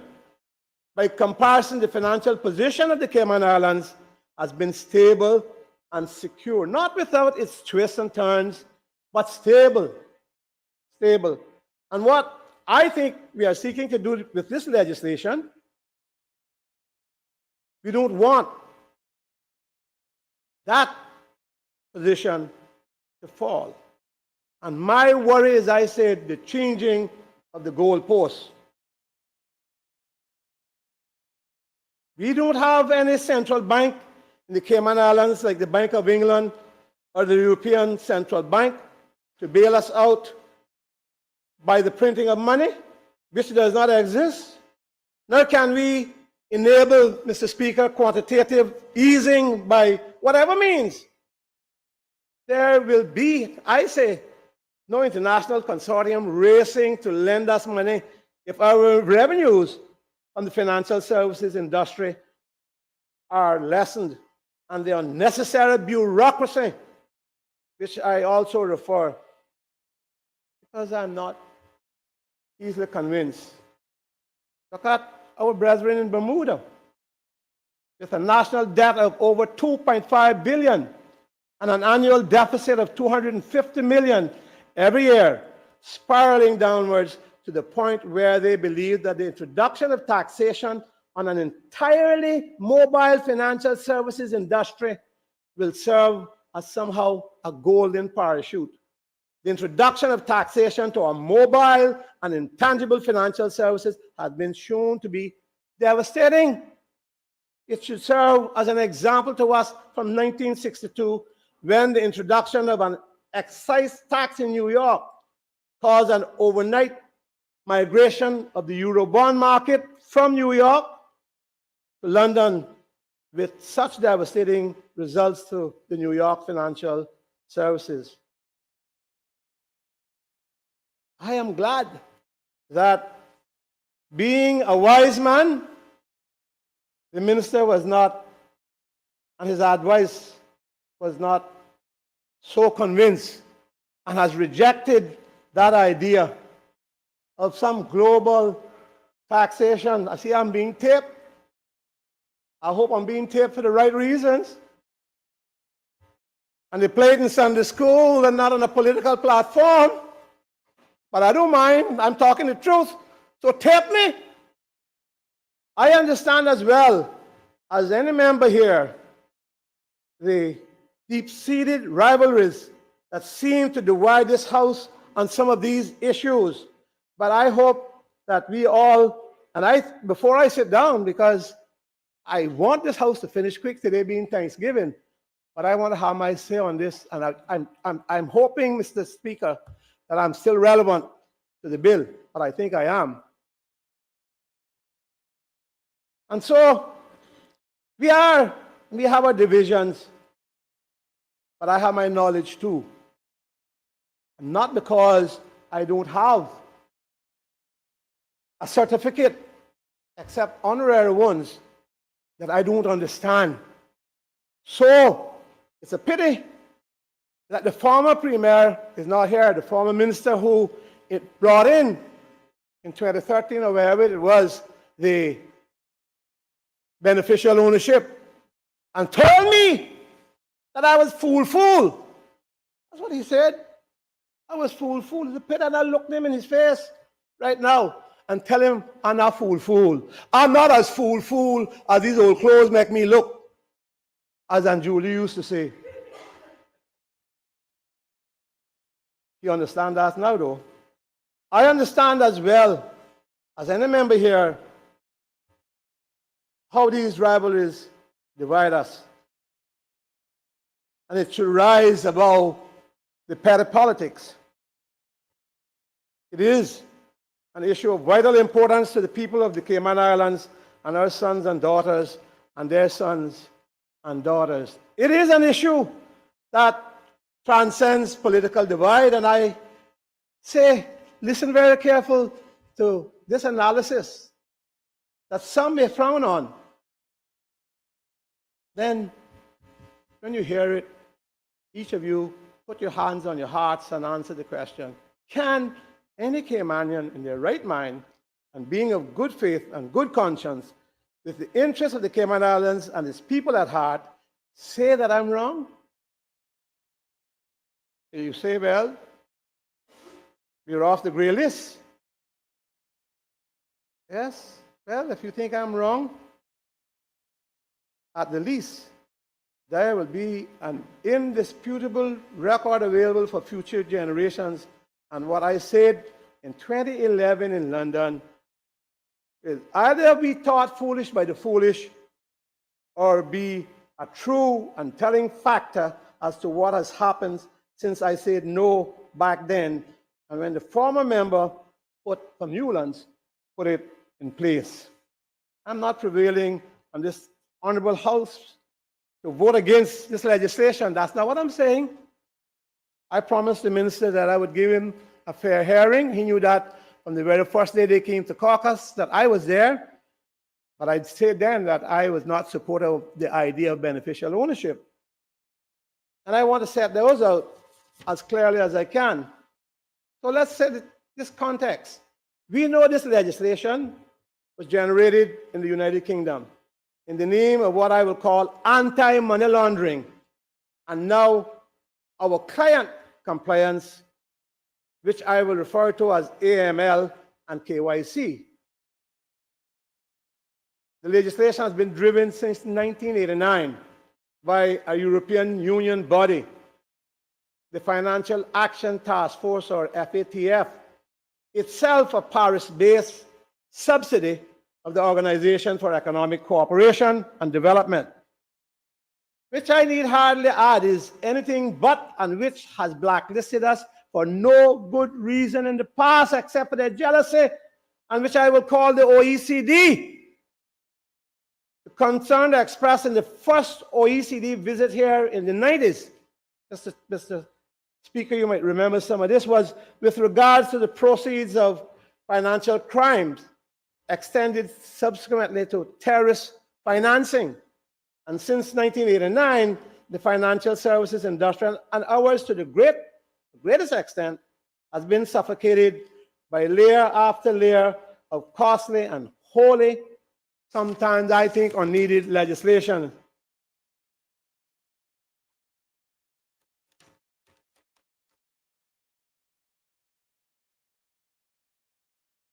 There are numerous studies that all of us should make ourselves available, or make it available to us, There are numerous studies focused on the lack of any effectiveness of AML and KYC regulation.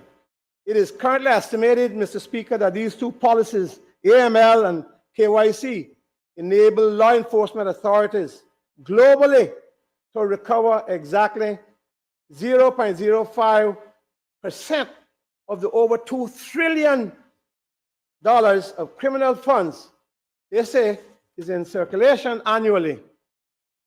To save you doing the calculation, that means that 99.95% of global crime and terrorist financial proceeds are not prevented or confiscated by the AML and KYC legislation.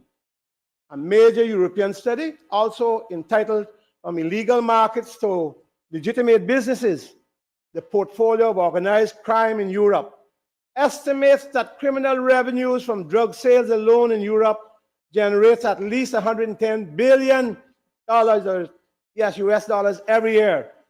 Europol reports that with the benefit of all the AML and KYC legislation, European authorities confiscate only 2 billion euros of illicit funds every year.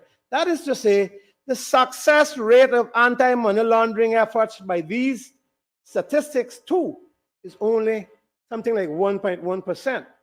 And so a more optimistic figure than 0.05%, but completely and utterly, as far as I'm concerned, ineffective.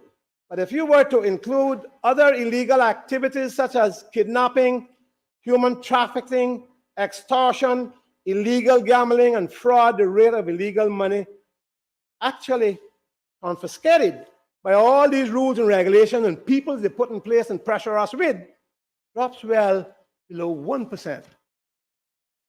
But actually, these real figures, which we rarely ever see publicized, are much worse than that, because research in New Zealand also shows that conventional policing, without the benefit of AML and KYC legislation, is responsible for 80% of confiscations of illicit monies, and that only 20% of confiscations come from the application of AML and KYC procedures, the things that are killing us here. If this ratio were applicable to the rest of the world's procedures, well, let's divide the numbers. I said by 5, which gives a success rate of 0.01% of seized criminal financial assets and a best case basis of 0.22%. And what I think is ridiculous about these numbers is not just that they are ridiculous. What is even more ridiculous is that they are never quoted. You never hear that. Well, here you got to put this in place, and we got to keep them people down there busy, and we're going to send down 30 more people to put in some office down here so that our little money, which should go to social services and everywhere else, has to be paying staff because of all these things that never happened. Not effective. And not only that, nor is there ever quoted the cost benefits, as I'm saying, analysis. The field of anti-money laundering is characterized by a persistent failure of what works. And why? Because none of it works. That's the problem. The perceived, Mr. Speaker, inability of banks and regulators to implement the layer upon layer of ridiculous, I think, AML and KYC regulations correctly or fully is blamed for these ridiculous low forfeiture numbers, despite evidence to the contrary, which identifies corrupt bankers in the pay of organized crime over the world as the primary cause. And so the emphasis has now shifted with the assistance of the accounting profession in conjunction with our regulators to the goal of being able to show complete adherence to the full range of AML and KYC regulation and compliance to avoid substantial fines and reputational damage without ever inquiring as to whether any of it is of any real and meaningful effort and effect. But we see from the statistics that it clearly isn't, as far as I'm concerned, as far as what I'm told, as far as what I'm reading. So the FATF have created an irrelevant and expensive industry that is of no use whatsoever, as far as I'm concerned.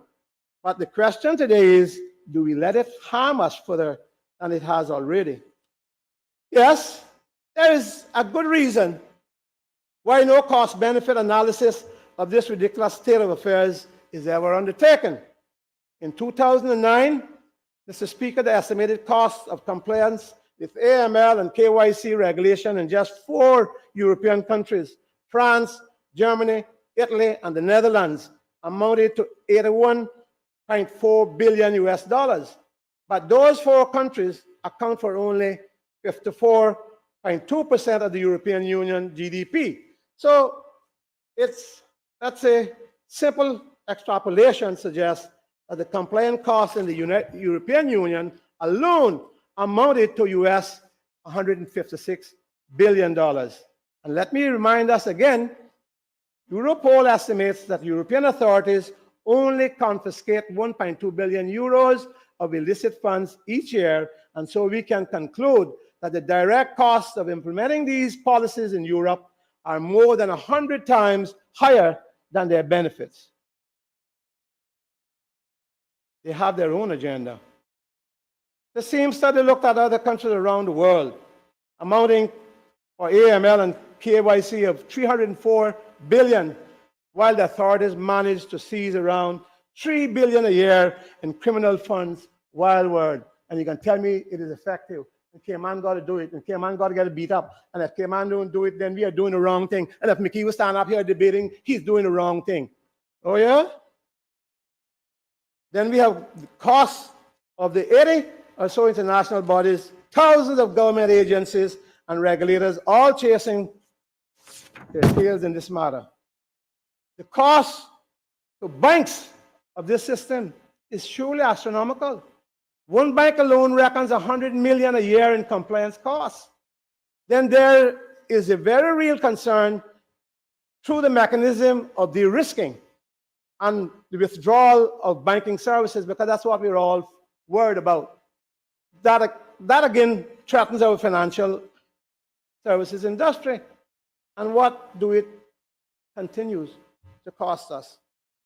But yes, government is right. To ignore these rules is impossible. The penalties for non-compliance with AML and KYC regulation amount to 4 billion in 2018, 8.1 billion in 2019, and 10.4 billion in 2020. But again, let me remind honorable members, the authorities recover only 3 billion a year worldwide from the criminals. Secondly, when the FATF came to the Cayman Islands in the 90s and suggested the introduction of what I called it then the Trojan horse, and other people picked it up and say, you were so correct. They said that criminal funds in circulation exceeded 2 trillion per year. And we are told today that criminal funds in circulation still exceed 2 trillion per year. So let me ask this question. If AML and KYC regulations are so effective, has crime really fallen since they were introduced? You might say, well, old boy, it could be worse if it wasn't introduced. Maybe. I don't know.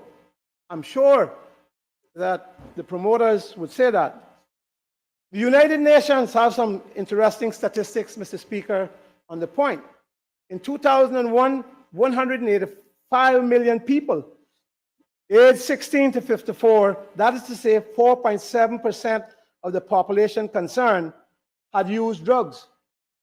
In 2020, that number had increased to 284 million, or 5.6% of the population concerned. And in 2030, that report suggests an increase of 11 is projected, 11%, which would mean that more than 319 million people will have used drugs in the prior 12 months. So the stats in the study show that the number of deaths linked to illegal drug use has similarly increased. Anyone with 2 grains of common sense to rub together can see that drug dealers continue to sell drugs because they always manage to launder and use the money they earn illegally. the current AML and KYC legislation is ineffective in stopping that kind of drug crime. What it's doing is stopping us. That's what they're doing, giving us headaches. And there is no appetite to tighten it up or slacken it up, whichever, so that local people like ourselves don't have to worry to get an account. Just you have to do what is necessary, of course, but look at all we have to do. Yet you go to Miami and you walk into the bank and start an account immediately.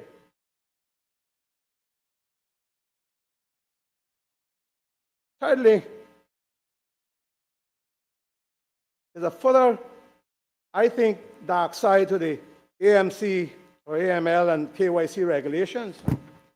Article 11 of the United Nations Declaration of Human Rights, and I'm going to return to this point later, in the context of our own constitution later, states that everyone charged with a penal offense has the right to be presumed innocent until proven guilty, according to law, in a public trial, at which he has had all guarantees necessary for his defense.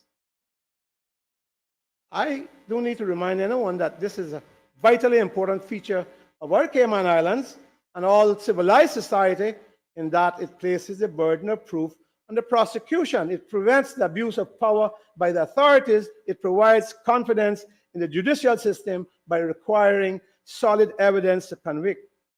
And it minimizes miscarriages of justice. Yes. Many of you would see the point. The problem is that the AML and KYC procedures do exactly the opposite of these fundamental constitutional points. Mr. Speaker, points which you helped put into the Constitution, our Constitution. They consider you, those regimes, consider you guilty until proven innocent. If the banks or a lawyer finds one of your transactions suspicious, it is up to you to prove that it is legitimate.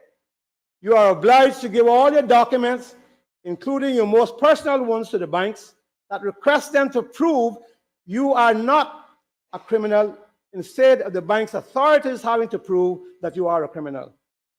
Things have become so mad and detached from reality that the authorities may freeze your assets as a precaution without you ever needing to have been found guilty of anything. And AML and KYC procedures can lead to profiling and discrimination, where individuals or groups are considered to be of a greater risk of illegal activity because of their nationality, ethnic origin, or social economic status. And in Cayman is which side of the street you come from, Bobo. Who your family to, Bobo. Whose friend you are, Bobo. AMLC and KYC have led to an explosion in the storing and identifying of data, which can be a target for hackers, or worse, if what is being asked of us is to make the records of your financial services industry available to the public. And that's where I stood against it. Big companies, JP Morgan and others, have had the financial information of hundreds and millions of clients hacked. So by wanting to reduce the number of crimes, we are opening, as far as I'm concerned, a Pandora's box, which allows many more crimes to be permitted.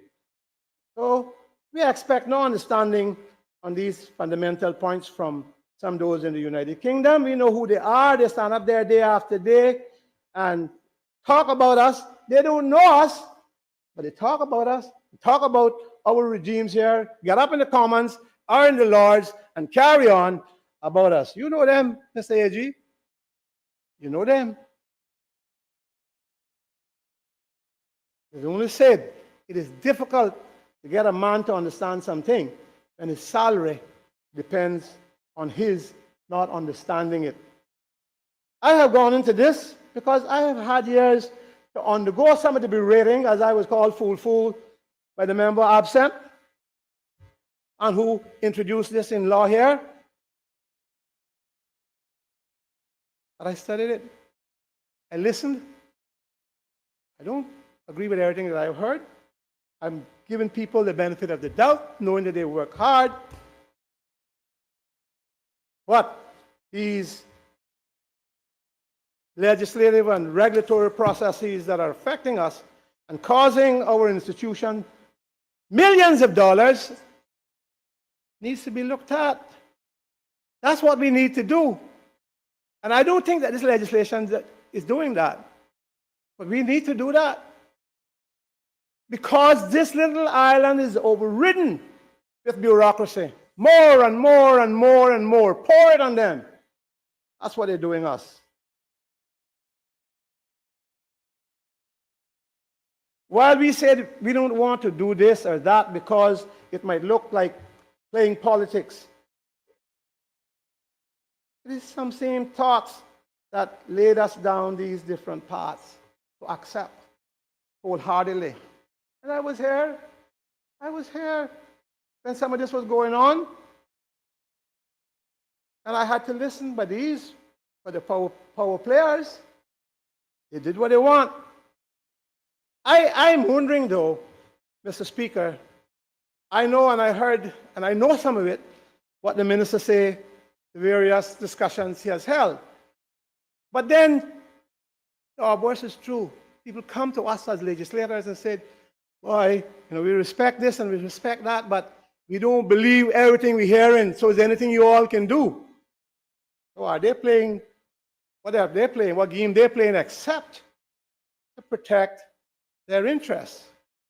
Their interests, I would think, is the Cayman Islands Financial Services' best interest. And then does anyone in this honorable House really suppose that our client base will put up with public disclosure of their most intimate financial arrangements when we are the only jurisdiction in the world, and certainly the only jurisdiction with the financial services industry managing somewhere between $6 to $8 trillion a year, on which is being forced? Our industry, I think, dwarfs the alternative investment funds industry in the combined jurisdictions of Dublin and Luxembourg, but no similar legislation is being forced on them. Or is it? Is it? No, I don't think so. I haven't read it, but sophisticated private equity vehicles and funds and high net worth clients require a jurisdiction that values above all the legitimate right to privacy and protects their information and structuring from competitors, the public at large, journalists, and we're not going to much of them here, but protects us from them too, and other peeping toms. Now, let me say this.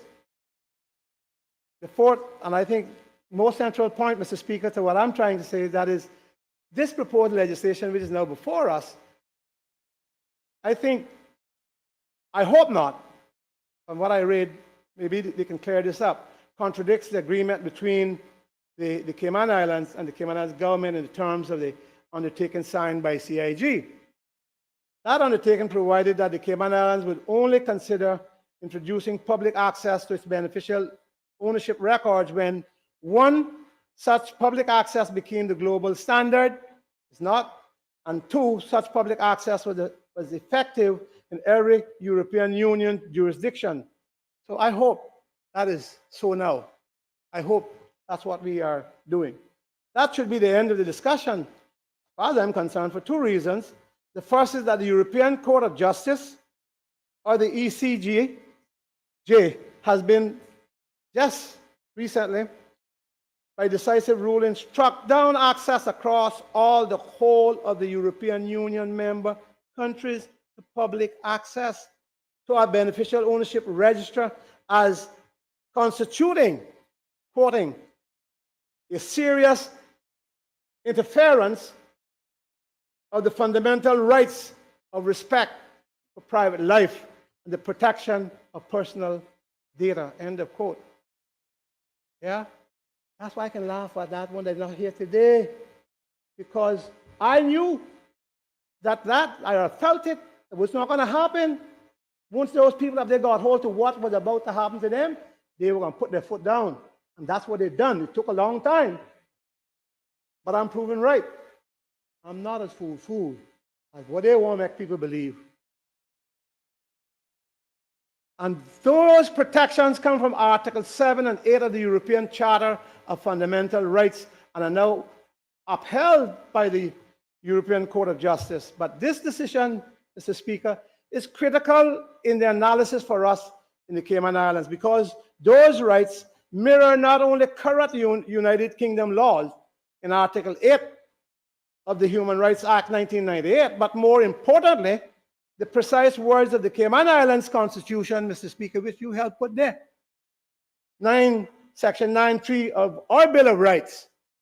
This fourth point is of itself fatal to the introduction of any legislation in the Cayman Islands which seeks to grant public access to a beneficial ownership register because in the Cayman Islands, it would be unconstitutional to do so, and the European Court of Justice has in Europe, as I said, made that very point.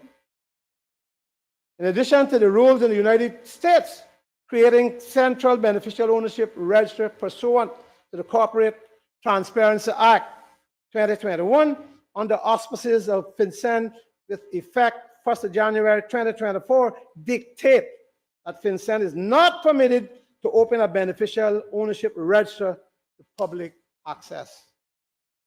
The United States. So public access to a beneficial ownership register is not the standard in the United Kingdom, as they were saying. Well, you told me they didn't have it back then. It is not the standard in Europe. It is not the standard in the United States, and it is most certainly not the standard in China or Southeast Asia. I should perhaps add, for the record, that panic to those UK politicians should be in the United Kingdom too, by the appalling extent of money laundered, proceeds which are invested in the United Kingdom, real estate. The United Kingdom has recently introduced a register of overseas entities pursuant to the Economic Crime Transparency and Enforcement Act 2022, in which a 25% owner, and note here the number of a foreign company owning UK real estate must be disclosed, but only in relation to a foreign ownership of UK real estate. But this is, I think, quite different situation, as this quite rightly reveals the ownership of monies actually invested in the United Kingdom in real estate, as it should. Even the latest UK legislation, the Economic Crime and Corporate Transparency Bill 2023, only now requires entity or identity verification for new and existing registered company directors and persons with significant control. There are 4 million companies registered in the United Kingdom, and it would take many years to obtain the same standard of excellence that we have achieved here in the Cayman Islands, and that's the rub with them. And there is no mention here of public access in the United Kingdom's Companies House. My fifth and last point is this, Mr. Speaker. Anyone in the United Kingdom Legislature of Civil Service, and particularly Dame Margaret Hodge and Mr. Andrew Mitchell, MP, who believe that public access to beneficial ownership registers will improve the current Cayman Islands system, has a hopelessly flawed understanding of our system. We can understand how important it must be to them to be advocating a global leading standard, and how important it may make them sound in the United Kingdom against a domestic manifesto of any meaningful or relevant economic proposal where hundreds of billions of dollars worth of proceeds of crimes are being laundered throughout the United Kingdom properties by way of real estate transactions. They've got to know to come down here and tell us about our democracy and what we must do. Yes, they still think that we are monkeys swinging on trees and we don't know anything. But the suggestion, though, that the United Kingdom system of public access to beneficial ownership is in any way similar or relevant to the Cayman Islands system is not simply unsound, but very, very, and laughably, if we could, unsound. And I need hardly remind members of this House that the Cayman Islands system of beneficial ownership transparency already requires licensed, regulated, and inspected service providers to verify the beneficial ownership of every 10% holder of not simply land holding companies in the Cayman Islands, but of every entity registered in the Cayman Islands with indisputable documentary evidence, which is immediately available on inquiry to the proper authorities within an hour. They can get it here. That is to say, and forgive me if I labor this point, that the law enforcement, the IRS, the HMRC, and every other tax authority has immediately available verified information on the beneficial owners of Cayman Islands vehicles on request. In comparison with that world-leading system, which we already demonstrate, the system in the United Kingdom is an unlicensed Wild West show. Companies, houses in the United Kingdom has only 25 employees who has only now empowered by the now UK legislation to seek KYC information. So as matters stand, Mr. Speaker, the Cayman Islands system demonstrates the world-leading standard. I think that's the leader of the opposition admitted that a while ago, but he should know. He mightn't agree with me all the time, but he know what I'm saying is true. As matters stand, the Cayman Islands system demonstrates throughout the world a leading standard, and not only that, and in the face of this blatant incompetence, the UK would want us to go further. Imagine. It is unnecessary to do so, and I think the minister has said that's not where we're going. We have complete transparency, and yet we have no statistically relevant conviction in relation to tax evasions or money laundering, which is the clearest conceivable evidence of two things. Firstly, the system that we have is absolutely effective without reservation. And secondly, we do not need to go further by opening the beneficial ownership register to the public. It is not just me who say our system is world leading. Even the Cyrus Vance, who said that some time ago, the Cayman Islands is better positioned to fight terrorism than the United States, as that country, he said, actually collects beneficial ownership information. What problem exactly the United Kingdom, UK trying to solve?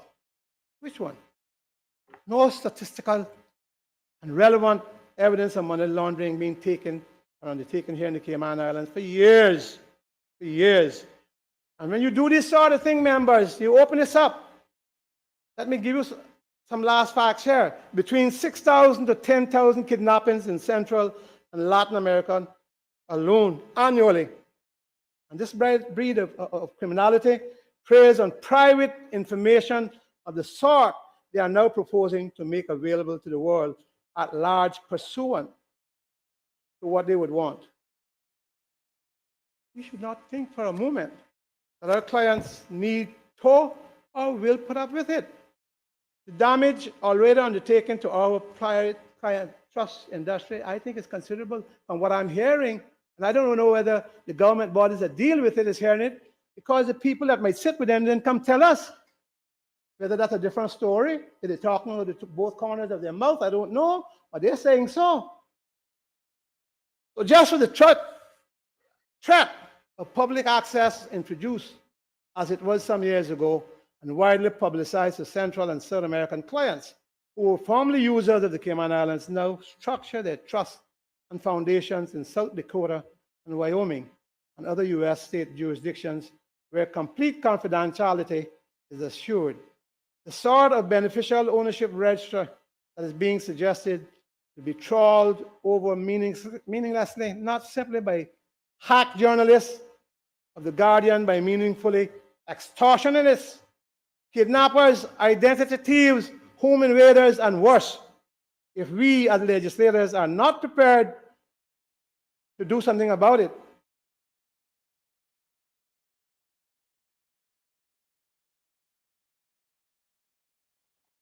our arguments would mean less. Not for me. Last thing is this.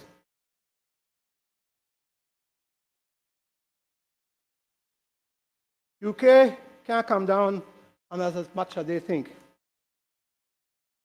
While they have those laws that through the Constitution? They can't.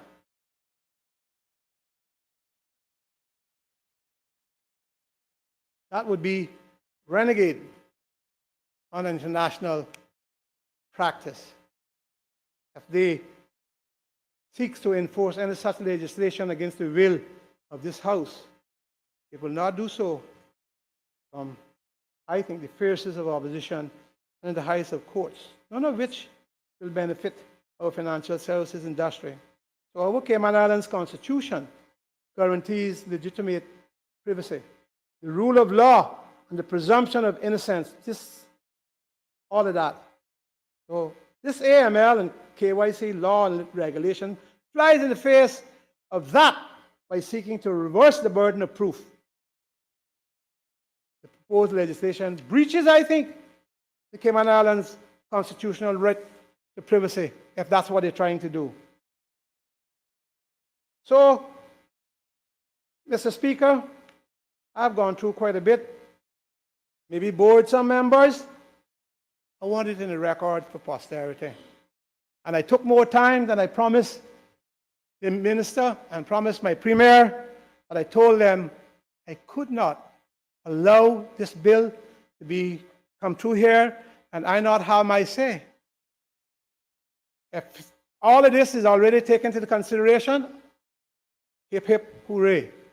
What I know is not taken into consideration is how much we have to suffer through AML and KYC because of the regimes here and our frightened to death attitude that banks can pick up and go somewhere else.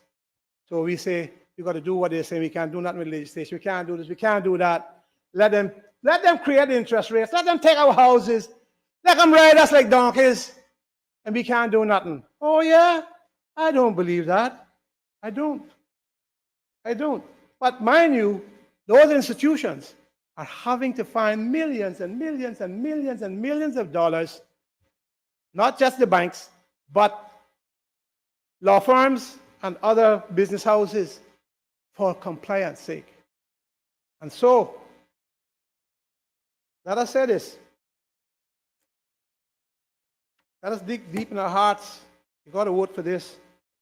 But let's come back with a strategy to clean some of this up. Determined that we can do so because we have constitutional right. We have legal rights through the European Union Court. We can still go there. Even though Brexit, we can still go there. We can apply there. I do give thanks again, Mr. Speaker, and I thank you for your indulgence for hearing such a long speech in your very first few hours of sitting as our new speaker, but you're up to it. You used to like it, so you got to be up to it now, Mr. Speaker. But let me thank the AG and my colleague, the minister, for their hard work, for trying to find the right balance here.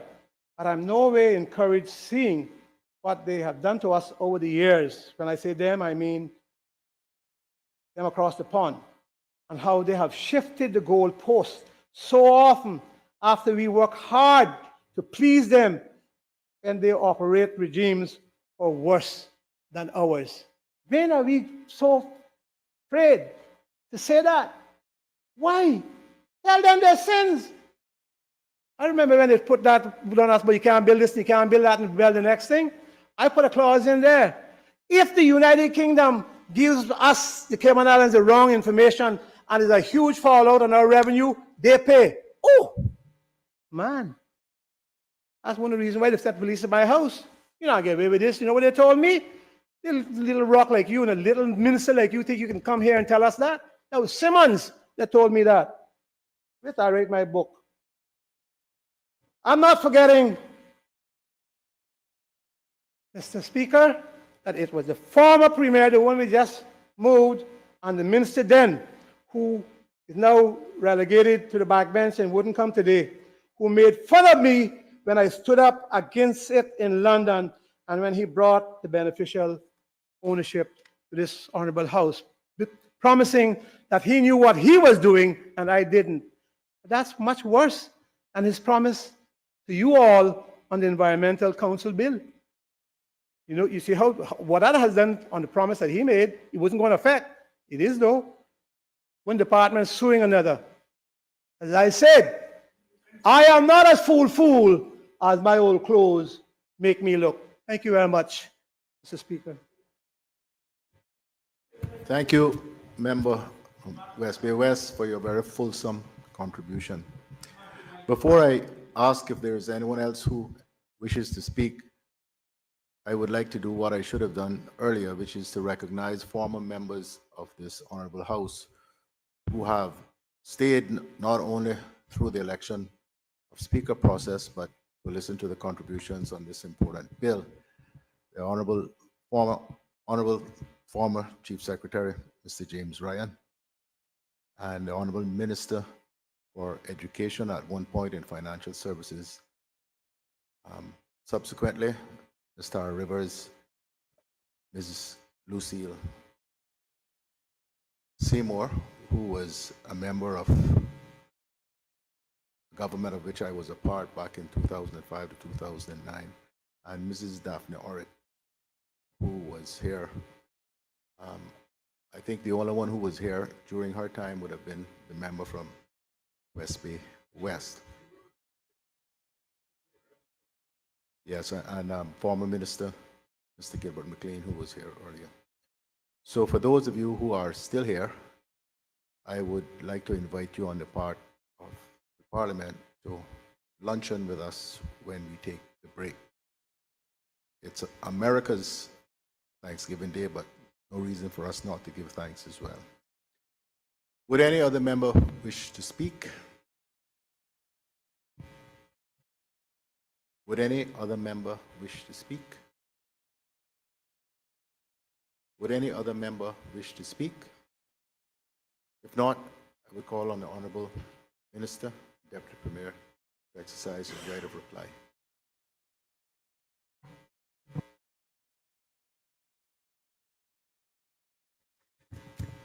Thank you, Mr. Speaker. And thank you all for all the contributions by members thus far. I made a note of the points I think I should address from the contributions, starting with the Leader of the Opposition, Mr. Speaker. I think your point, which I think requires clarification, is the implementation time period, which I think is important to set out to the listening public and particularly to industry, Mr. Speaker. It was and come to fruition to present and debate this bill for the end of the year so that the principal legislation is on the statute book. We know full well, as the Leader of the Opposition has said, that this will not be developed and implemented in haste. There are underlying regulations to ensure are fully prepared and consulted upon. There will also need to be guidance notes. There are guidance notes now, but they will have to be rewritten to come into compliance and conformance with the new principal acts sure to be passed today, and also with the regulations.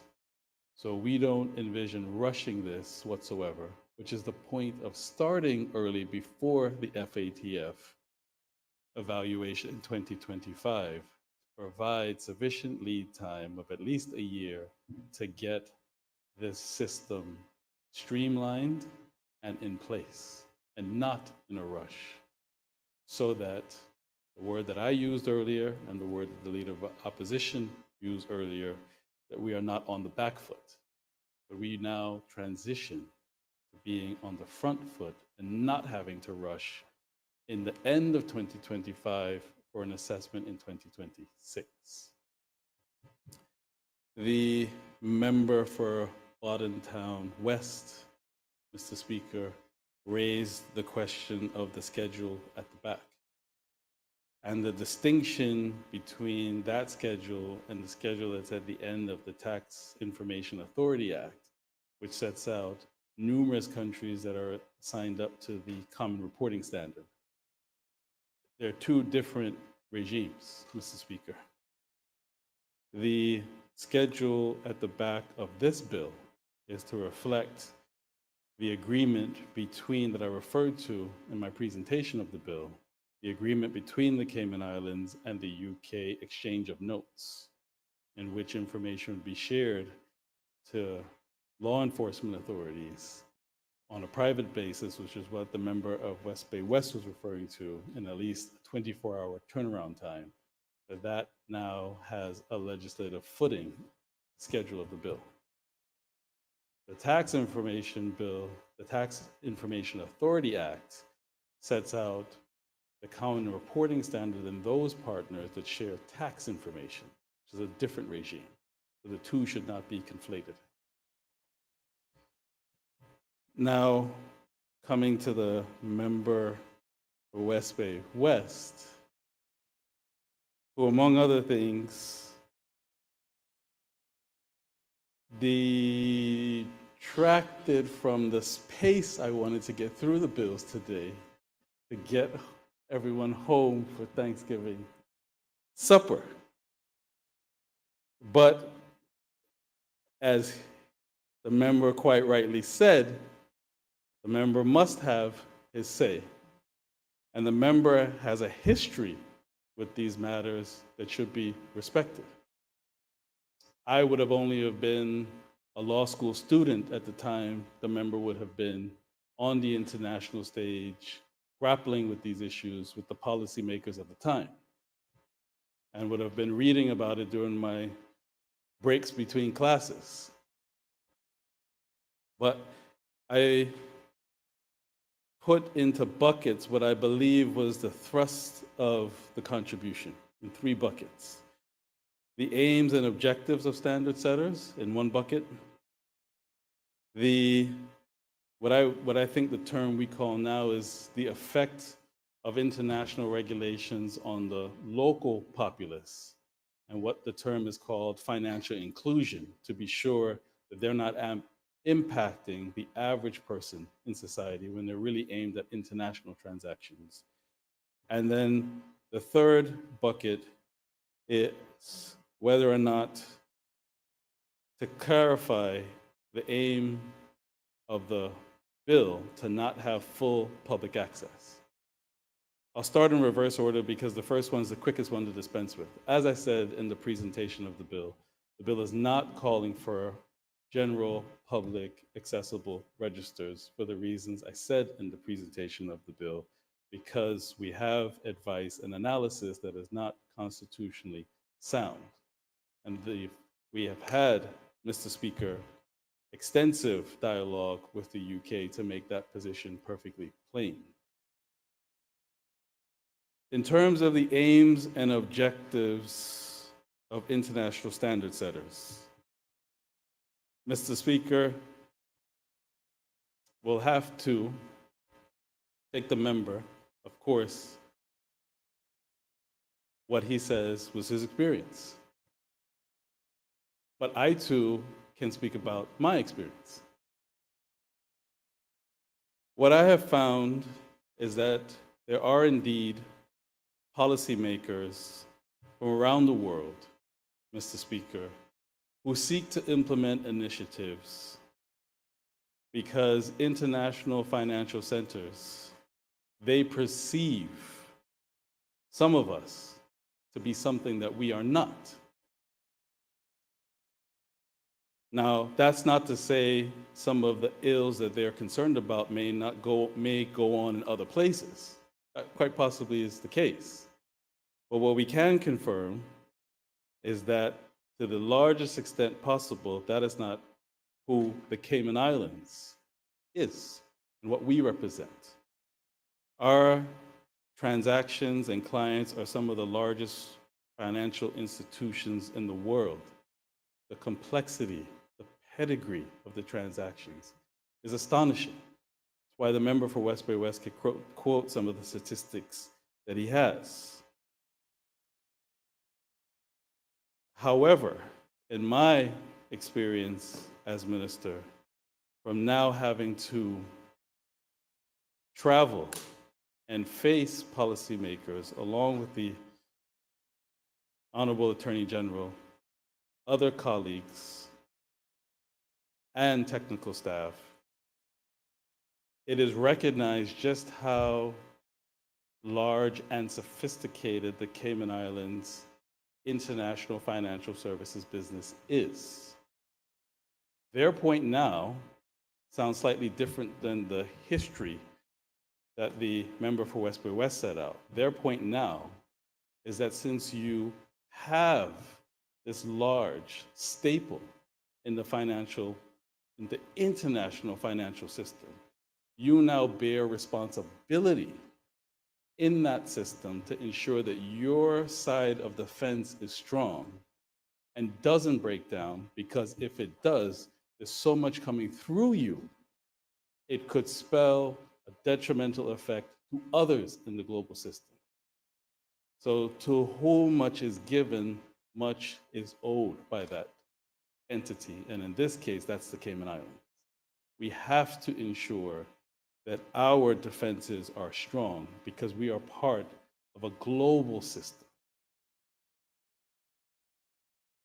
In terms of the difference in visitors, I again was not there in terms of the visiting team that the member of West Bay West spoke of 20 years ago. But I was witness to the visiting team of the FATF that came 3 months ago. And I think, without breaching the confidentiality of FATF proceedings, Mr. Speaker, it was obvious to all of us who greeted them that they were pleasantly surprised and amazed at the sophistication of this little country of ours. Some of them who had never, ever been to the Cayman Islands did not expect to see a regulator with such infrastructure and facilities, a regulator with such experts, so many of which who are Caymanians, leaders in their fields. Did not expect to see a set of cabinet members who could speak to the issues. Did not expect to see a private sector who they had 2 interviews with, to the exclusion of the government. So the Attorney General and I weren't in the room, and had 2 separate, and we know, AG, I maybe could probably say this much, that they made sure that the second group got a different set of questions than the first group, and still were surprised at the level of sophistication and knowledge and the compliance culture. So I think it's fair to say they left here that if they had any Netflix caricature of us, it was dispelled. But that doesn't mean, Mr. Speaker, switching to the third point, that there isn't merit in ensuring that we have appropriate financial inclusion, that our seniors in particular, who are not familiar with the new international compliance landscape, and some of which may not even have the documentation that's required under the rules to operate bank accounts, that we don't have a duty with regulators and financial institutions to ensure that where appropriate, there are simplified measures to carry out transactions, particularly when you know the source of income more than likely is the government. So yes, we do have to take a turn to ensure that we haven't gone overboard while keeping that international fence strong, that it is not overly burdensome to our folks here. In addition, Mr. Speaker, we also have to ensure that our financial institutions work in collaboration with government and agencies that when guidance notes and regulations are redrafted, they are done so in a way that everybody, this is the point of taking the time, has at least a large or significant understanding of where the rules are going to go. Because sometimes what I see is that the agency knows what it means in the guidance notes with all the best intentions, but oftentimes it may not be applied that way in practice and causes a tension between the industry and the regulator. And we shouldn't be afraid that where that tension exists to try to clarify, because everybody's on the same page. Nobody wants, as far as I know, bad business. But at the same time, you should try to minimize the frustration on sound business. So I take those points on board. But none of that, in my view, of what was said, should detract from the fact that this is a new vision for the Cayman Islands to get ahead of standards, to not scramble at the last minute. The leader of the opposition said it best, that we have spent too many times knowing what is coming down the pipeline. Knowing, and forget what anybody's asking us to do, sometimes you can read the initiative and know it is the right thing to do, and still held out for the last second to appease certain interests, then turn around, end up on a list, and run around and have to make the change anyhow. Makes no sense. We do the right thing that fits within our Constitution and our laws because it is the right thing, and show the world who we are. We're not going to demonstrate that to them by cowering in a corner, complaining, and then having been squeezed to do something. We are going to demonstrate exactly who we are as a people by getting ahead of things in our appropriate context so that the world can see that we are a globally respected financial services center of excellence. With that, Mr. Speaker, I conclude my right of reply. Mr. Speaker. Sorry, Mr. Speaker, I had a point of elucidation, but I wanted before the minister wrap up. I didn't want to interrupt his flow. I realized he was on a rhythm, but I never it's too late to ask to raise a point of elucidation. Thanks, Mr. Speaker, and thanks to Honorable Minister for giving me. In reference to the point I was making in my contribution, was dealt with Part 5 of access to beneficial ownership information, and it reads in the bill, reading Section 22, the competent authority shall maintain a search platform by means of which the person specified in subsection 2 may be provided with access to information on all beneficial ownership registers maintained on behalf of legal persons subject to this act. And Section 22.2 goes on to read, for the purpose of subsection 1, the competent authority may provide access to the information on the search platform to A, the Royal Cayman Islands Police Service, B, the Financial Reporting Authority established under Section 3 of the Proceeds of Crime Act 2020 revision. 22C reads the Cayman Islands Monetary Authority, the Anti-Corruption Commission, the Tax Information Authority, the Maritime Authority, the Civil Aviation Authority, the Register of Lands, and an entity, and so forth. And the point I was trying to get, honorable members, is that if these entities already will have access to the beneficial ownership, and then which includes the Tax Information Authority, and we already have those other agreements with those different authorities, as per set out in those laws. I mean, then the question is, I was trying to understand why we had a separate section for just the United Kingdom, whereas the Tax Information Authority has a list of over 30-something countries. So I was looking clarification as why only the UK was listed, when in fact, based on Section 22, it appears that if these entities already have agreements and they'll be able to access the information, and that's already there. So I was just trying to get clarification on that. So that was really what the point I was making in my contribution. Thanks for the allowance, Honorable Speaker. Thank you, Member for Borden Town West. Honorable Minister, you wish to elucidate? Thank you, Mr. Speaker, and thank you for the question, member. As I mentioned earlier, but I'll try to cover it again. Under that section, this isn't just in relation to beneficial ownership information. So the information that the Tax Information Authority shares under its legislation is tax information of which beneficial ownership might be a subset of that data. So in order for them to be able to facilitate their obligations under the agreements you're talking about, they may need to access the beneficial ownership information to transfer the full package over. That's why that's there. The point about the only schedule, the only country in the schedule is because of the exchange of notes that was adopted in 2016, in which the Cayman Islands agreed to exchange beneficial ownership information with UK authorities under that agreement. And that is why it's the only country that's attached to the schedule of the bill, because that's the only exchange of notes or exchange of beneficial ownership information agreement that we have with that country, strictly for beneficial ownership, not tax information. Thank you, Honorable Deputy Premier and Minister.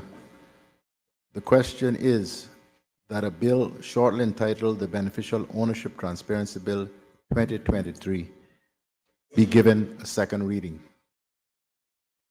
Those in favor, please say aye. Aye. Those against, no. The ayes have it. The bill is set down for second reading, or third reading. The House will now suspend for the luncheon adjournment. We will resume at 2 p.m.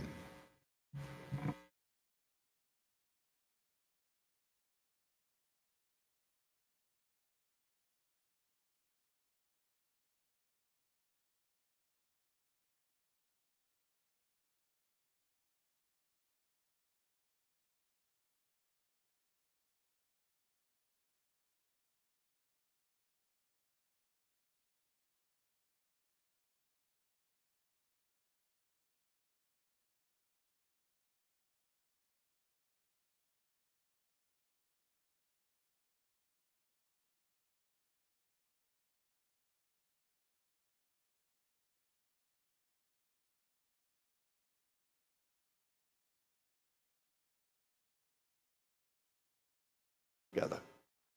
The inescapable conclusion is that at a time when Cayman is facing enormous challenges, all the evidence is that sadly, a government with Premier Panton at the head is just not up to the job. In my debate today, Madam Speaker, and in the contributions from my colleagues, which will follow, we will lay out that evidence. And what I ask, Madam Speaker, is that it should be on the basis of that evidence that members of this House should vote. Even as they recognize the validity of the case that the opposition will present, some on the government benches opposite will be tempted to vote against the motion before us today. For some of them, self-interest and the desire to hang on to power at all costs will push them to vote no. But it is not them I seek to address today, Madam Speaker.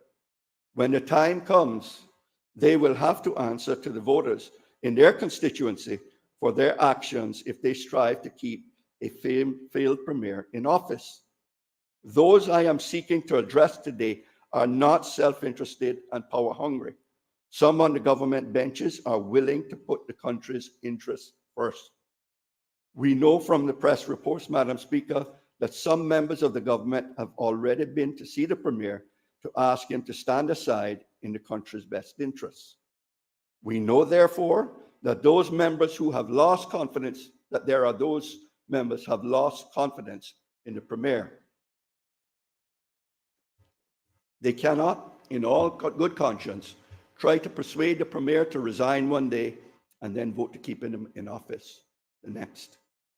As a result, I expect those men and women to do what they know is right and act now in the best interests of the Cayman Islands and its people. But even as I do so, I know they may still hesitate to support the motion, even though they recognize the Premier's failings and know that his continuing in office would create more problems, some of his colleagues may hesitate to take the significant step of voting him out of office.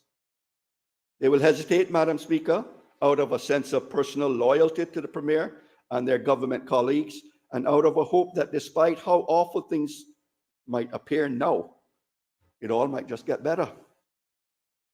As you know, loyalty is a rarity in politics, Madam Speaker.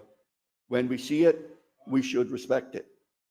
But to those opposite, I say loyalty to your colleagues is admirable.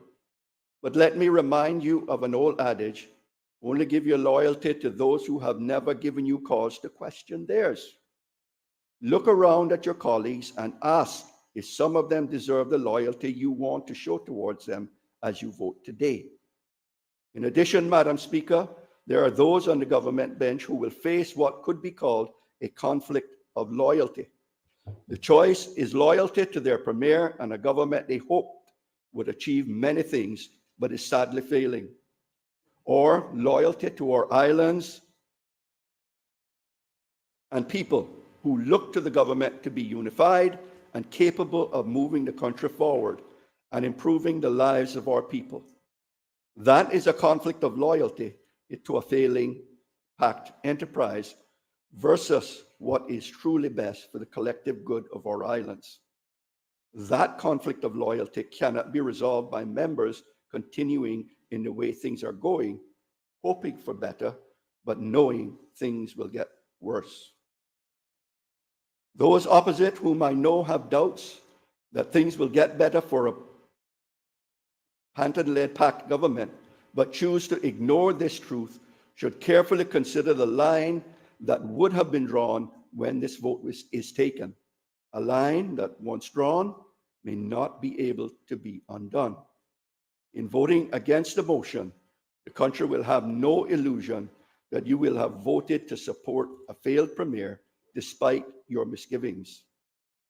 As the situation worsens, as it undoubtedly will, there will be no room for quiet discussions with voters to persuade them that you did not support everything the Premier and the PAC government did or failed to do. Your vote, based on misplaced loyalty, will tie you to a failed Premier and a failing government. I must concede that the Premier deserves your loyalty by virtue of his position, but loyalty comes in many forms. American diplomat Robert N. Haas is quoted as saying, "Speaking truth to power is actually a form of loyalty." And we know, as I have said, that some opposite have shown that type of loyalty in private, willing to speak truth into power and to tell the Premier he has to step down. Now is the time for those in the government benches who know the truth to stand up and speak the truth in public. On the 7th of May, 1940, with Great Britain battered and bruised and facing what seemed like an imminent invasion, it was not the opposition, but fellow conservative Leo Amery who said to Prime Minister Neville Chamberlain, "You have sat there too long. For all the good you have done, in the name of God, go." Who in this government will now show that the same courage to say what needs to be said? Keeping your fingers crossed and hoping it will all work out in the end will not get vital improvements to public services delivered, nor will it help to mitigate the cost of living crisis, nor help to get a grip on crime, nor help solve the challenge of affordable homes. All of those things require a new government and leadership that does not just say it is working together to get things done, it actually does work together to get things done. There are two potential paths, Madam Speaker. There are two potential paths to putting such a new government in place. Obviously, my preferred solution would be to form a new progressive-led coalition if possible. Despite the difficulties of working within this dysfunctional government, there are those on the government benches who I believe we can work with to implement important policies that make a real difference to people's lives. Therefore, It could be possible for those of us in the opposition to work with those members of the current government who, like us, are willing to put differences aside and work together in the best interests of our people. Admittedly, that is a short list in my view. However, an alternative path is for the PACT government to reform itself under a new leadership with a new premier. This solution would certainly not solve some of the deep-seated divisions within the PACT government that have been so clearly on display since the government was formed. But if a new leader can bring the various individuals together, create a sensible program for government, and command the loyalty of those within the government, then a more coherent and cohesive PACT could yet emerge. What this country needs is new leadership and a stable and effective government. In the opposition, we will respect the right of a new premier to be given the chance to lead and to get a budget passed. Either of the paths I have outlined is potentially viable. Both would give the country fresh leadership. Both are a better alternative to early elections that, in my view, would themselves be an unnecessary and unwelcome distraction. While the opposition is willing to give a new PACT government under a new premier some leeway, there is little time to waste in tackling the country's many challenges. Therefore, I put any new PACT premier on notice. We will be holding you and your colleagues to account, just like we have the current premier. We will scrutinize your performance. We will challenge you to respond effectively and to deliver for our people.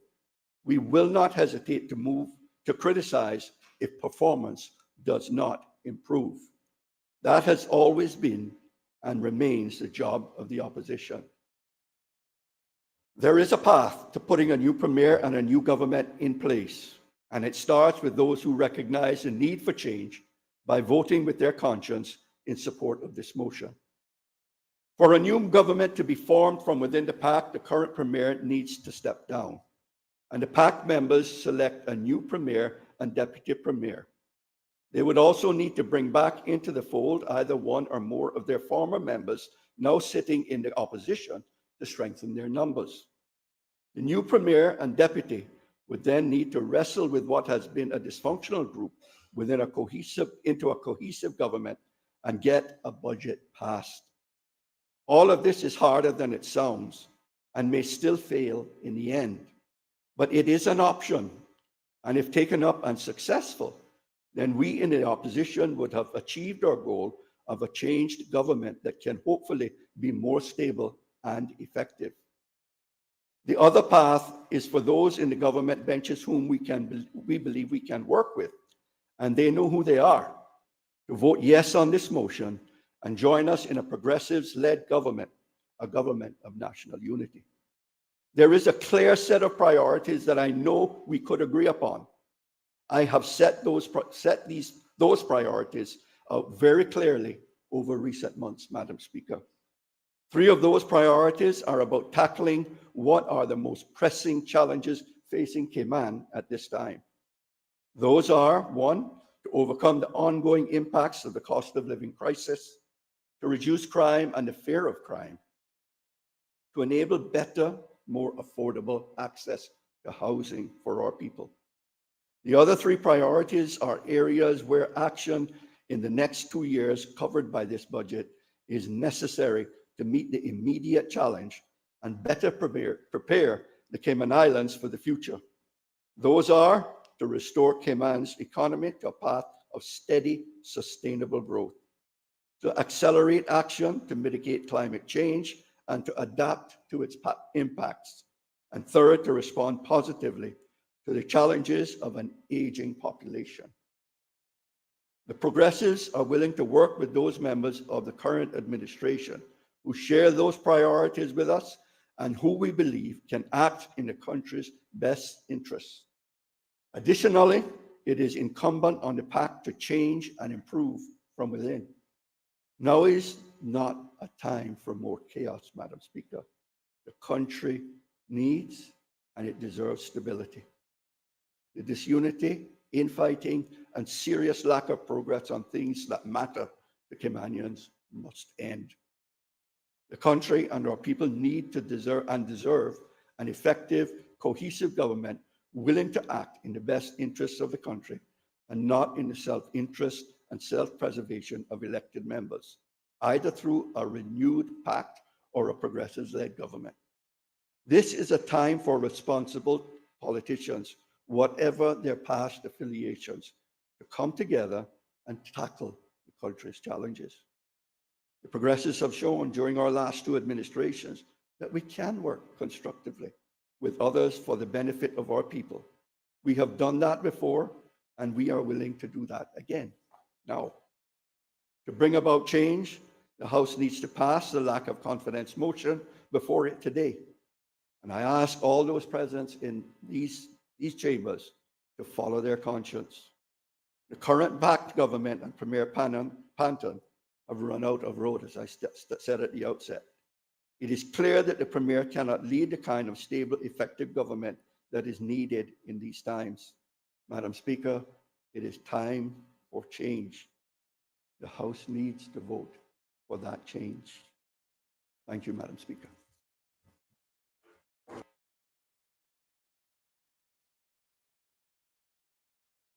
Does any other member wish to speak? Does any other member wish to speak?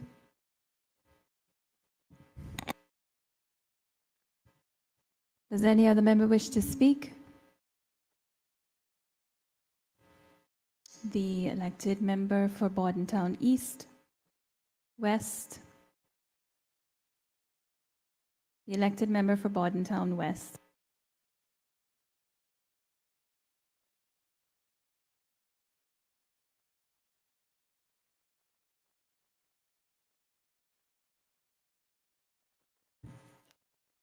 Madam Speaker, I've been in meditation all weekend on this vote today. I really didn't sleep much. And this morning, on the way down, I stopped by Sports Dock, and I saw this Cuban guy out there fishing. Didn't really understand English too well, but got a chance. It is one of the routines, Madam Speaker. When I first got elected, I used to stop at Sports Dock on the way down. I would take in the water, look at the waves, and I say a prayer before coming to Parliament. And the prayer is pretty much always the same, where I ask the Lord to hope that the meditation of my lips and all of that other stuff that goes with it is pleasing to Him. I'm not a practicing Christian, Madam Speaker, but I was raised by good parents, good grandparents, and good family to fear the Lord and not to lean on my own understanding. And at the end of the day, Madam Speaker, I will say this is actually a really sad day for me. I personally know the work that went into the creation of the PAC government. And while most members may not know, I was actually the one who first coined the term PAC when we were drafting the very first press release. And we sat down, and from that initial draft, every other member was able to put on their touch, find something that we actually could agree on. And I remember going through it. And the genesis behind it, Madam Speaker, and to the public, was that I went back to the inspiration behind it was from 1994, Newt Gingrich and Republicans' contract with America in terms of what it is that they wanted to achieve for their people. I remember sitting down, the time that we spent as a group, putting together the strategic policy statement. We all sat there and we all agreed on what those objectives should be. That was required as per law 3 months after the general election. And in that strategic policy statement, we had 10 broad outcomes. I was very pleased with that SPS document, Madam Speaker, and the camaraderie that was used to put it together. And I can say, Madam Speaker, regardless of what people may think, having disagreements in politics is healthy. After all, democracy itself was a system that recognized that there'd be disagreements, division, discord, and dissent. But what it also says, Madam Speaker, is that you should have dialogue, debate, discussion, and then you come to consensus. It has always been about ideas and competing ideas. Politics itself, Madam Speaker, isn't easy. And the thing about it is, Madam Speaker, is that this morning I received a call from a constituent, which really summed everything up for me. And it's a constituent that is struggling to keep his business open. A business that he has for the last 7 or 8 years, with his sweat, his tears, his blood, his toils, everything in it. Last week, he reached out to me, and I tried calling Minister Andre, didn't get him. Called Minister Brian, I got him, and he said he would speak to his chief officer and get back to me. That, Madam Speaker, is what it is that we in this House elected to do.